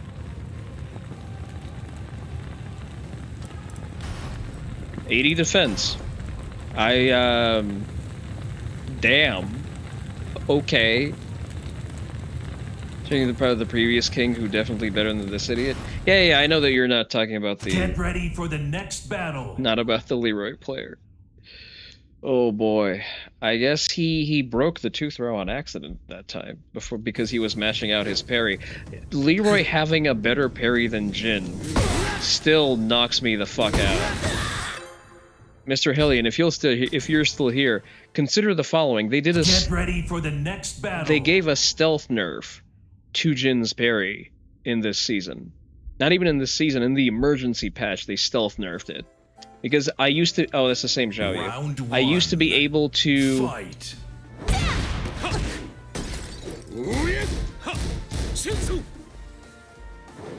Parry Reyna's Sen 4.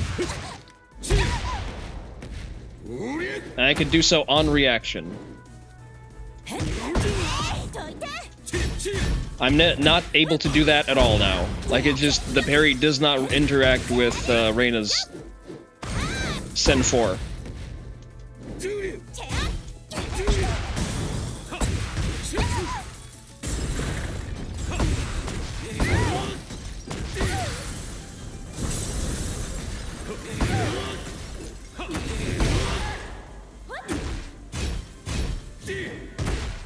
Huh? Am I going to die from this?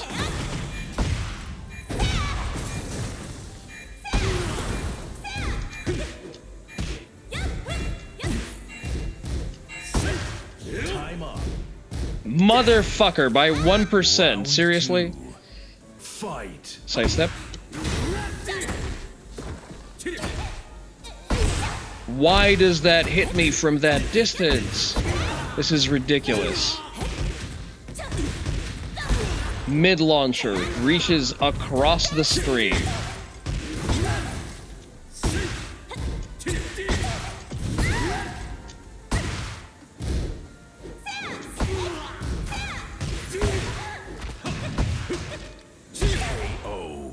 I guess wrong once, I die. She guesses wrong 3 times, and only then I'm allowed around.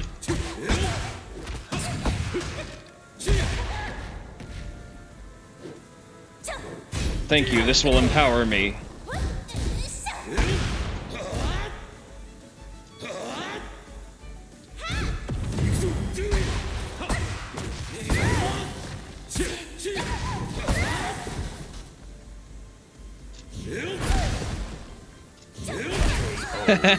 He tried it. Round 4. Fight. What the fuck? I guess AOP now crushes lows too?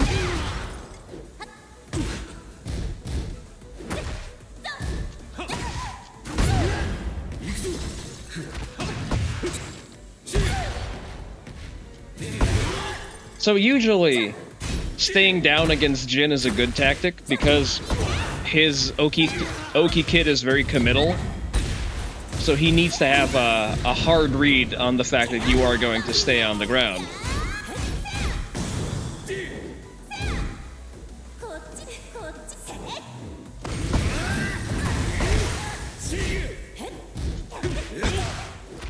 He did not learn. He did not learn.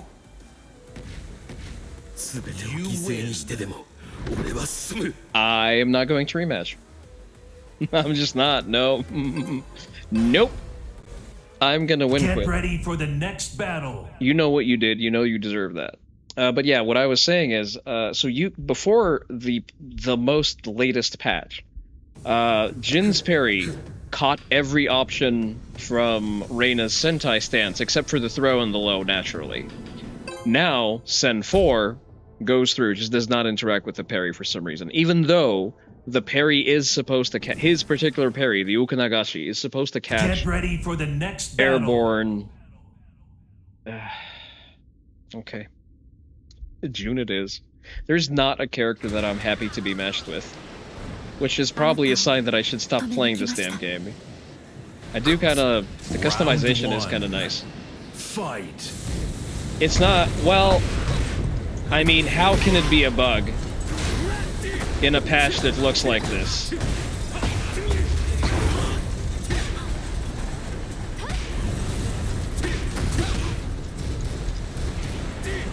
Good patience. Seen women like this, June, in your dreams? Those were really good dreams. I can relate. June is definitely of that powerful breeding stock.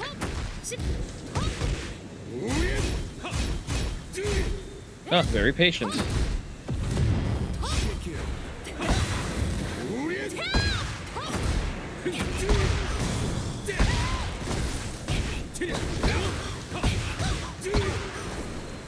June players famously can't break throws because the design team is incompetent. Yes. Fight. I need to figure out what his flowchart for Can-Cans is.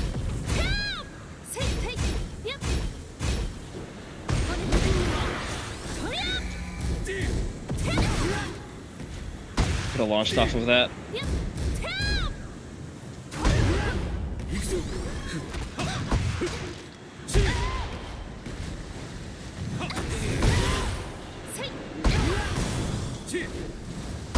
No, that's on me. That's on me. I dropped that.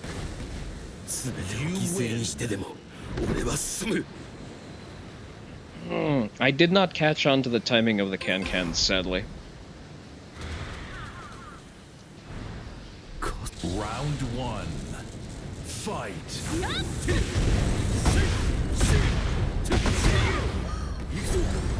Does he catch on to the fact that that's a two-throw, is the real question.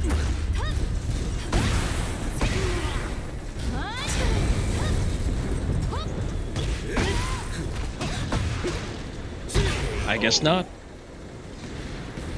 Round two. Fight.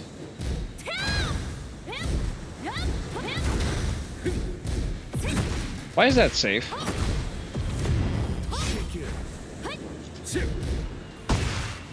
He still tried it. He still tried it. He tries it every time.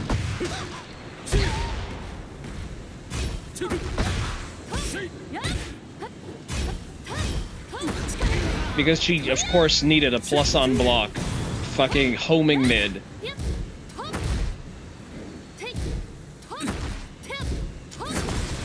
I tried to electric. I paid for that.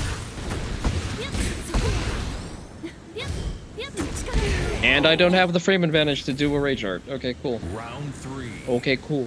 Fight.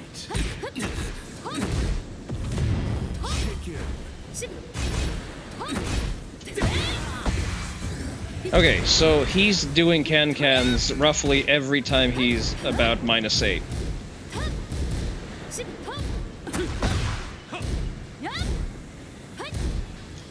That's -13.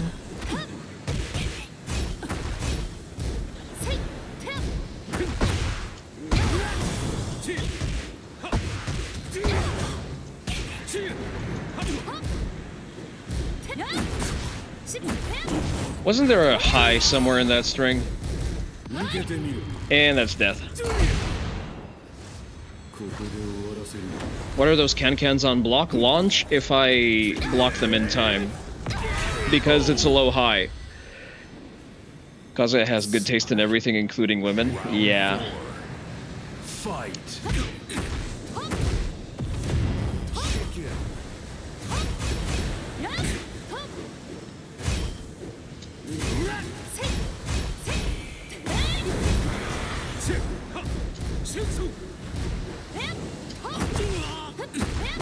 Should have stayed ducking. Why? Why is... Oh, okay. Why does... Why does a launcher high crush? Final round. Fight.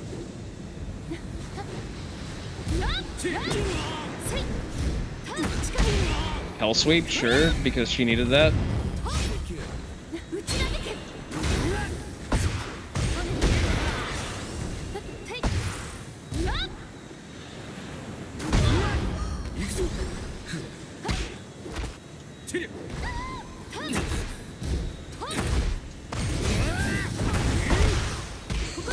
How do you have the frame advantage for that? That is bullshit.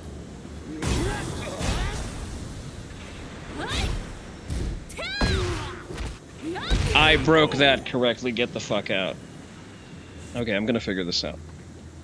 He does can-cans, and when he is roughly... basically, whenever I block a string, and he wants to turn steel, which is the function of can-cans, sure. My problem is that I don't remember what the strings look like. Okay.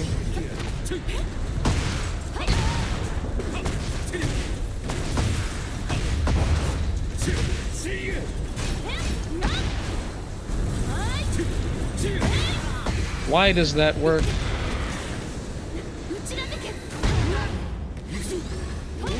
Huh?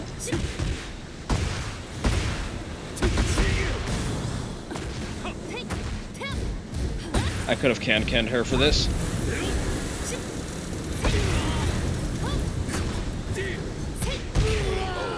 I could have... Oh, God. Okay, I fumbled badly. That's on me. That for some... Wait, that's supposed to be a high.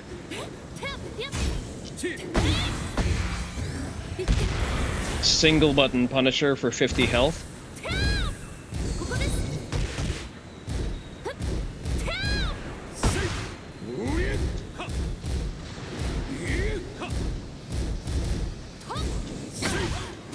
Wrong Punisher. We still got this. We still got this.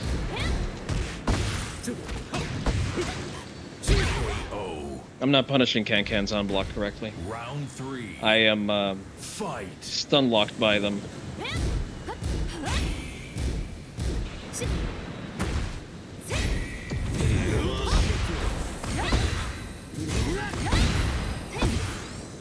Why does my shit just not come out?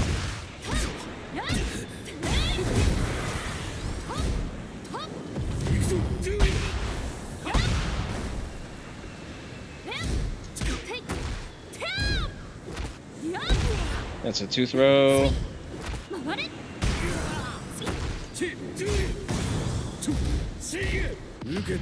I'm gonna win this one. I mean, I'm gonna win the interaction. I don't know about the game.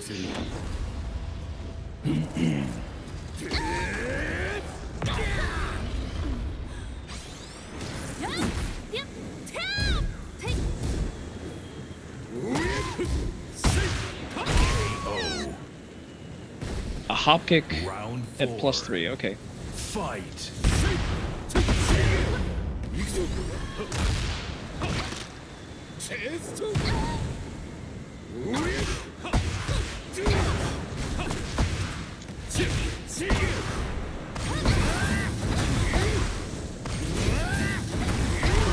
I will take that.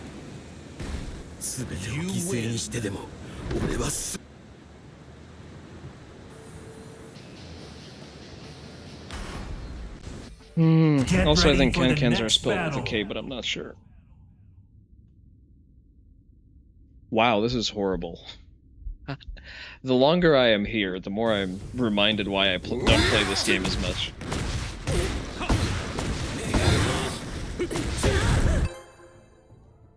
I'm gonna learn one more, and that's probably gonna be it in terms of Tekken. Probably the stream today as well. Get ready for the next battle. Lee. Which way do we step Lee's while running 3-4? To the right? Round 1. Fight.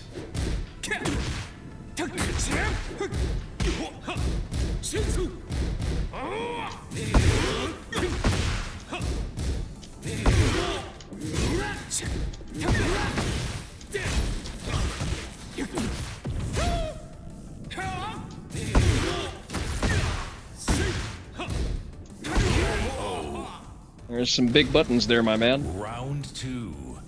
Fight.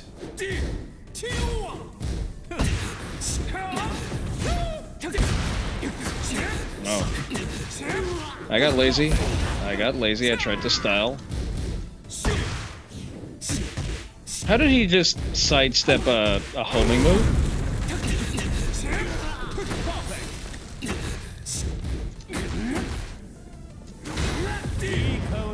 That's dead. Round 3. Fight.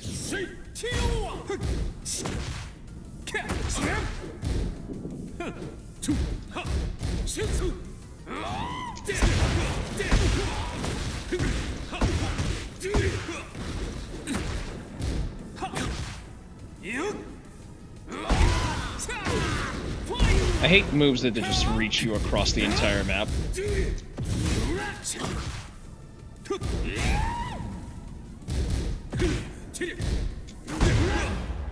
Does he know?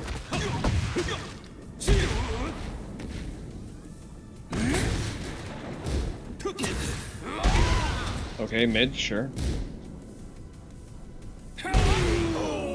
Good mix-up. Round 4. Fight.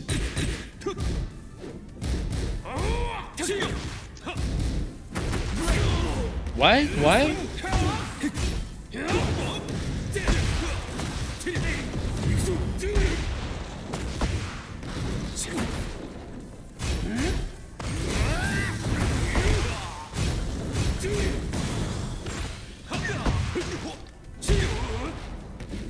Yes, I did win 2-1.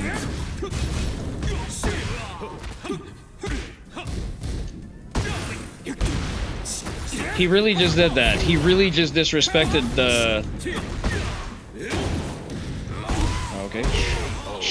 Sure, okay.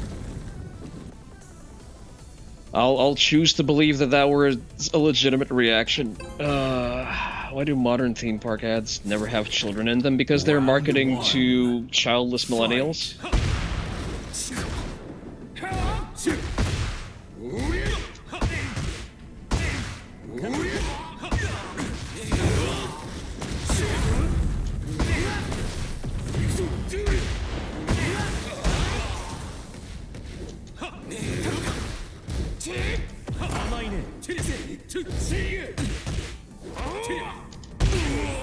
That was kind of cool. You got the same ad. What kind of theme park was it? Was it at a nice theme park?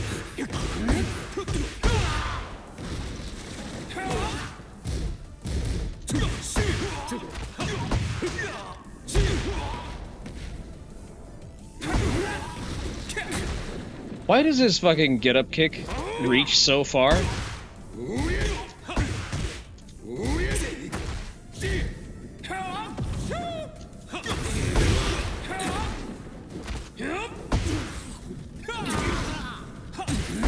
I insist on having broken that throw, but whatever you say, game.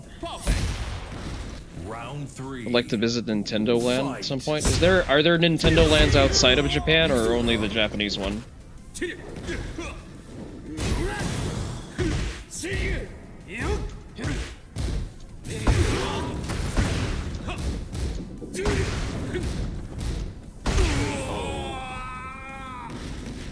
Round 4.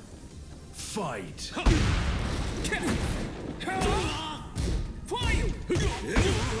saw a Florida one.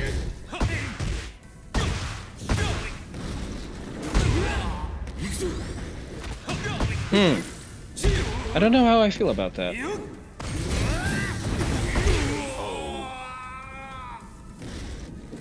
win. I can take him. I can take him. Lee is an underpowered character. Round 1. Fight. You saw me press low, right?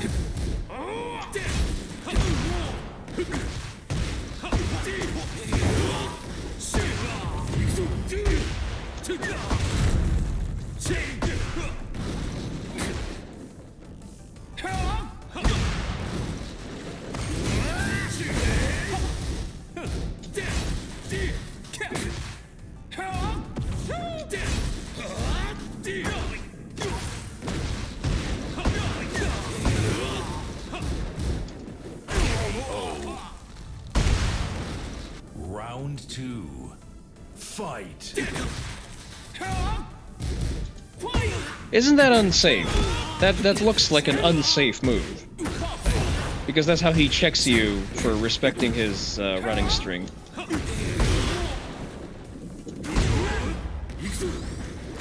At some point he's going to duck.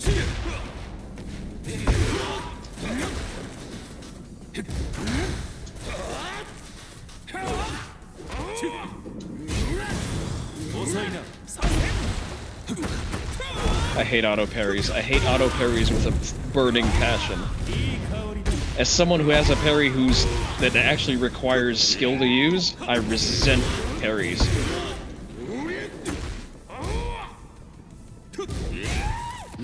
Oh, good bait, good bait, good bait. Oh, I am very sorry. No, he deserved that. I deserve to die after that rage art. That's fine. I'm fine with this outcome.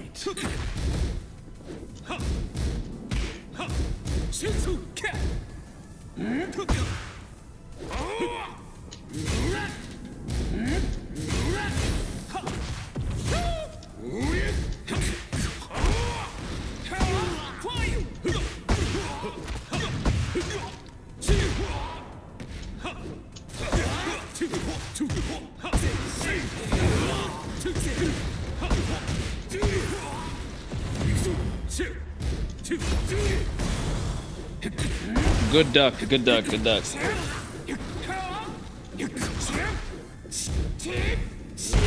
Why the fuck is that? Oh, okay. I'm no longer respectful. I do not like this anymore.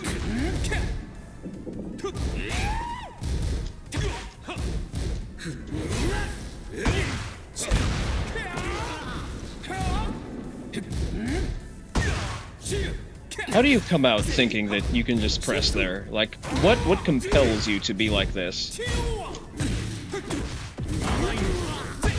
Okay, I didn't respect that.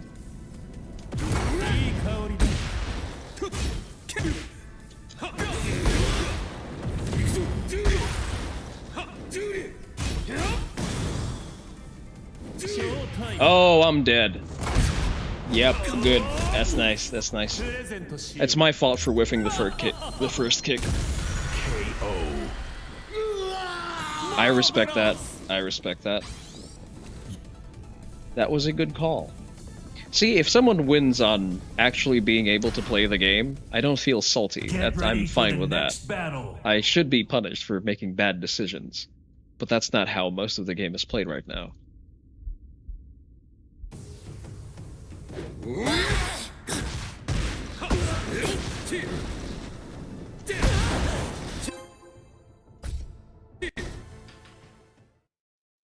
Get ready for the next battle. A good swing on that can. What? What are you talking about, Notary?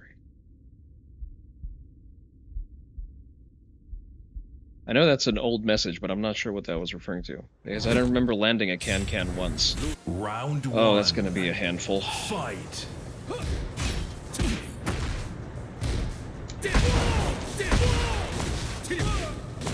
Bedtime, thank you for checking in, Mr. Hellion. I thought I had range there, but okay.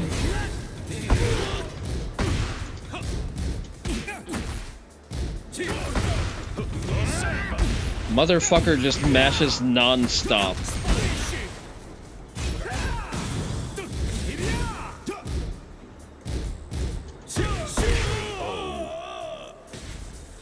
Why are you RPing as Devil Jin?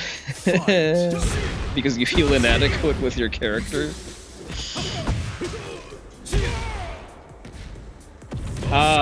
Mr. Hellion, with the current state of the game, I can't in good conscience promise to stream more Tekken. I hope you understand why.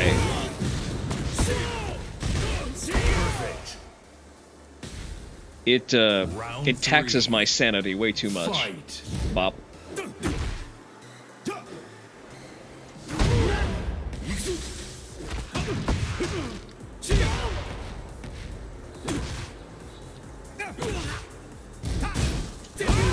I forget which one of those is a high string, because I think I'm supposed to duck somewhere over there.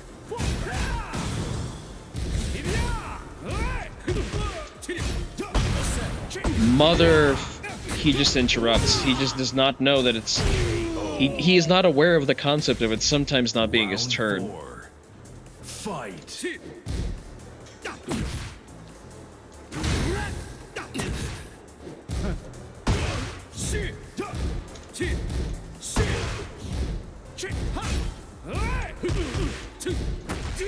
Shoulder is probably launch.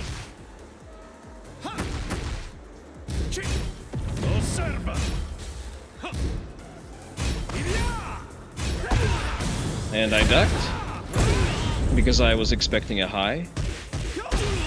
Sparkles go whoosh. They usually do. Oh, get the fuck out. Final round. Fight.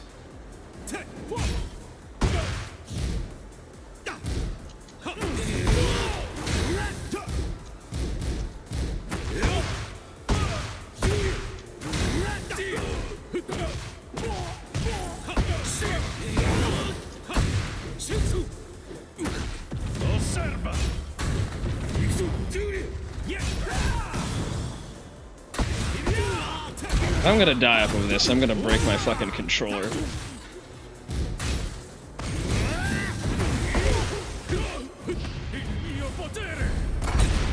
Get the fuck out, you cheesy piece of shit. He was supposed to die off of that. Roll into him, roll into him. Oh, get the fuck out, you son of a bitch. Okay, I'm running this back. He doesn't know how to play the game. Let me think. I should be parrying his two-hit strings. Oh, you cocksucker. You... Get ready for the next battle.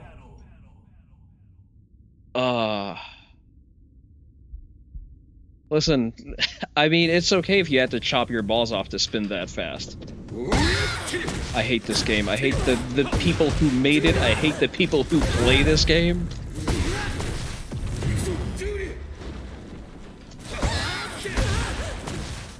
Imagine clutching like that and thinking that you're good at the game.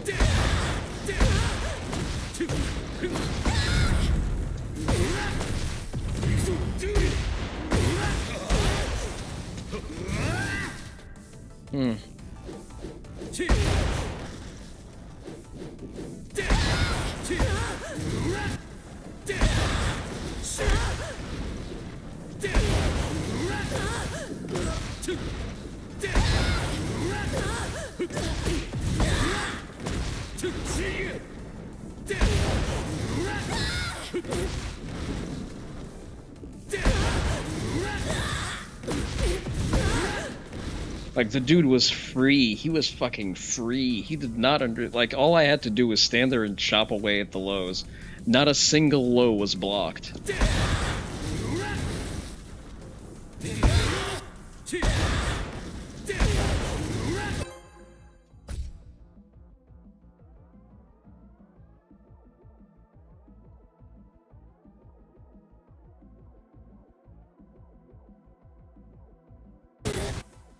Took you long enough? Get ready for the next battle. Devil Jin. Okay, that's interesting. Devil Jin players are usually decent at this ranks because they actually have to play the game. Surprised I put the brakes on the Hell Sweep thing. It's not that I put the brakes on it. It's just see, the thing about Hell Sweeps is you need to enforce certain respect for your neutral because it's a pretty slow move and you get hit out of it very easily by people who swing wildly.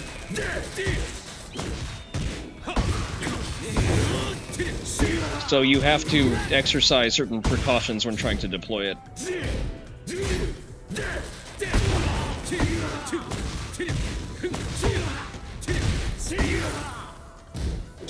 Oh, very nice. That's not what I intended to do, but damn, it's good that he was on the ready for that. So was I. Round 2. Fight.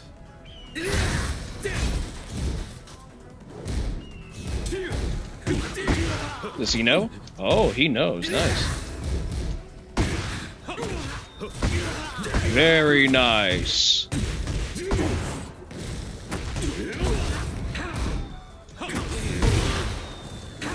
Oh, okay, that's a cool interaction, I guess.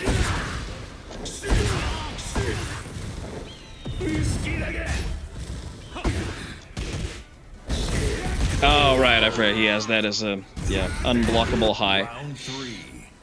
Fight.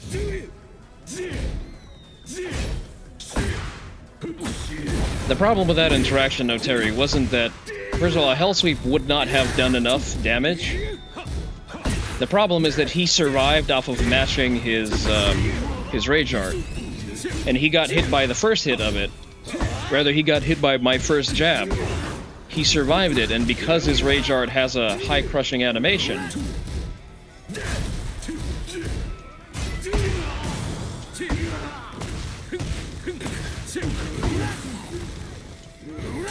very nice sidewalk.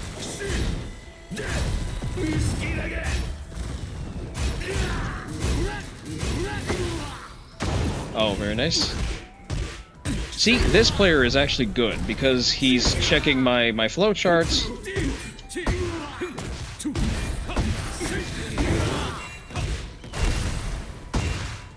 Time up. He is reacting to what I'm doing. He's also playing clean with high execution tools. That's going to be floor break.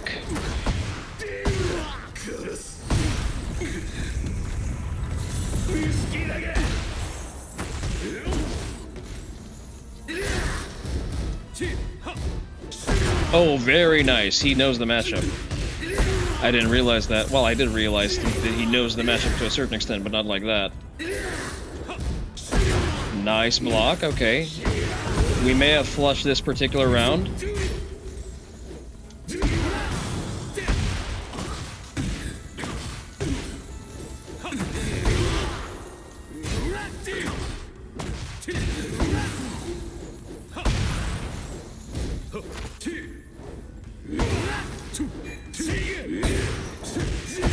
And I ducked. Oh, so hype.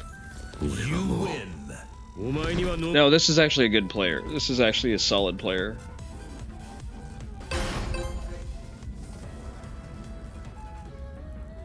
I won on a complete ass pull. Round 1. Fight.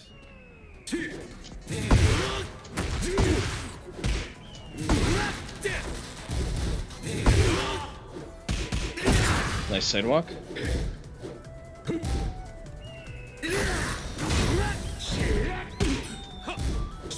Very nice flash.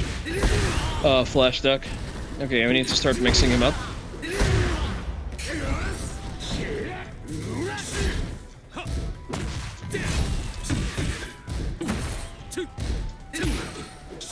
Nice.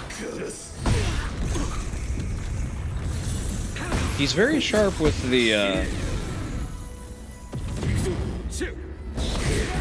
son of a bitch. I keep forgetting that he has that. I need to float him out of the raw Morning Crow. Where's Project when you need him?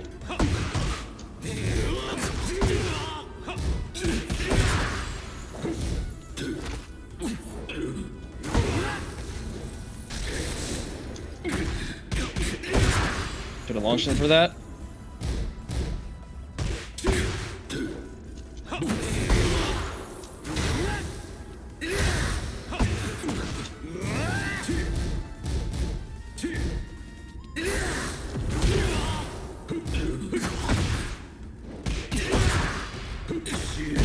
That was my fault. I should have launched and killed. I should not have just let him off with that hell sweep. Fight.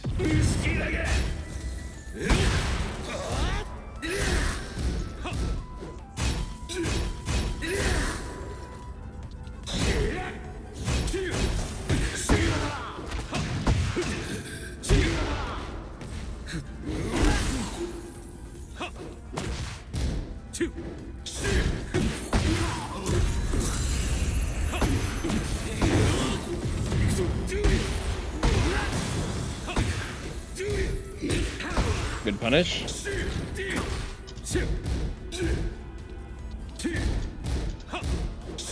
Nice. Damn it! I keep forgetting that he can do that.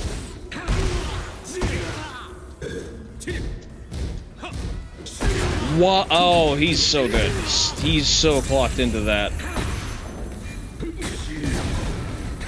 I'm not even mad. I just gave that up for free because I am conditioned to do back forward 2-1 mindlessly, and he's very good at catching that. That's a solid player right there. And he can't do that because I autopiloted. Hell yeah, let's run this back. Still getting my points off of him.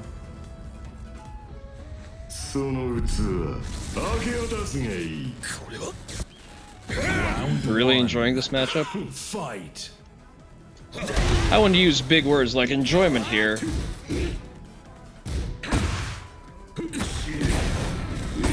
Okay, I need to lock into this.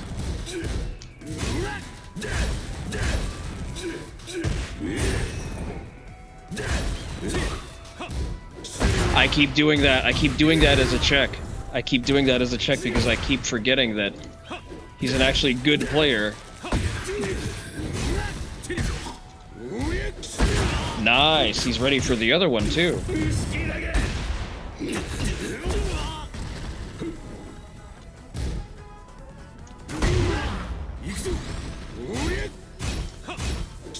I keep doing it. I keep doing it. Like, he's not wrong for exploiting that. Should have ducked and punished. Like, I am just giving that away for free.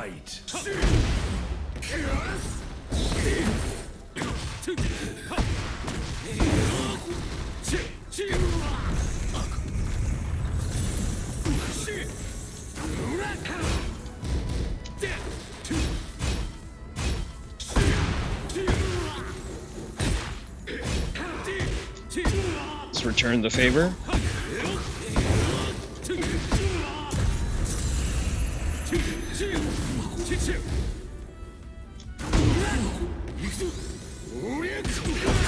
Nice.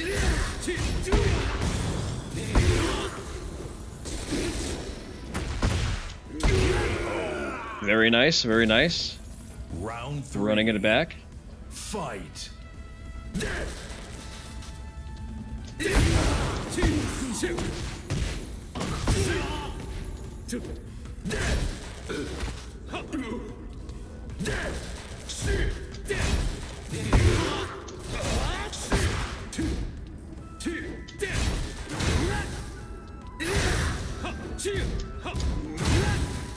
No punish? Ah, I fumbled that. I could have launched.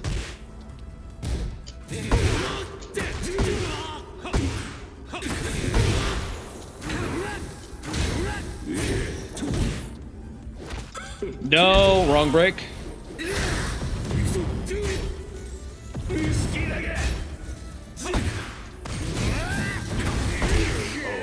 I also have the funny hell sweep. Round 4.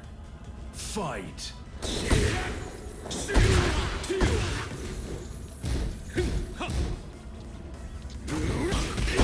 Nice size to it.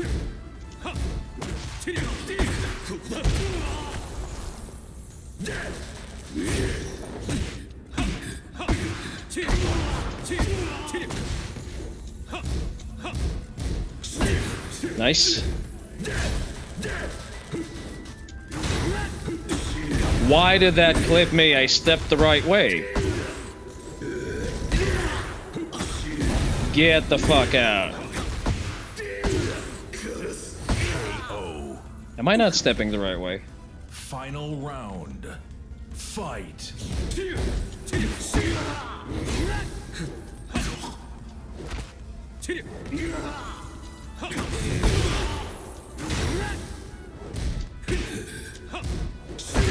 Nice, he's ready for that every time.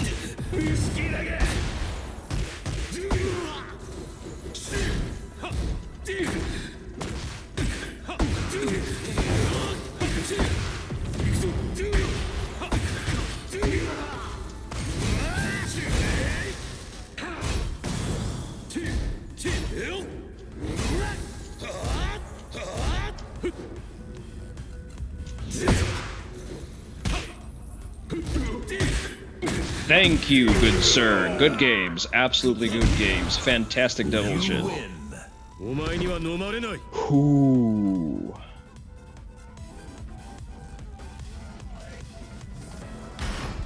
Damn. He's good. Get ready for the next battle. Alright, it's getting late. The sunken lost fallacy is very strong, but I need to stop. Okay, let's see who we're gonna raid out to. Sweet.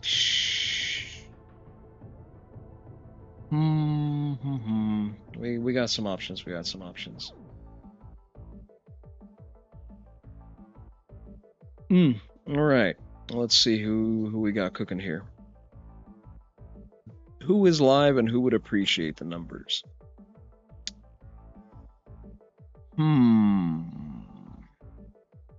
There are some difficult decisions to pursue here. Let me quickly check what we're working with. You know what? I think it's been a while since we've raided into...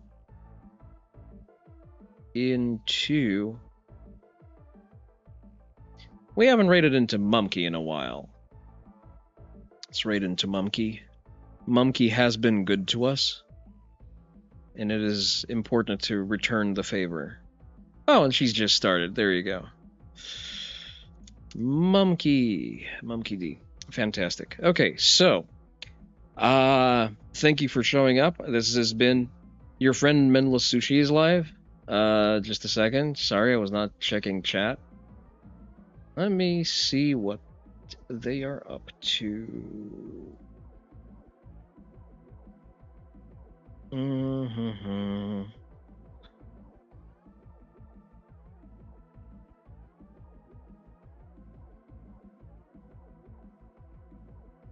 Madoka Magia. It is a 3D VTuber. It is important. Okay, let's Let's raid into your... She is... Are you... not Linkara. Are you sure she's not about to end? That's the only thing I'm going to ask to confirm, because she's 3 hours in.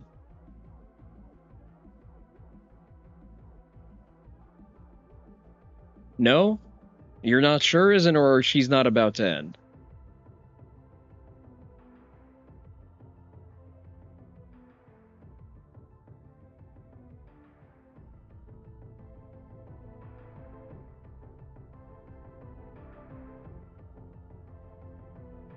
Alright, going once.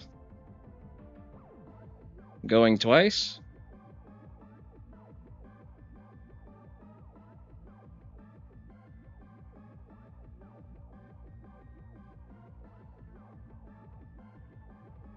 Not ending anytime soon, okay. Let's raid your friend. We can raid Mumkey next time, I guess.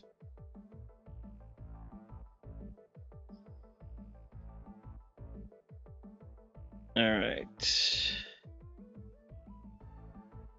May contain inappropriate themes. Not Linkara, what are you recommending us?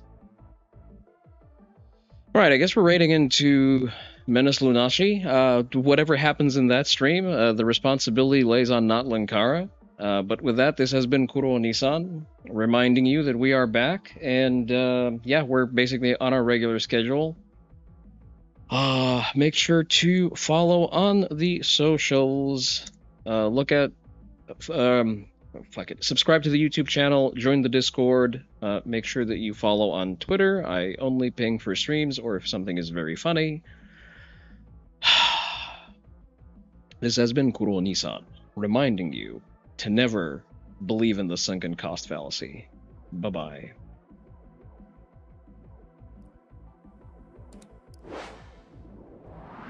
Don't just take me to that one.